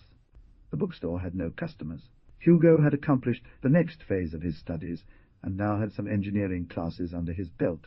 He hadn't told any of this to Kismet, because the timing was all off. He was smart.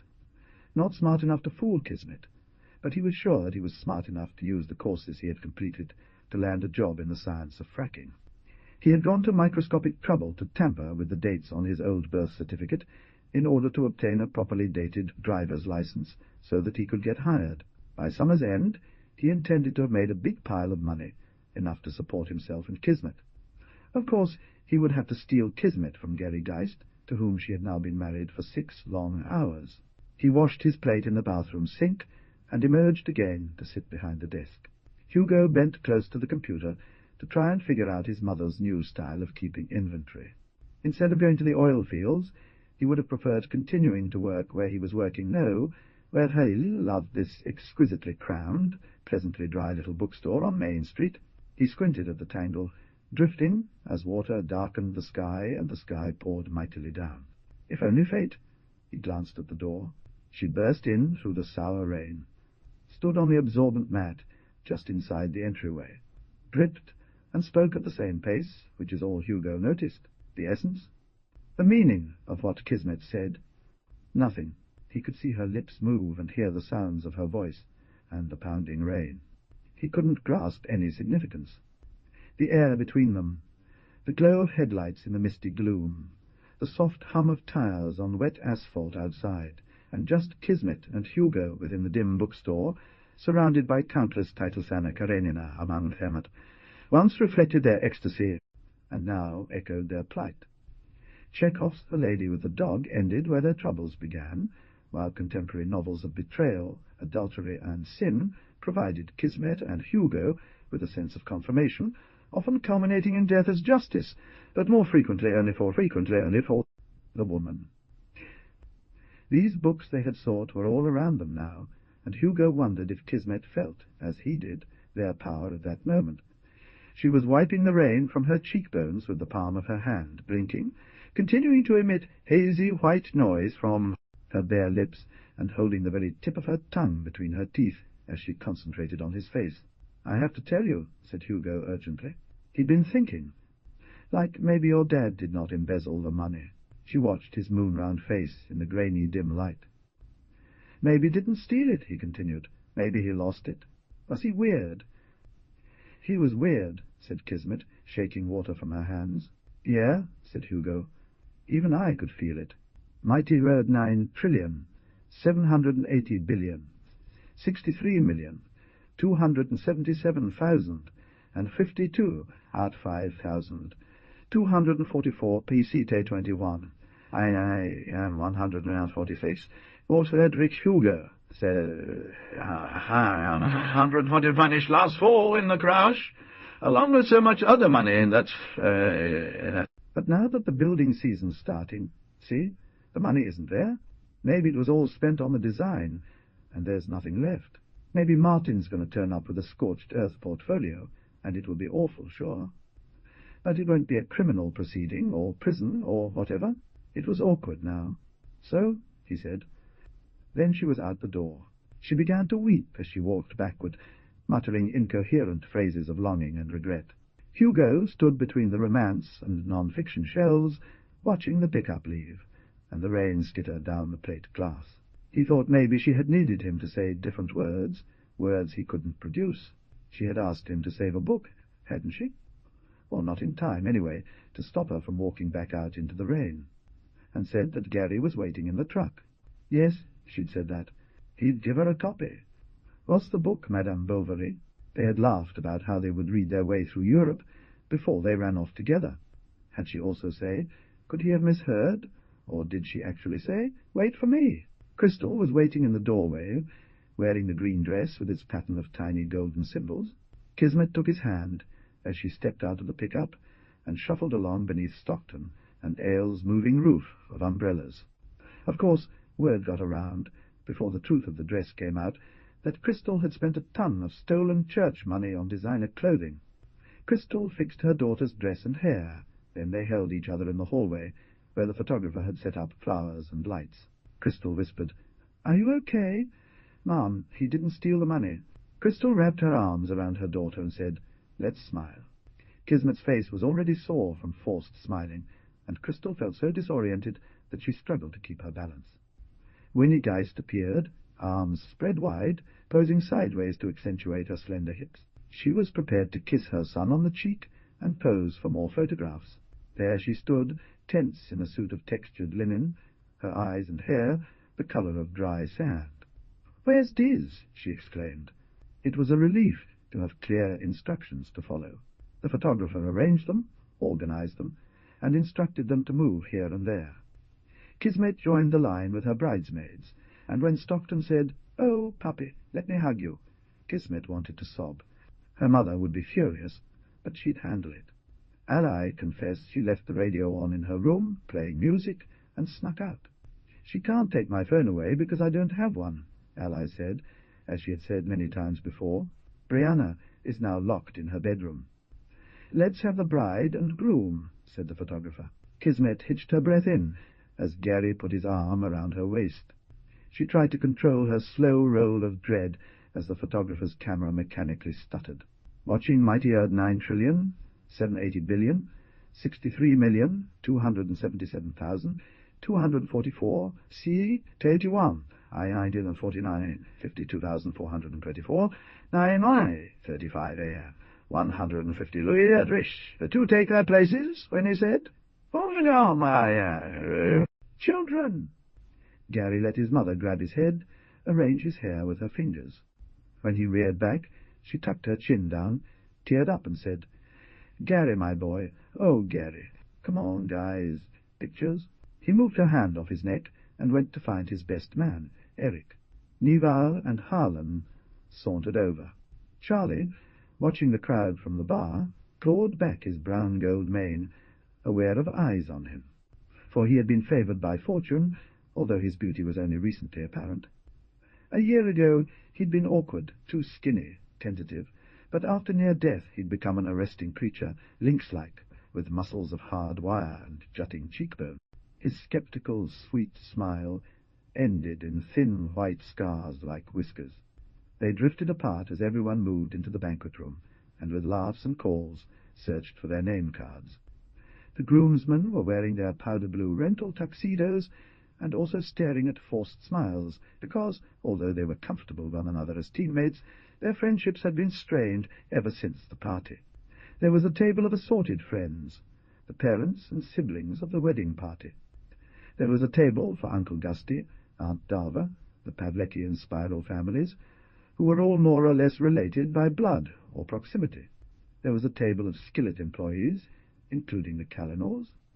There was a young people's table and a table of Crystal's friends, including Geneva and others in the book club, except Bev, not Bev, since her son had blurted that he longed to challenge Gary to a duel. Closest to the bathroom there was a motley tableau of children, who resembled everyone in the room, and yet still appeared random. All of these tables were draped with round sky-blue tablecloths, and decorated with centerpieces of white carnations, baby's breath, fake rosebuds, white tulle. The head table was a regal rectangle, studded with small bells of silver plastic. The families of the wedding party came and left, chatting excitedly while feigning disinterest in Crystal. Cheers erupted. The servers came around with red and white wine. Mighty Earth 9,780,000,000,000, 63,277,344, CC 21. I 52,424.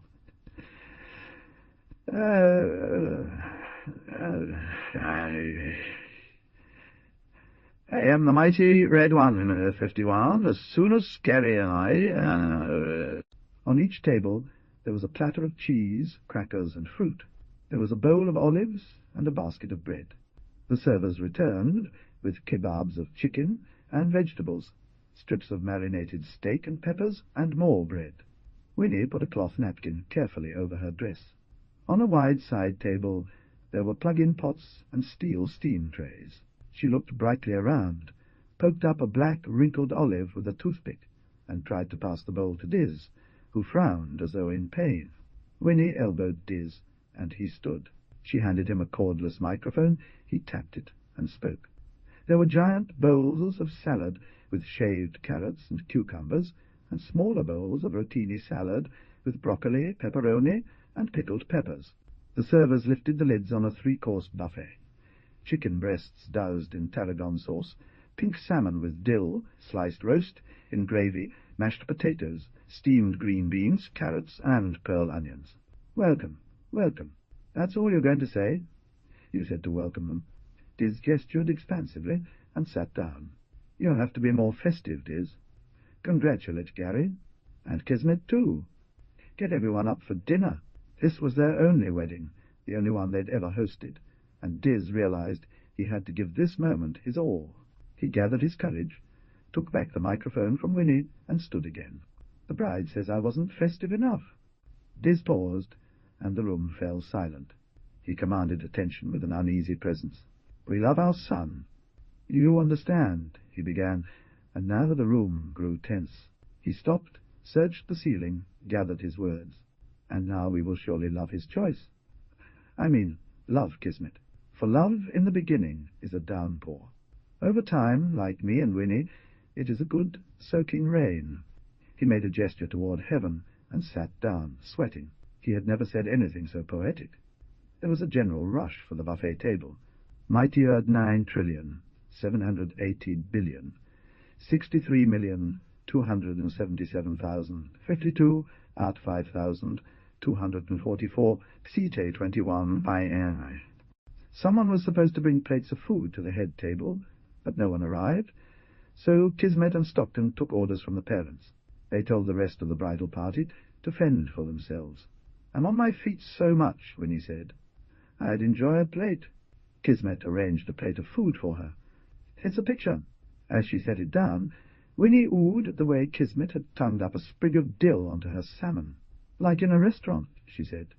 "You're the perfect daughter. You're just scrumptious." Crystal's and Kismet's eyes met over Winnie's softly burnished hair. It was a troubled glance, of no great meaning, but there it was. Then, in a whimsical voice, Winnie said, "I hear Gary rolled the truck again. Are you okay? Tell me if you still feel dizzy." Crystal jumped up, staring at Kismet. "Rolled the truck? The pickup? Were you in it?" Kismet looked guilty, then thought, "Why?" "Oh, just off the road into a level field," said Winnie. Hardly even dinged to the sides. "Do you feel okay, Kismet?"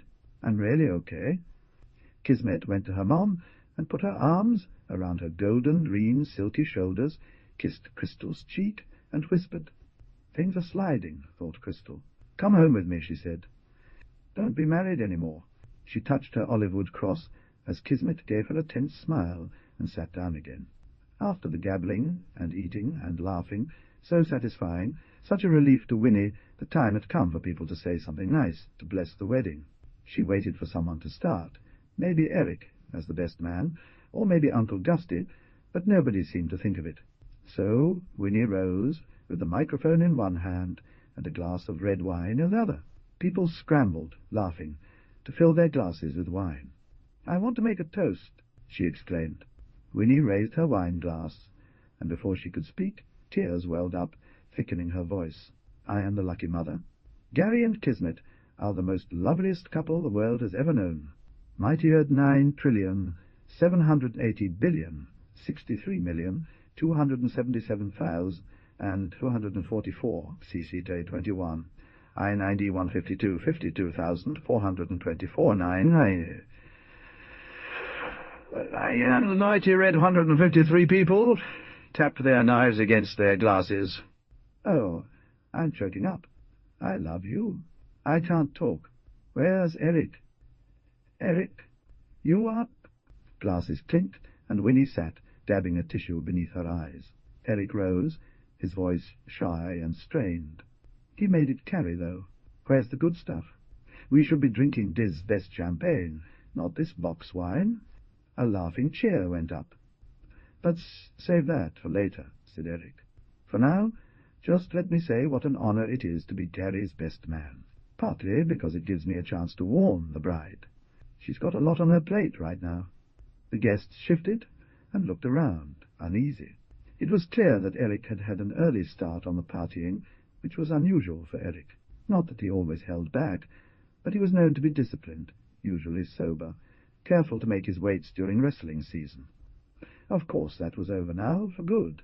These days he was training to be a medic. There was a murmur of "okay" now, encouraging him to stop, but his glance swung wildly to either side, and he took a deep breath. "You can see it from here a lot on her plate. She has every kind of kebab, plus olives and cheese. She couldn't eat yesterday. She was nervous. Her maid of honor, Stockton, told me wait. Those girls are crazy, but I'm the best man, so I need to tell you that Gary is my truest and best friend." A patter of applause began and continued, as though to cut him off, but stopped when Eric held up his hand. "You... And I say this because I love Gary like a brother. He's got some issues." Eric laughed and pointed at Winnie. Everyone who'd begun to clap or had laughed in relief at the food description, instead of some embezzlement joke again, went silent. Hey, she's white as a sheet underneath her spray-tan friends, thinking, what don't I know about my son? I see some eyes rolling out there. Eyes rolling, not my speech. Winnie, you are passing off damaged goods, palming Gary off on mighty red 9,780,000,63,277,000, 2044 CA 2044 T. Diane 153 52,109 54 Louise Erdrich. On N 100. I'm just here to talk about Gary's issues. Stockton and Ally can fill you in on Kismet's innocence and all that. Everyone knew Eric was Gary's ever-loyal childhood friend, so they'd expected a heartfelt set of platitudes. But pockets of silence fell now. People shushed one another. Winnie's mouth opened and shut twice. She took a long drink from her wine-glass. Smiled from side to side. Eric nodded, breathing hard. So what's it like to be a Geist, huh? A red flush mottled his neck and crept up his cheeks. To come from a family where this town is in your back pocket? What's it like to be Gary? He's not allowed to have an issue. He is not allowed to mess up. So when he does mess up, right? Because we all mess up, what happens? Like on the team, Gary calls the plays, and the rest of us take the hits. So I took a hit for Gary. Tension ramped up in the silence that enveloped all of the tables. Even the children quieted, their eyes darting around the room for the cause of the mysterious frozen paw. Eric lowered his head and glared around the room, his mouth tight. Took a hit for Gary last year, he said again. Not drunk at all now, his diction precise and clipped. The man planned a party and took the team off a cliff. Eric made to shrug it off, but the arm came down like an iron bar. Nival, another roan giant in a room of several, walked to Eric's side and gently put an arm over his shoulder. It was unknown whether Nival meant to comfort Eric or smash him around out there. "Next speech," Nival said, and led Eric out the alarm will sound exit, but no alarm sounded except the silent ones in people's thinking. The wedding guests were all tight smiles, waiting to see how Gary would take it. Bill and Bonnie Pavlecki had been out in the entry, and came back to the tables with puzzled looks. With gritted teeth, giving space a long stare. Finally, he shook himself and grinned more naturally, eliciting some hesitant laughter. The other issue, folks, I'm serious here, is sexual. Harlan, dark and thin, grabbed the microphone and pretended to check it before speaking. "Hey, congratulations, man!" Winnie stood up in alarm, but he gestured for her to stay seated. Charlie raised a devastating eyebrow, took a plastic vial off the table, and blew a line of soap bubbles. Winnie turned and fixed him with a glare. Charlie froze, hand lifted for effect. "It's a party favor, right?" He blew into the wand again. Harlan waved away the bubbles. "I've got this, Winnie." "Kidding. The other issue is, I love this guy. Not that way, of course. He's a stand-up friend to me, to everyone. He'll make a husband to his lovely bride. As good a person as you'll find in the whole state. They are a fairy-tale romance, aren't they?" A flutter of applause. "Holy shit, aren't they?" "I can't hear you." Some roars, whistles, big noise. "What you say?" "I can't hear you." Harlan raised his glass and drank it down in one gulp. A desperate move, Kismet thought, far from a happy one. "Hear, hear. Hear, hear." The glasses clinked hard for a real kiss, and then Kismet couldn't see anything, because Gary pulled her up, bent her over backward on his arm, and ground his lips onto hers until the cheering lapsed and the pickle hers. And to pull him off, had to pull him off. Time-honored wedding, dinner ritual. This is his wedding day. Charlie stepped out of the emergency door. Mighty Earth 9,780,000,63,277,027.5 C 2021 hours 435,52,000. I am alarm will sound out in back of the golf club in the glare of a halogen floodlight. Let back and forth between, letting out a syllable. Slam. Oh, you guys are so sentimental. Charlie flicked soap off his bubble wand and clenched it between his teeth. He slouched up to the three of them, draped his arm over Harlan's neck. Harlan stepped back, sighed, didn't shake him off. Nival generally played guard and centre, conditioned to protect his quarterback. They had all started playing football back in junior high, and had a physical ease with one another. Harlan played running back, protective of Gary, unless he was carrying the ball himself.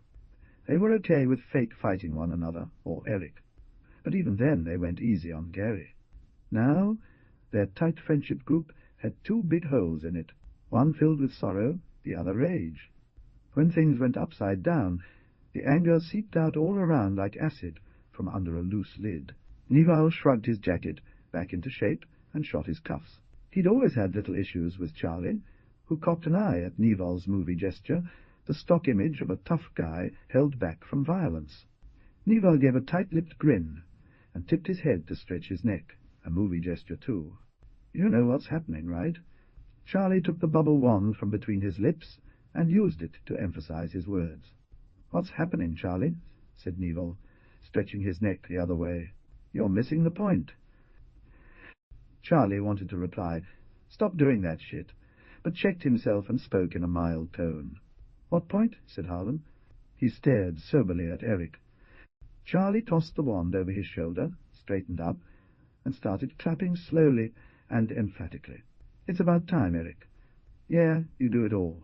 Mighty Earth 9,780,063,277,052 at 5,244 CC21 DIITAIM, the Mighty Red 157 and 157 Mighty Red 157 9. The point is, said Charlie, you should be applauding our man, including take the hits for Gary. You're still taking the hits for Gary from these jerk-offs. Hey, said Harlan. No offense, said Charlie. But you guys, Gary's a mess. So you wail on Eric? That's how I see it. So what? Said Nival. For once, Eric's not taking the hit. For once, Eric's real. Eric glared at Charlie from under his brow, breathing hard. He wasn't drunk anymore. Thanks, man. I've got this. Ye? Okay, you're the best man, Charlie said. He gave Eric a sad, true smile. When Charlie smiled, the scars went up his cheeks. He hadn't caught a barb, so the clean cuts had become white lines, and over them his calm lilac eyes shone. There was something deep and innocent, always, about Charlie. His eyebrows had always been the eyebrows of a Vogue cover model. He'd grown 3 more inches. Everybody knew he was going somewhere. Nival and Harlan glanced at each other and hunched over. They stared at the tips of their black dress shoes, which belonged to their fathers. Eric, said Nival, looking down but offering his fist, knocking knuckles with Eric. I don't know what got into me. I'm not that guy, said Harlan. He raised his eyes to Eric's and said, You fucking saved my life. Harlan stepped forward, put his hand around the back of Eric's neck, and brought their foreheads together. The two leaned thought to thought in a fierce embrace, then broke apart. Nival stood beside them, murmuring like an echo, Lives, our lives, lives. This was the most they ever said, but to Eric it was everything. There was so much that couldn't be said, but was being said nonetheless. The groomsmen appeared again, their faces open and relieved.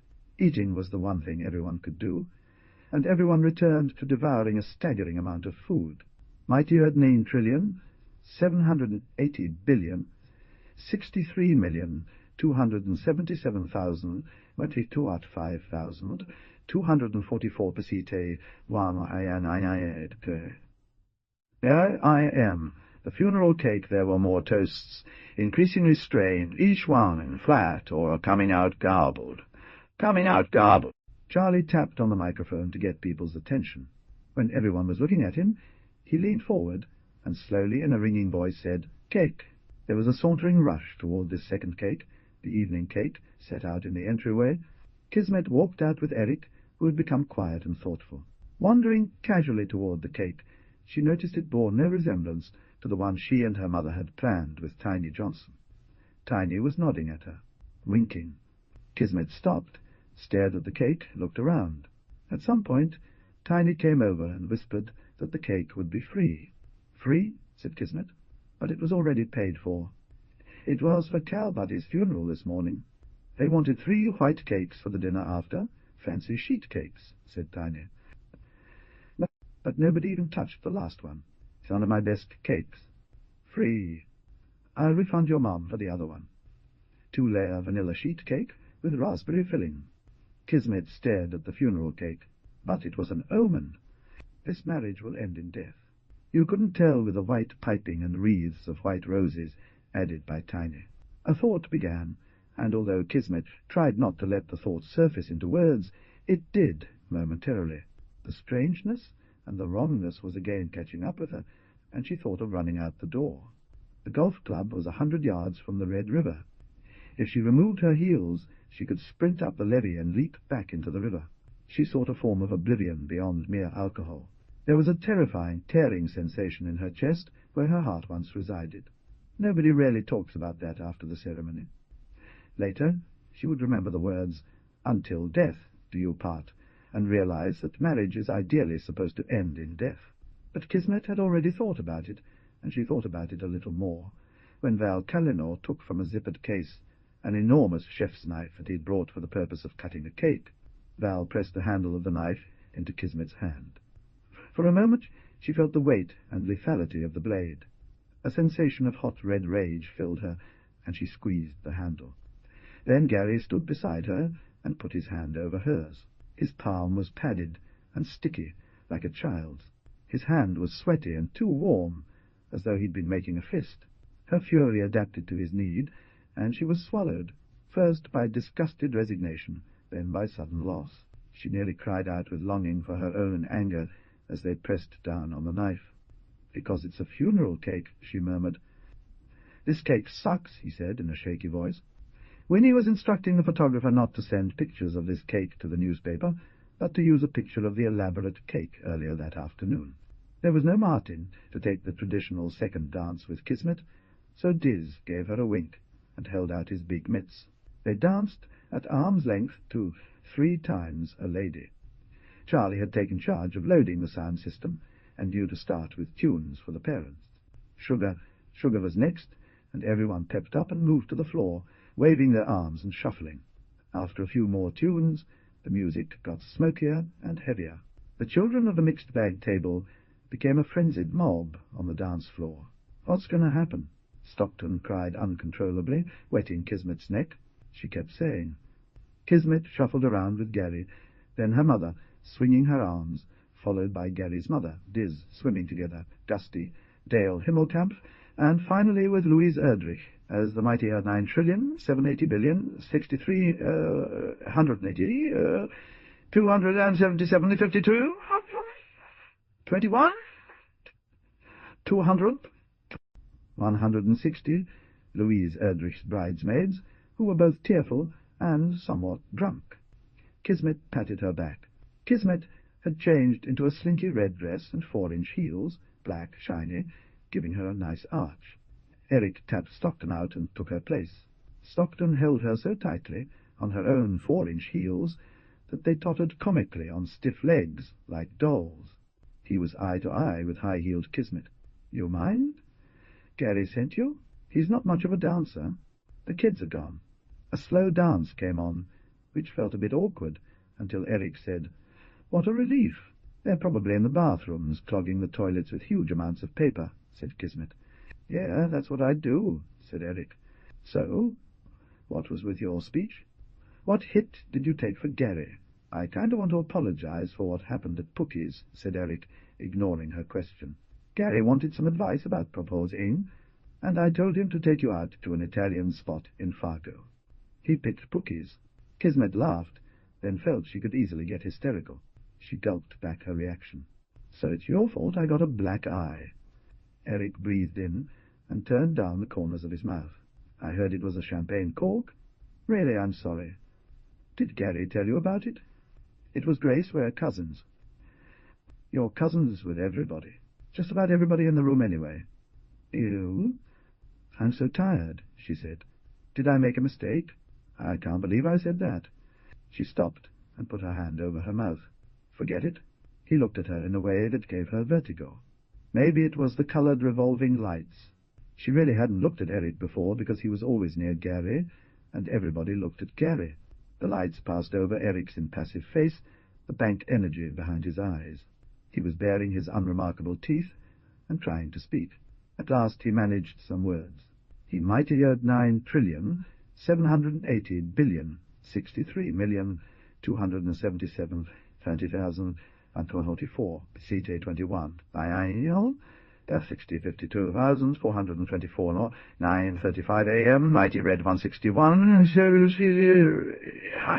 mighty red 161. That it? I took for Gary? The song ended. Maybe I can tell you about it. Sometime. He stepped back. Thanks, they said to each other in unison, and turned away. Gusty, Dava, and Diz had come over to sit with Eric's parents, Bill and Bonnie Pavlecki. Winnie came over too, but kept getting up to check on the kids, who were throwing cake. "You're micromanaging," said Diz, when she'd barely touched down and popped back up. "Take a load off," said Gusty. Dava punched him. "She has to micromanage." "That's Winnie." "It was a lot to plan," said Winnie. "She won't stop until she's worn down to the bone." She jumped up and got a cup of black coffee from the urn, set up in one corner by the cake. Back in the day, she had smoked, and she wanted a cigarette now, or another drink, but she'd had two, and that was her limit. She sat down and decided to drive the family home. They were all drinking too much. Diz had put away how many beers? "A couple," he said. "A couple and a couple more," said Dava. "Well, you did a good job, Winnie," said Bill, raising a can. "Here's to you." He and Bonnie were like people carved from soap, their general outlines fitting into the blocky rectangles. Their pale skin would charmingly flush when they were startled or uneasy. They both had delicate mouths, anxious eyes, and exactly the same hair colour, once brown but now akin to tree bark. Bill's skin began to flush as he raised his can again. "To the newlyweds? And Father Flirty? He's not here tonight." Bonnie barely moved her lips when she talked, so it appeared that she was imparting secret information. "Yes, but he was going to make us an exception. Mighty-eared 9,780,000,603,277,25,244 per CT 21. Yeah, my 6152. He must be in shock. "Hell, I'm in shock," said Gusty. His head was big and noble. The Geist men were typically handsome. Some, that was my money.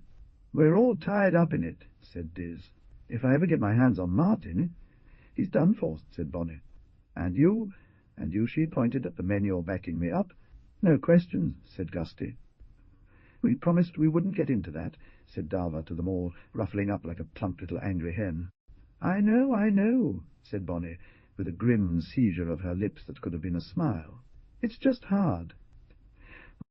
"One thing," said Dava, her small, black, unblinking eyes fierce and glinting. "Nobody's going to blame Kismet in my hearing." "They'll answer to me too," said Gusty, nodding at Diz. "That boy of yours looks relieved, happier than I've seen him for a long time, and I'm glad about that." "Agree," said Bill. "A wedding is to the good. Maybe this rubs off on Eric.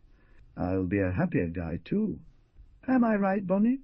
"Absolutely," said Bonnie, sipping on her tequila sunrise. She said this in a light, calm voice, but flexed her jaw muscles, watching the dancers. "This girl's going to be a farm girl, you'll see," said Dalva. "Nothing like her dad. Have you ever seen her handle the Sunday rush? Well, you're in for a surprise.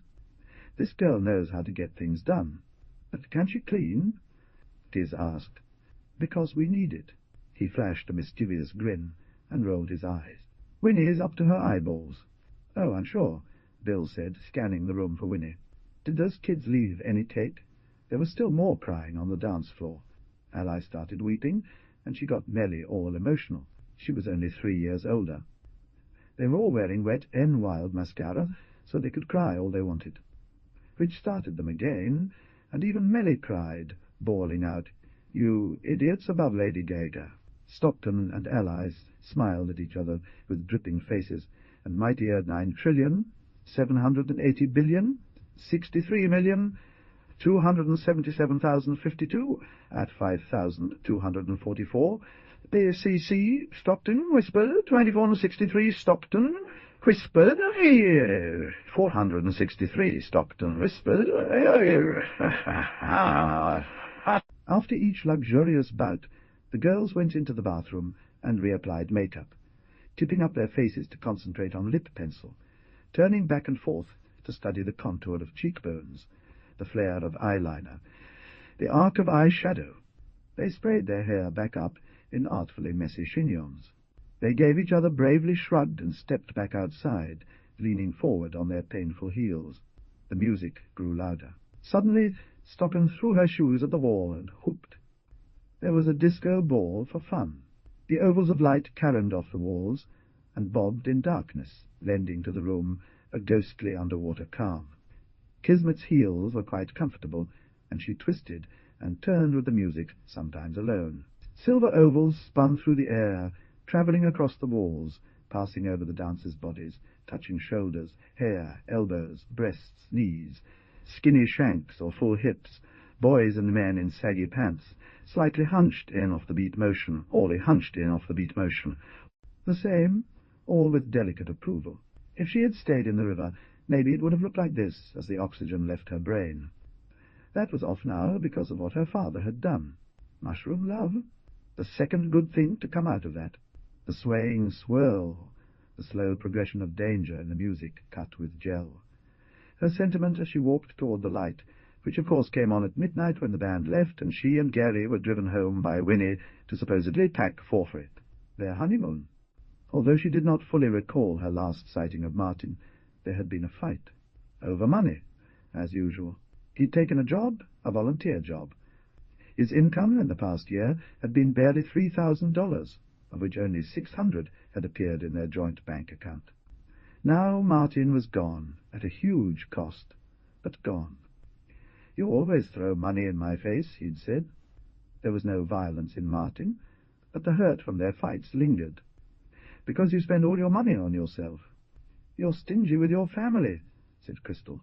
She'd hoped to shut him up. Stingy was the worst thing you could call a mischief. But he hadn't even blinked before he said, "Better stingy with money than emotion. You're cold-hearted." And it was true.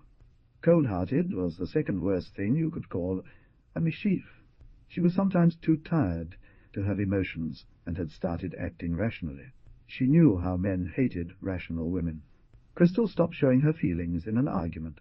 She was done with second chances, done with the opulent mercy of women. Unaffordable mercy. For years, no matter how hard she'd saved, she'd been overspending. She forged onward, and it finally ended with Martin saying, "I'm out of here." He'd driven off. She had been relieved, because he always came back, and in no time she was married. Crystal's postponed shock buoyed her through the wedding dinner. But then, instead of Martin coming back, it was the police, knocking on her door, and the others too. Then at last Kismet, drenched. After kissing her daughter, she slipped out before 10. Her reflexive thoughts kept telling her that Martin couldn't have mortgaged the house. There was just too much of it to hide, and if they only delayed the renovation, that money in the church fund was sure to turn up. It was all too absurd, too wrong. Crystal made it home, stripped her dress off onto a padded hanger, crawled beneath a quilt. But she hadn't taken out a mortgage in the first place. She watched the news, hoping to hear Perfect Advantage was going down the drain. No, she hadn't. She had to start back on her night hall schedule. She persuaded her racked brain to stay awake, or at least not doze. The telephone, oh God, the telephone. "Sorry, I know it's late." "Well, this will keep both of us awake." "You know I try not to sleep nights anyway. I couldn't tell you at dinner. But I thought you'd want to know." Crystal's heart jumped to life. "Just give it to me straight." It was Jennifer, her voice compressed around a snarl. "So what does this mean? Your signature is notarized. It will be hard to prove the forgery, and you might lose. He must have found someone who looked enough like you, borrowed your driver's license or some other ID, plagiarized your signature, and fooled the notary who signed off. People are trying everything possible to convince judges that they didn't sign mortgages or understand the fine print. But you'll take the case? Plus, Perfect Advantage was bought by one of the giant banks, and not only are they getting bailed out, but they have more lawyers than the population of our state. Jennifer paused, and her voice changed. Of course I will, and I'll give you a huge discount, plus the mortgage. But now that I know how hard this is going to be, I'm sorry, I can't work totally free. The fact that Martin absconded with the entire church fund makes our case more plausible, but it will cost you. Should I pay that? Absolutely not. Just hang on. Who? Said Crystal. But you'll be bombarded with foreclosure notices, and they will attempt to coerce you into leaving. Legit, in quotation marks. Otherwise, the sheriff. I'm going to attempt to obtain an injunction. Crystal hung up the phone and stared at the walls of her bedroom. Mighty at 9 trillion, 780 billion, 63 million, 277,052 at 5,000, 244, CT21, I-90, 165, 52,400, and M100, 34, legitimate, yeah, M166, Louise Bank yet, but it will a legitimate bank. Got? She herself had repaired the sheetrock, screwed, taped, and mudded the walls smooth. Then she had painted the walls a colour called mushroom love, because she wanted to be reminded of the floor of a forest. She had babied the ostrich ferns and pothos by the south window. She went over to her plants, lifted her money plant off the floor, where it wasn't doing so well. Get cracking, little pal, she said to the money plant, setting it on the broad window-sill, where, beginning tomorrow, it would catch more sun. Mighty red 9 trillion, 780 billion, 63 million, 277, 22 at 5,000, 244, pay CT 21, 166, 52,424, 9:35 a.m. The hit. Something about it. Strange thing to think of on your so-called wedding night. But Kismet's thoughts have been out of control the whole wedding. She reaches over to the bedside table for the water glass. Questions. She dozes, wakes, pages through those thoughts until with a jolt she is fully awake. The hit that Eric took for Gary. Her thoughts hum over the town. It was something that Eric couldn't get into. Not yet. To her knowledge, no one had suffered a mysterious crime. Except. Even those who blamed Gary knew it wasn't anyone's fault, especially not Eric's.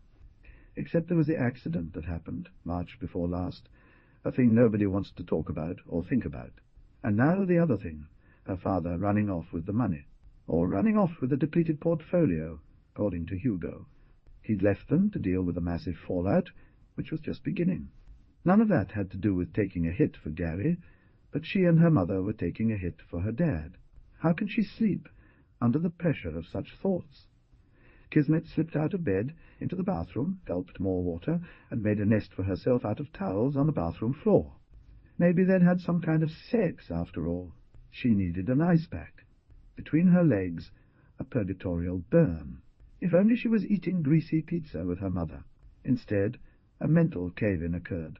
After a while, she sat up. It started slowly with a few hiccups, then accelerated until Kismet was freaking out with sick futility, laughing so hard that she had to stuff a washcloth between her teeth. Removed the washcloth, glanced over at Gary's crumpled suit, and rummaged in his pants pocket for the key to his, pickup. These books must be available, and nobody would be shut away from their influence. He kept the store open for a while.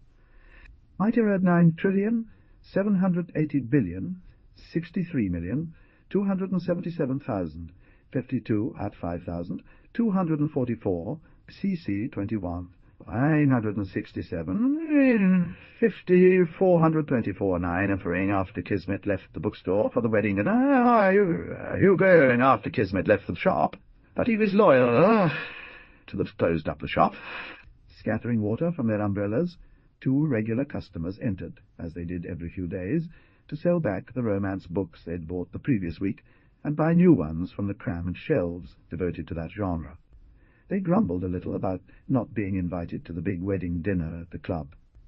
Then they touched the spine of a romance novel, Savage Bliss. "I'll take these," said Iris Carmody. Savage knights. Devs had made enough money from that one shelf to almost pay the low rent, and even though some of the books were tattered, covered in bathwater, soft as butter, nobody complained. Beloved Savage. Hugo rang up the sale. "Have a nice night," he called after Iris and her friend. "Happy reading," he added. After they left, Hugo watched the water sluice down the window. He was pretty sure Iris had bought, read, sold back, bought again, these exact same books a couple of times before.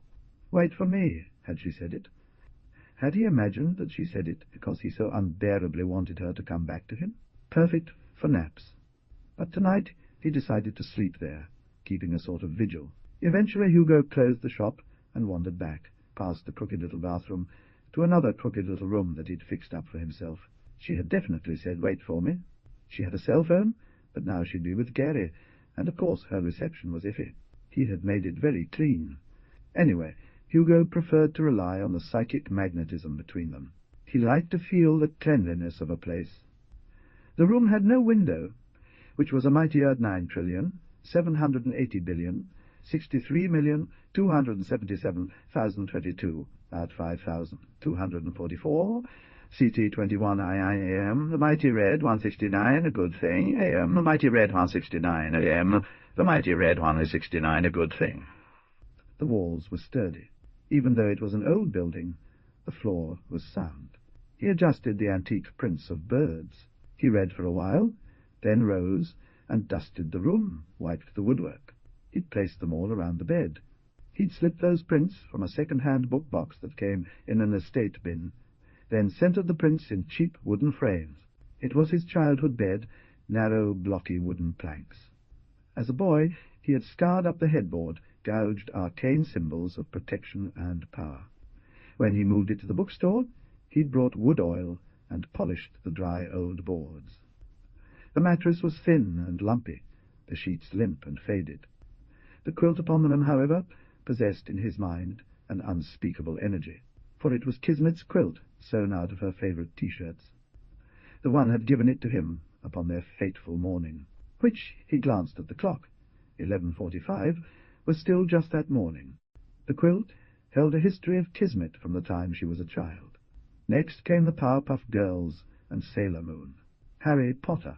The first T-shirt she wore was stamped with unicorns, dolphins, white-maned ponies, and ballet dancers.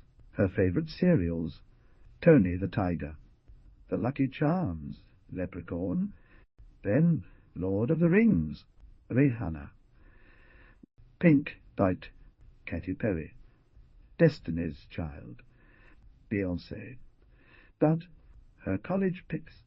There was an NDSU bison, a golden gopher, a husky. The quilt was framed by blue jersey material and backed with a blue jersey bedsheet. Kismet and Crystal had hand-tied the squares with bits of white yarn. It was a puffy quilt. The inside was a special polyester fill-in. Hugo retreated beneath the covers. He had a nice old rummage sale reading lamp.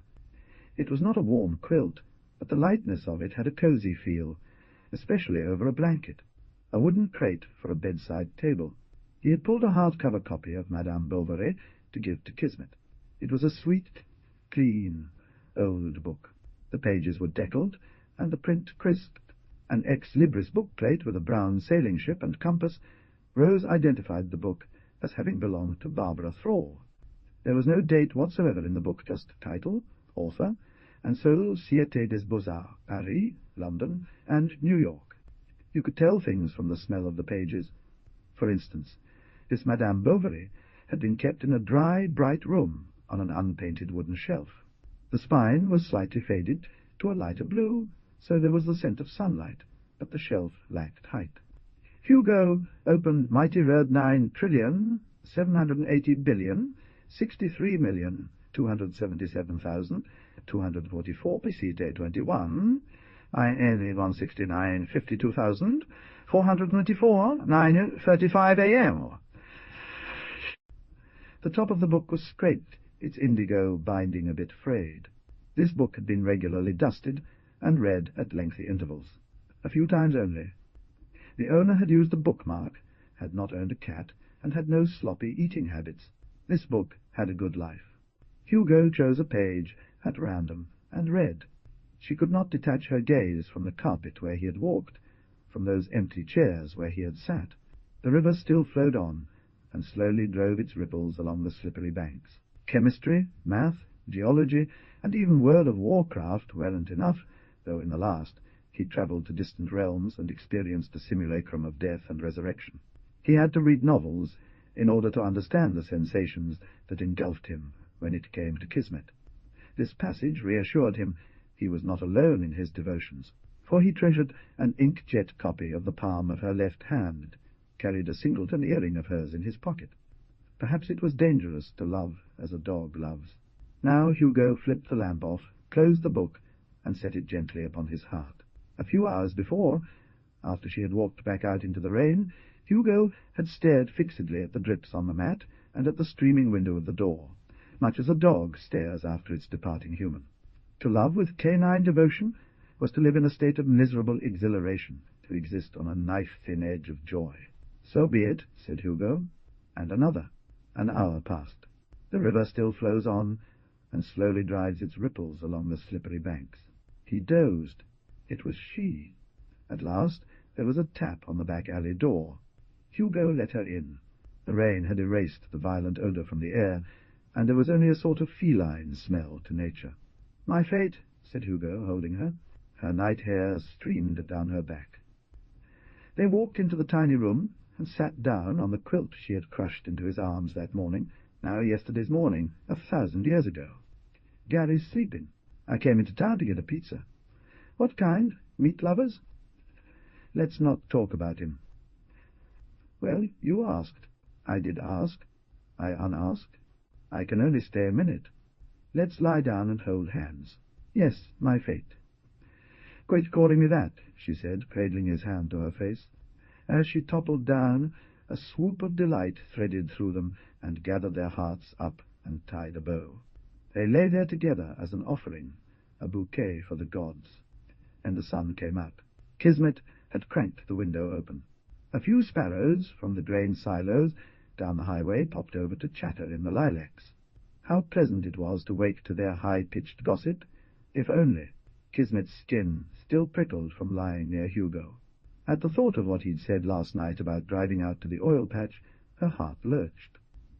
Now she slipped out of bed and into the closet to find the book, touched its dark blue-black cover, and replaced it. After she'd left Bev's bookery and driven to the farm, sneaking up the stairs, she'd wrapped Madame Bovary in Hugo's T-shirt and put it in her suitcase. She pulled on jeans and a sweatshirt, smoothed down her hair, and with a quick twist banded it off into a ponytail. Kismet padded barefoot down to the kitchen, removed a can of Folgers from the cupboard, made coffee in the Mr. Coffee. He extended his hand for a mug of coffee, and just like that their youthful days were over. Kismet finished off her coffee in one gulp and rubbed her hands together. Dazed by how swiftly life was changing, pouring coffee to help her brain adjust, she heard Gary slouch down the oak-look stairs, turned to see him yawning and scratching his head.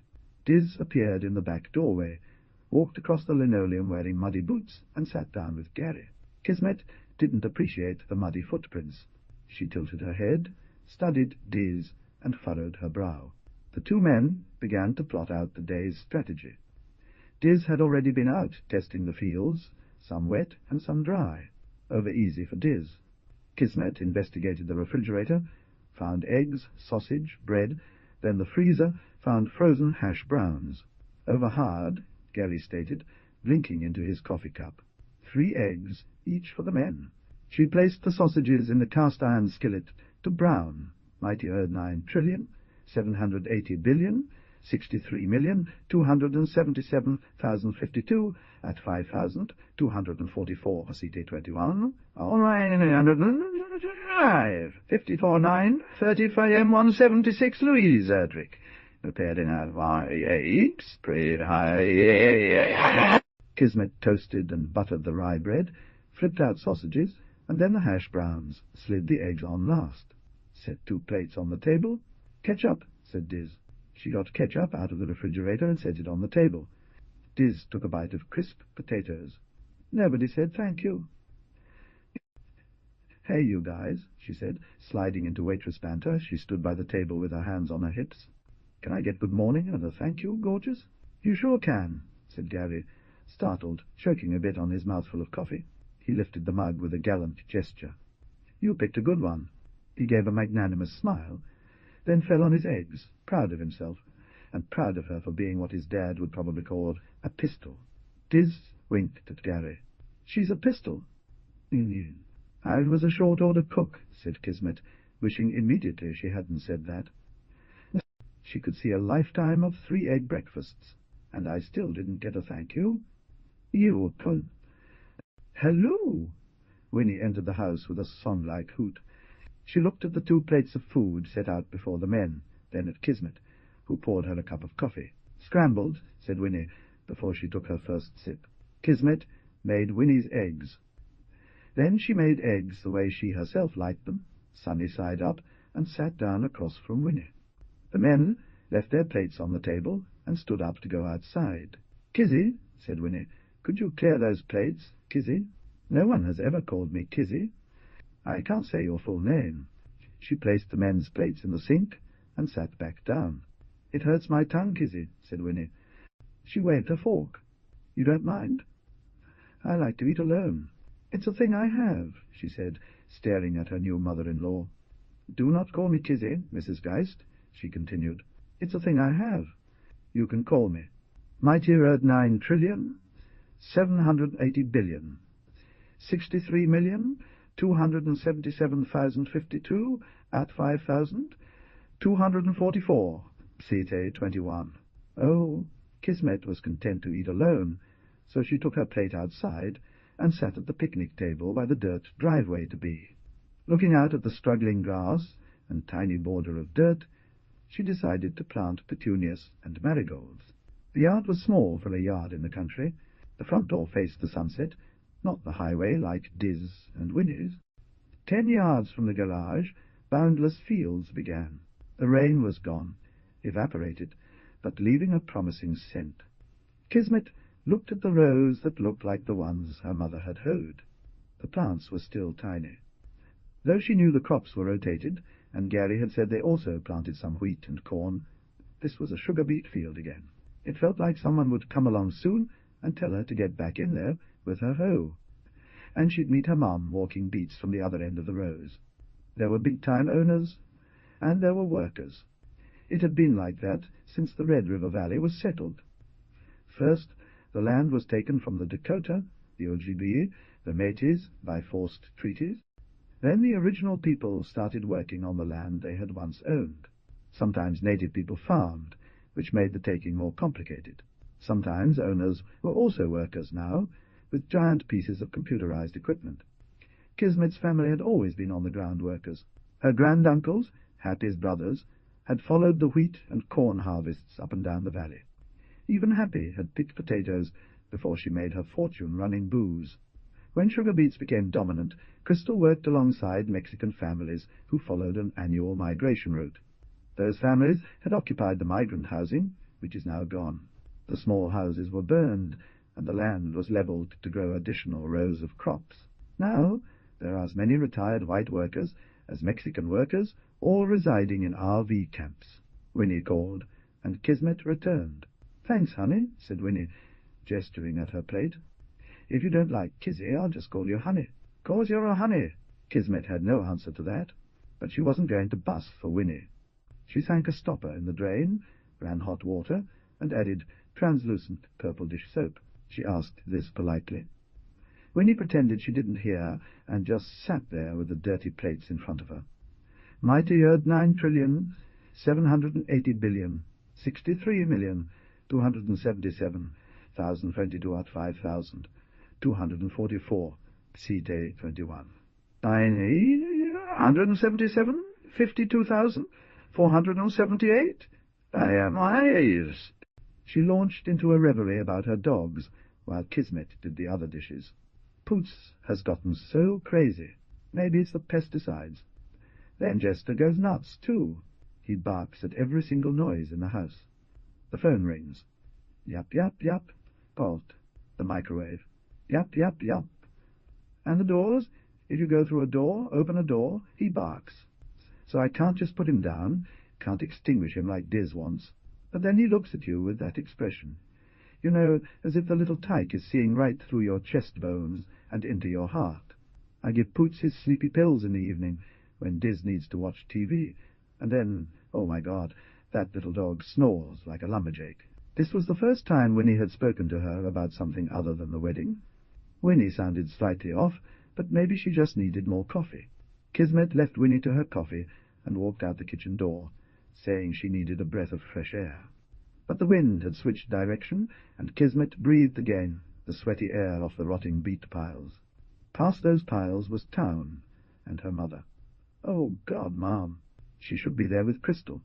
She should be there to help her mother. And she couldn't even talk to Crystal because of her phone. Maybe she could get on Gary's computer and send her mother a message. Kismet's head was a hive, and all the bees were landing. Maybe it was the sudden jolt of caffeine, or maybe it was everything. Diz and Gary made their decision. This year, new Roundup-ready GMO sugar beet seeds, very special, had cleared a preliminary level of government approval. Mighty Erd 9,063,063,277,000. Also for TC21, 178,52,000. IN, a hive, 0.4934. Magic beans, 1 of the water, and I am 95 AM. And also not to plant or put seeds in wildlife feed plots. To acquire the seeds, Diz had signed a stewardship agreement that was a legally binding pledge never to buy these same seeds from an unlicensed dealer, and not to sell or share his seeds with another grower. He'd agreed to top or rogue any voting. Sugar beets, to follow all pesticide labels, to use recommended herbicides on other Roundup-ready crops. Although, thought Diz as he looked around, all fields were automatically wildlife feed plots, there was no avoiding that. The seeds were small, golden orange balls, cheerful and glowing. They were created to be immune to the killing powers of Roundup. Diz and Gary lined up the buckets of seeds outside the shed where they'd backed up the planter. They removed the bucket lids and poured an equal amount of seeds into the row of large drums on the back of the machine. They generally didn't talk about their feelings. They didn't delve deep into things. Their bond was work. Gary had always enjoyed hearing the rush of seeds into the drum. Today it soothed away his wedding night's heavy sleep instead of happy sex. He wasn't sure. He could hardly remember what had or had not happened. His disquiet soon vanished. The two men were in such a good mood, smelling damp earth and old chaff, that they decided to ride in a cab together. They started the engine, adjusted the settings to 22 inches for the rows and 3.5 for the seeds, set the controls, started rolling. Gary's heart warmed. As they glided along one row, they executed a graceful turn, then descended down the next, and gulls drifted downward, scattering upward, catching the sun.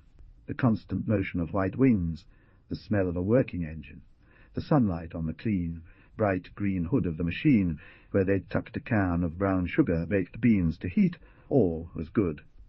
When they stopped, Diz produced his can opener, and they took 2 spoons out of the lunchbox. Mighty Road 9,780,000,63,277,244, PCT 21. I 100, or 79, 52,424.9. They glanced at each other, then squinted at the field, nodding with upside-down smiles as if to say, "It doesn't get any better than this." That was something. It was really something.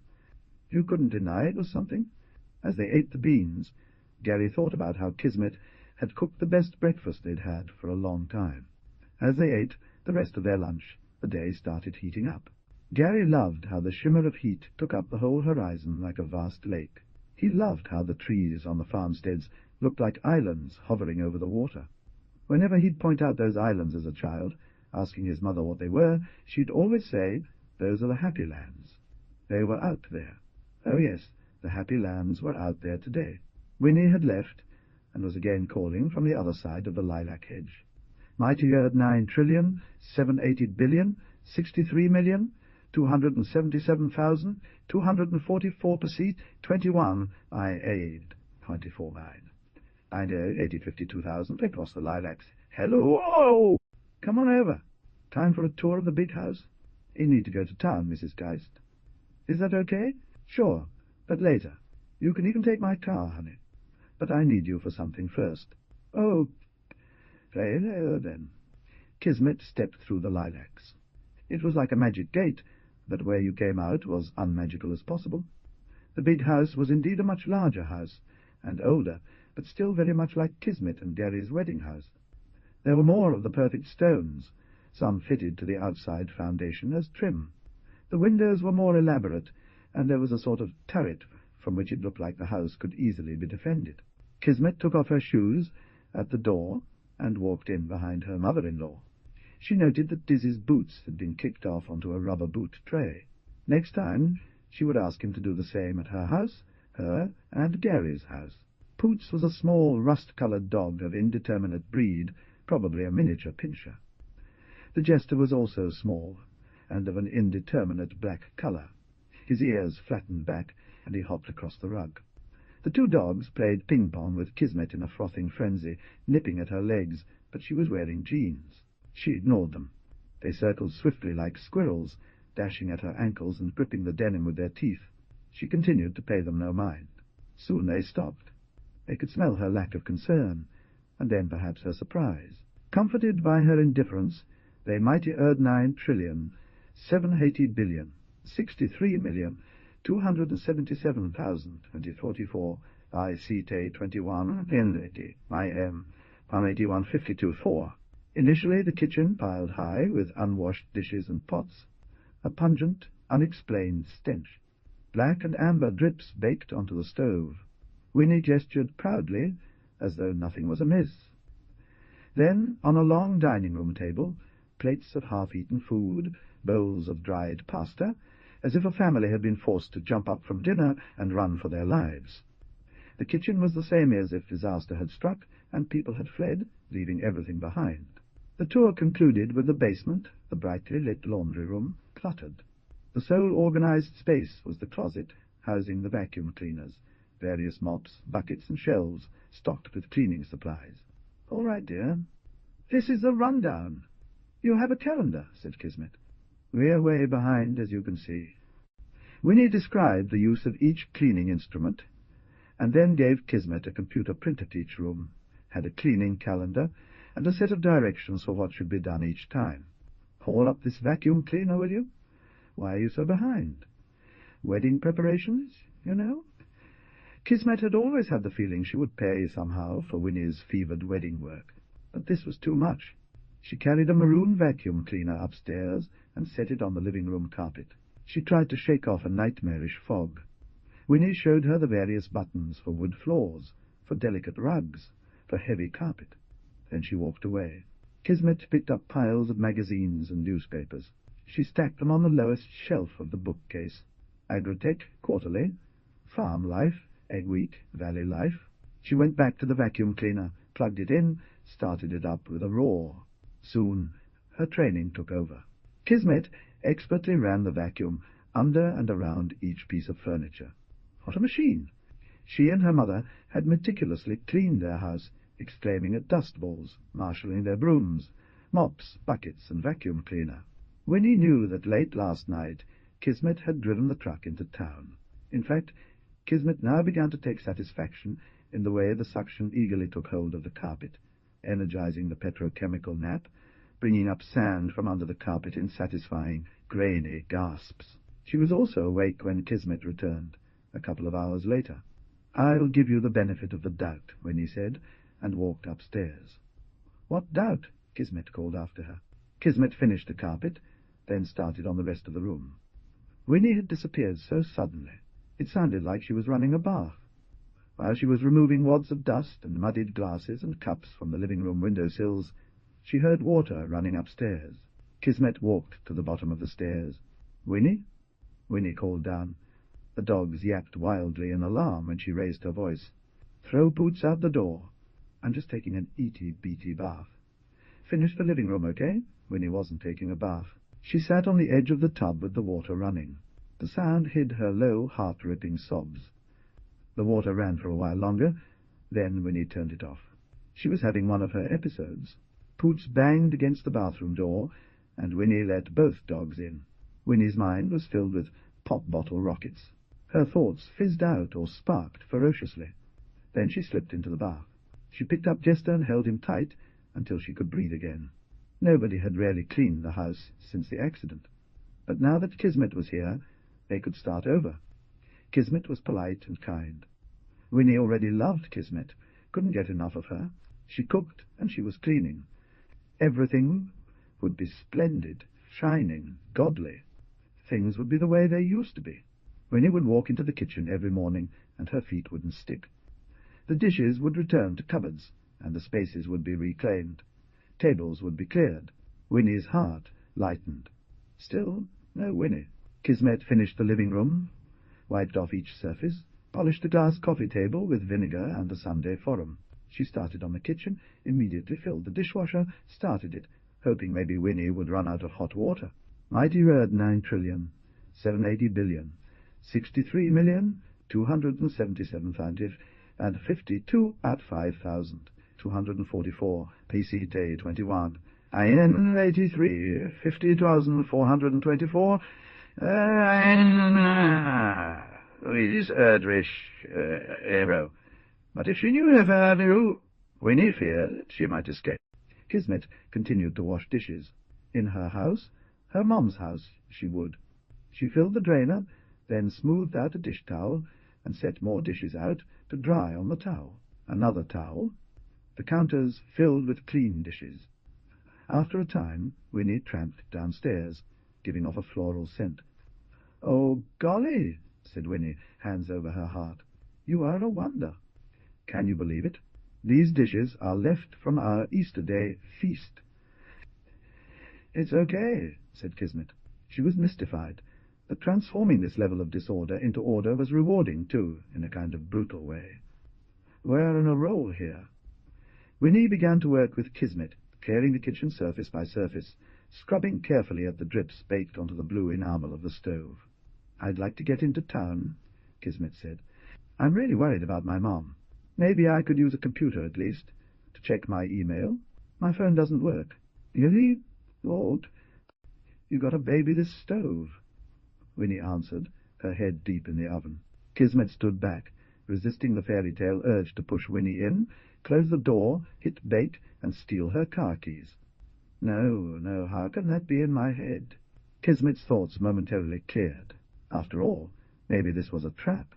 Maybe getting me to clean was the reason Winnie had pulled out all the stops for the wedding. At least afterward, I wouldn't have to do the dishes. Maybe when I am done, they will fatten me up and eat me for their 4th of July feast. "I need to call my mom," said Kismet, her voice shaded with desperation. "Do you have a phone that works?" She took slow, deliberate steps out into the living room and sank down on the couch from which Kismet had just vacuumed a bag of dog hair. "Oh, thank you," Winnie whimpered. "I can't thank you enough.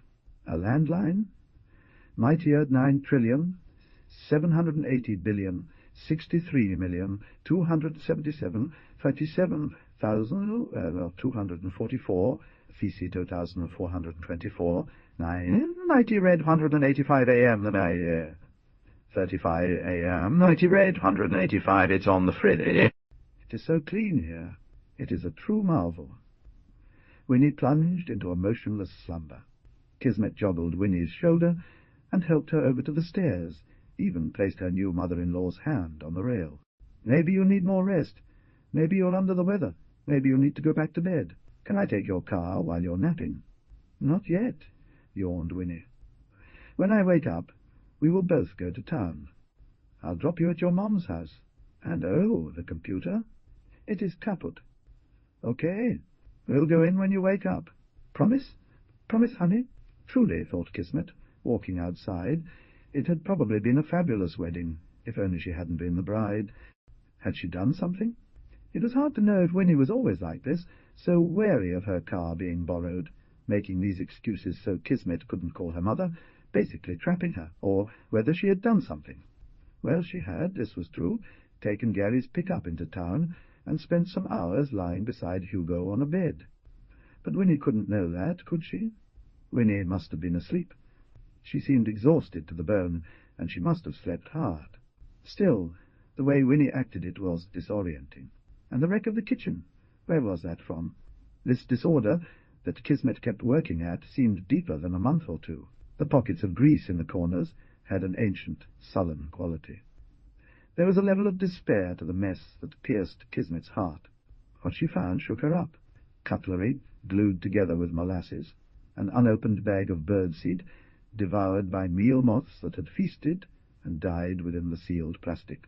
She and her mother maintained a level of cheerful order in their house, so to Kismet, the uncontrolled build-up, mighty 9 trillion.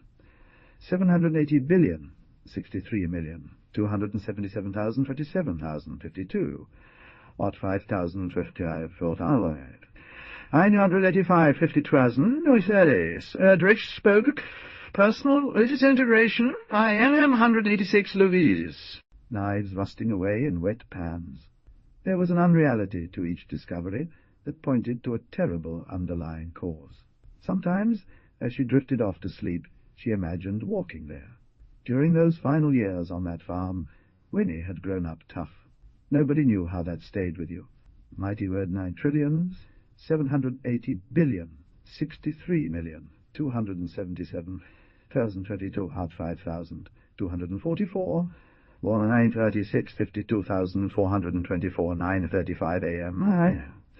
The pasture, but only she knew where it was, because the bedrooms cleared on, replanted. She'd been hungry back then, so she was avid for food now. But she often stopped eating for the secret horror at the plenitude of her life, surrounded by easy food.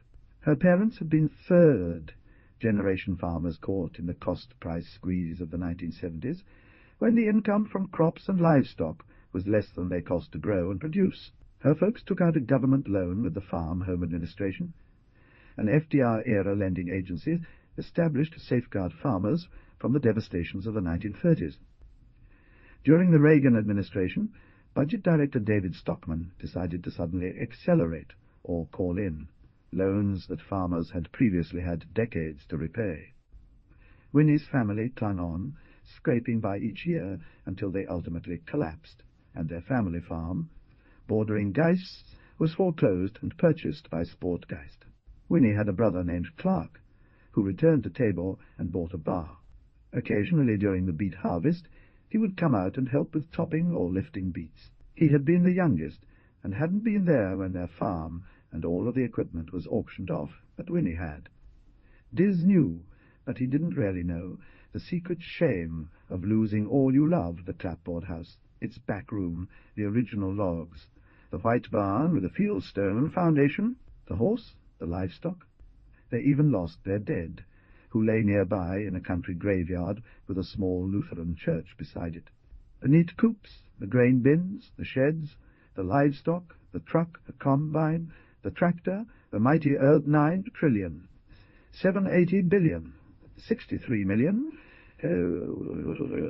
277, and 50 thought VC2, what? Oh, 240, 25, I am 187, 54, I am 188, Louise Erdrich. The church had also failed after the whole community had withered.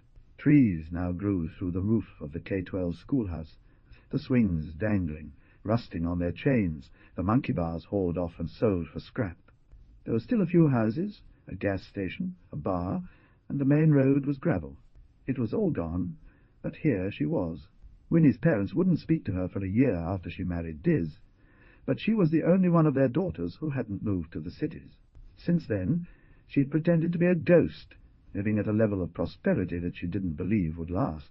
Stability, she didn't trust the word. She knew, because she kept, or rather juggled, the farm's accounts.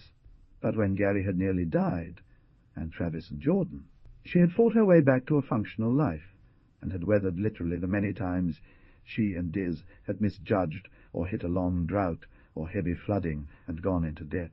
Winnie scratched, she bullied, she argued with Diz about what to plant, which fields, when how much had to balance. Should they risk soybeans and sugar beets when they had to be harvested at the same time? Should they try sunflowers, wheat, and they try sunflowers, wheat, and... What kind of wheat?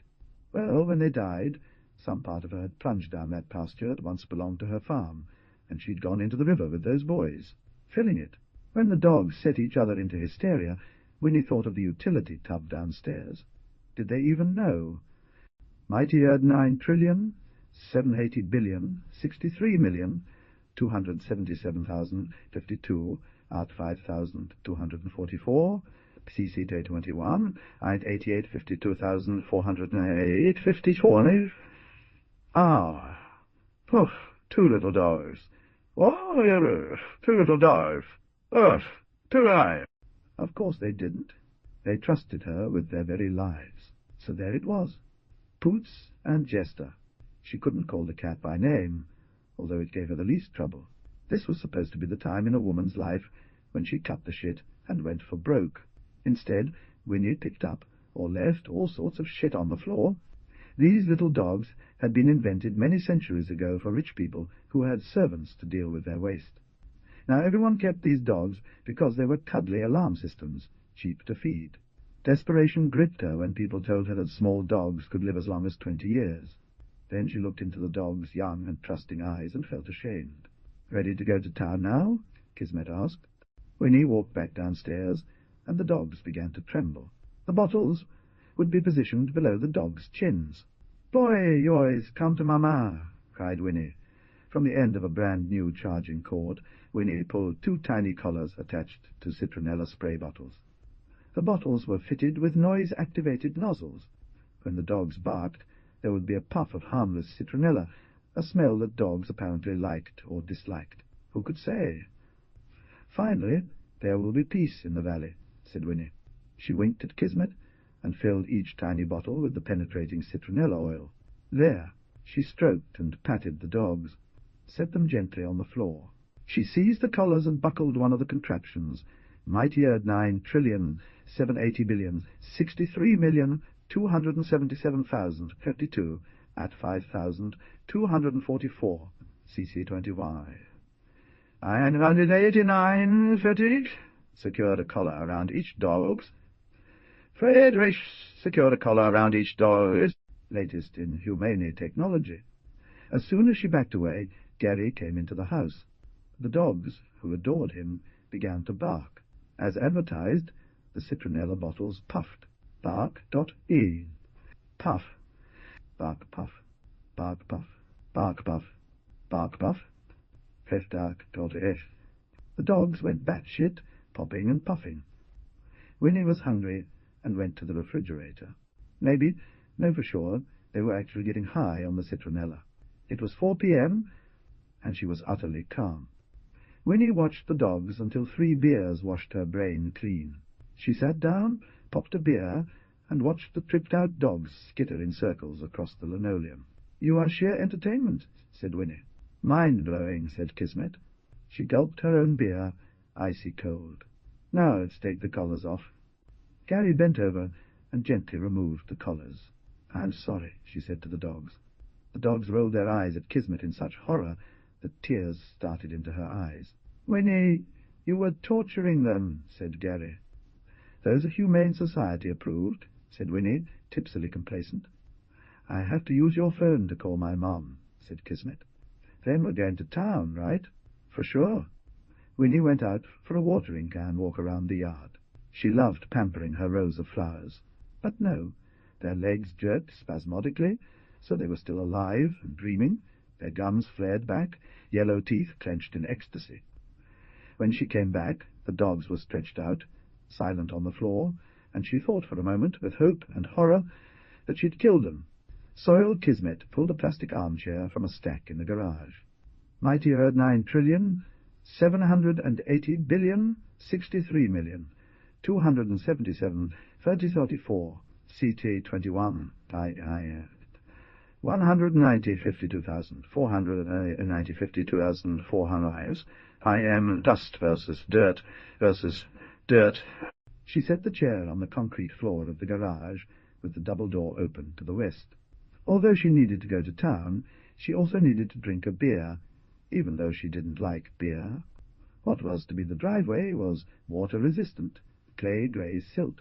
She sat down, snapped open the beer, gazed out. Light burned in strict rays through the top and bottom.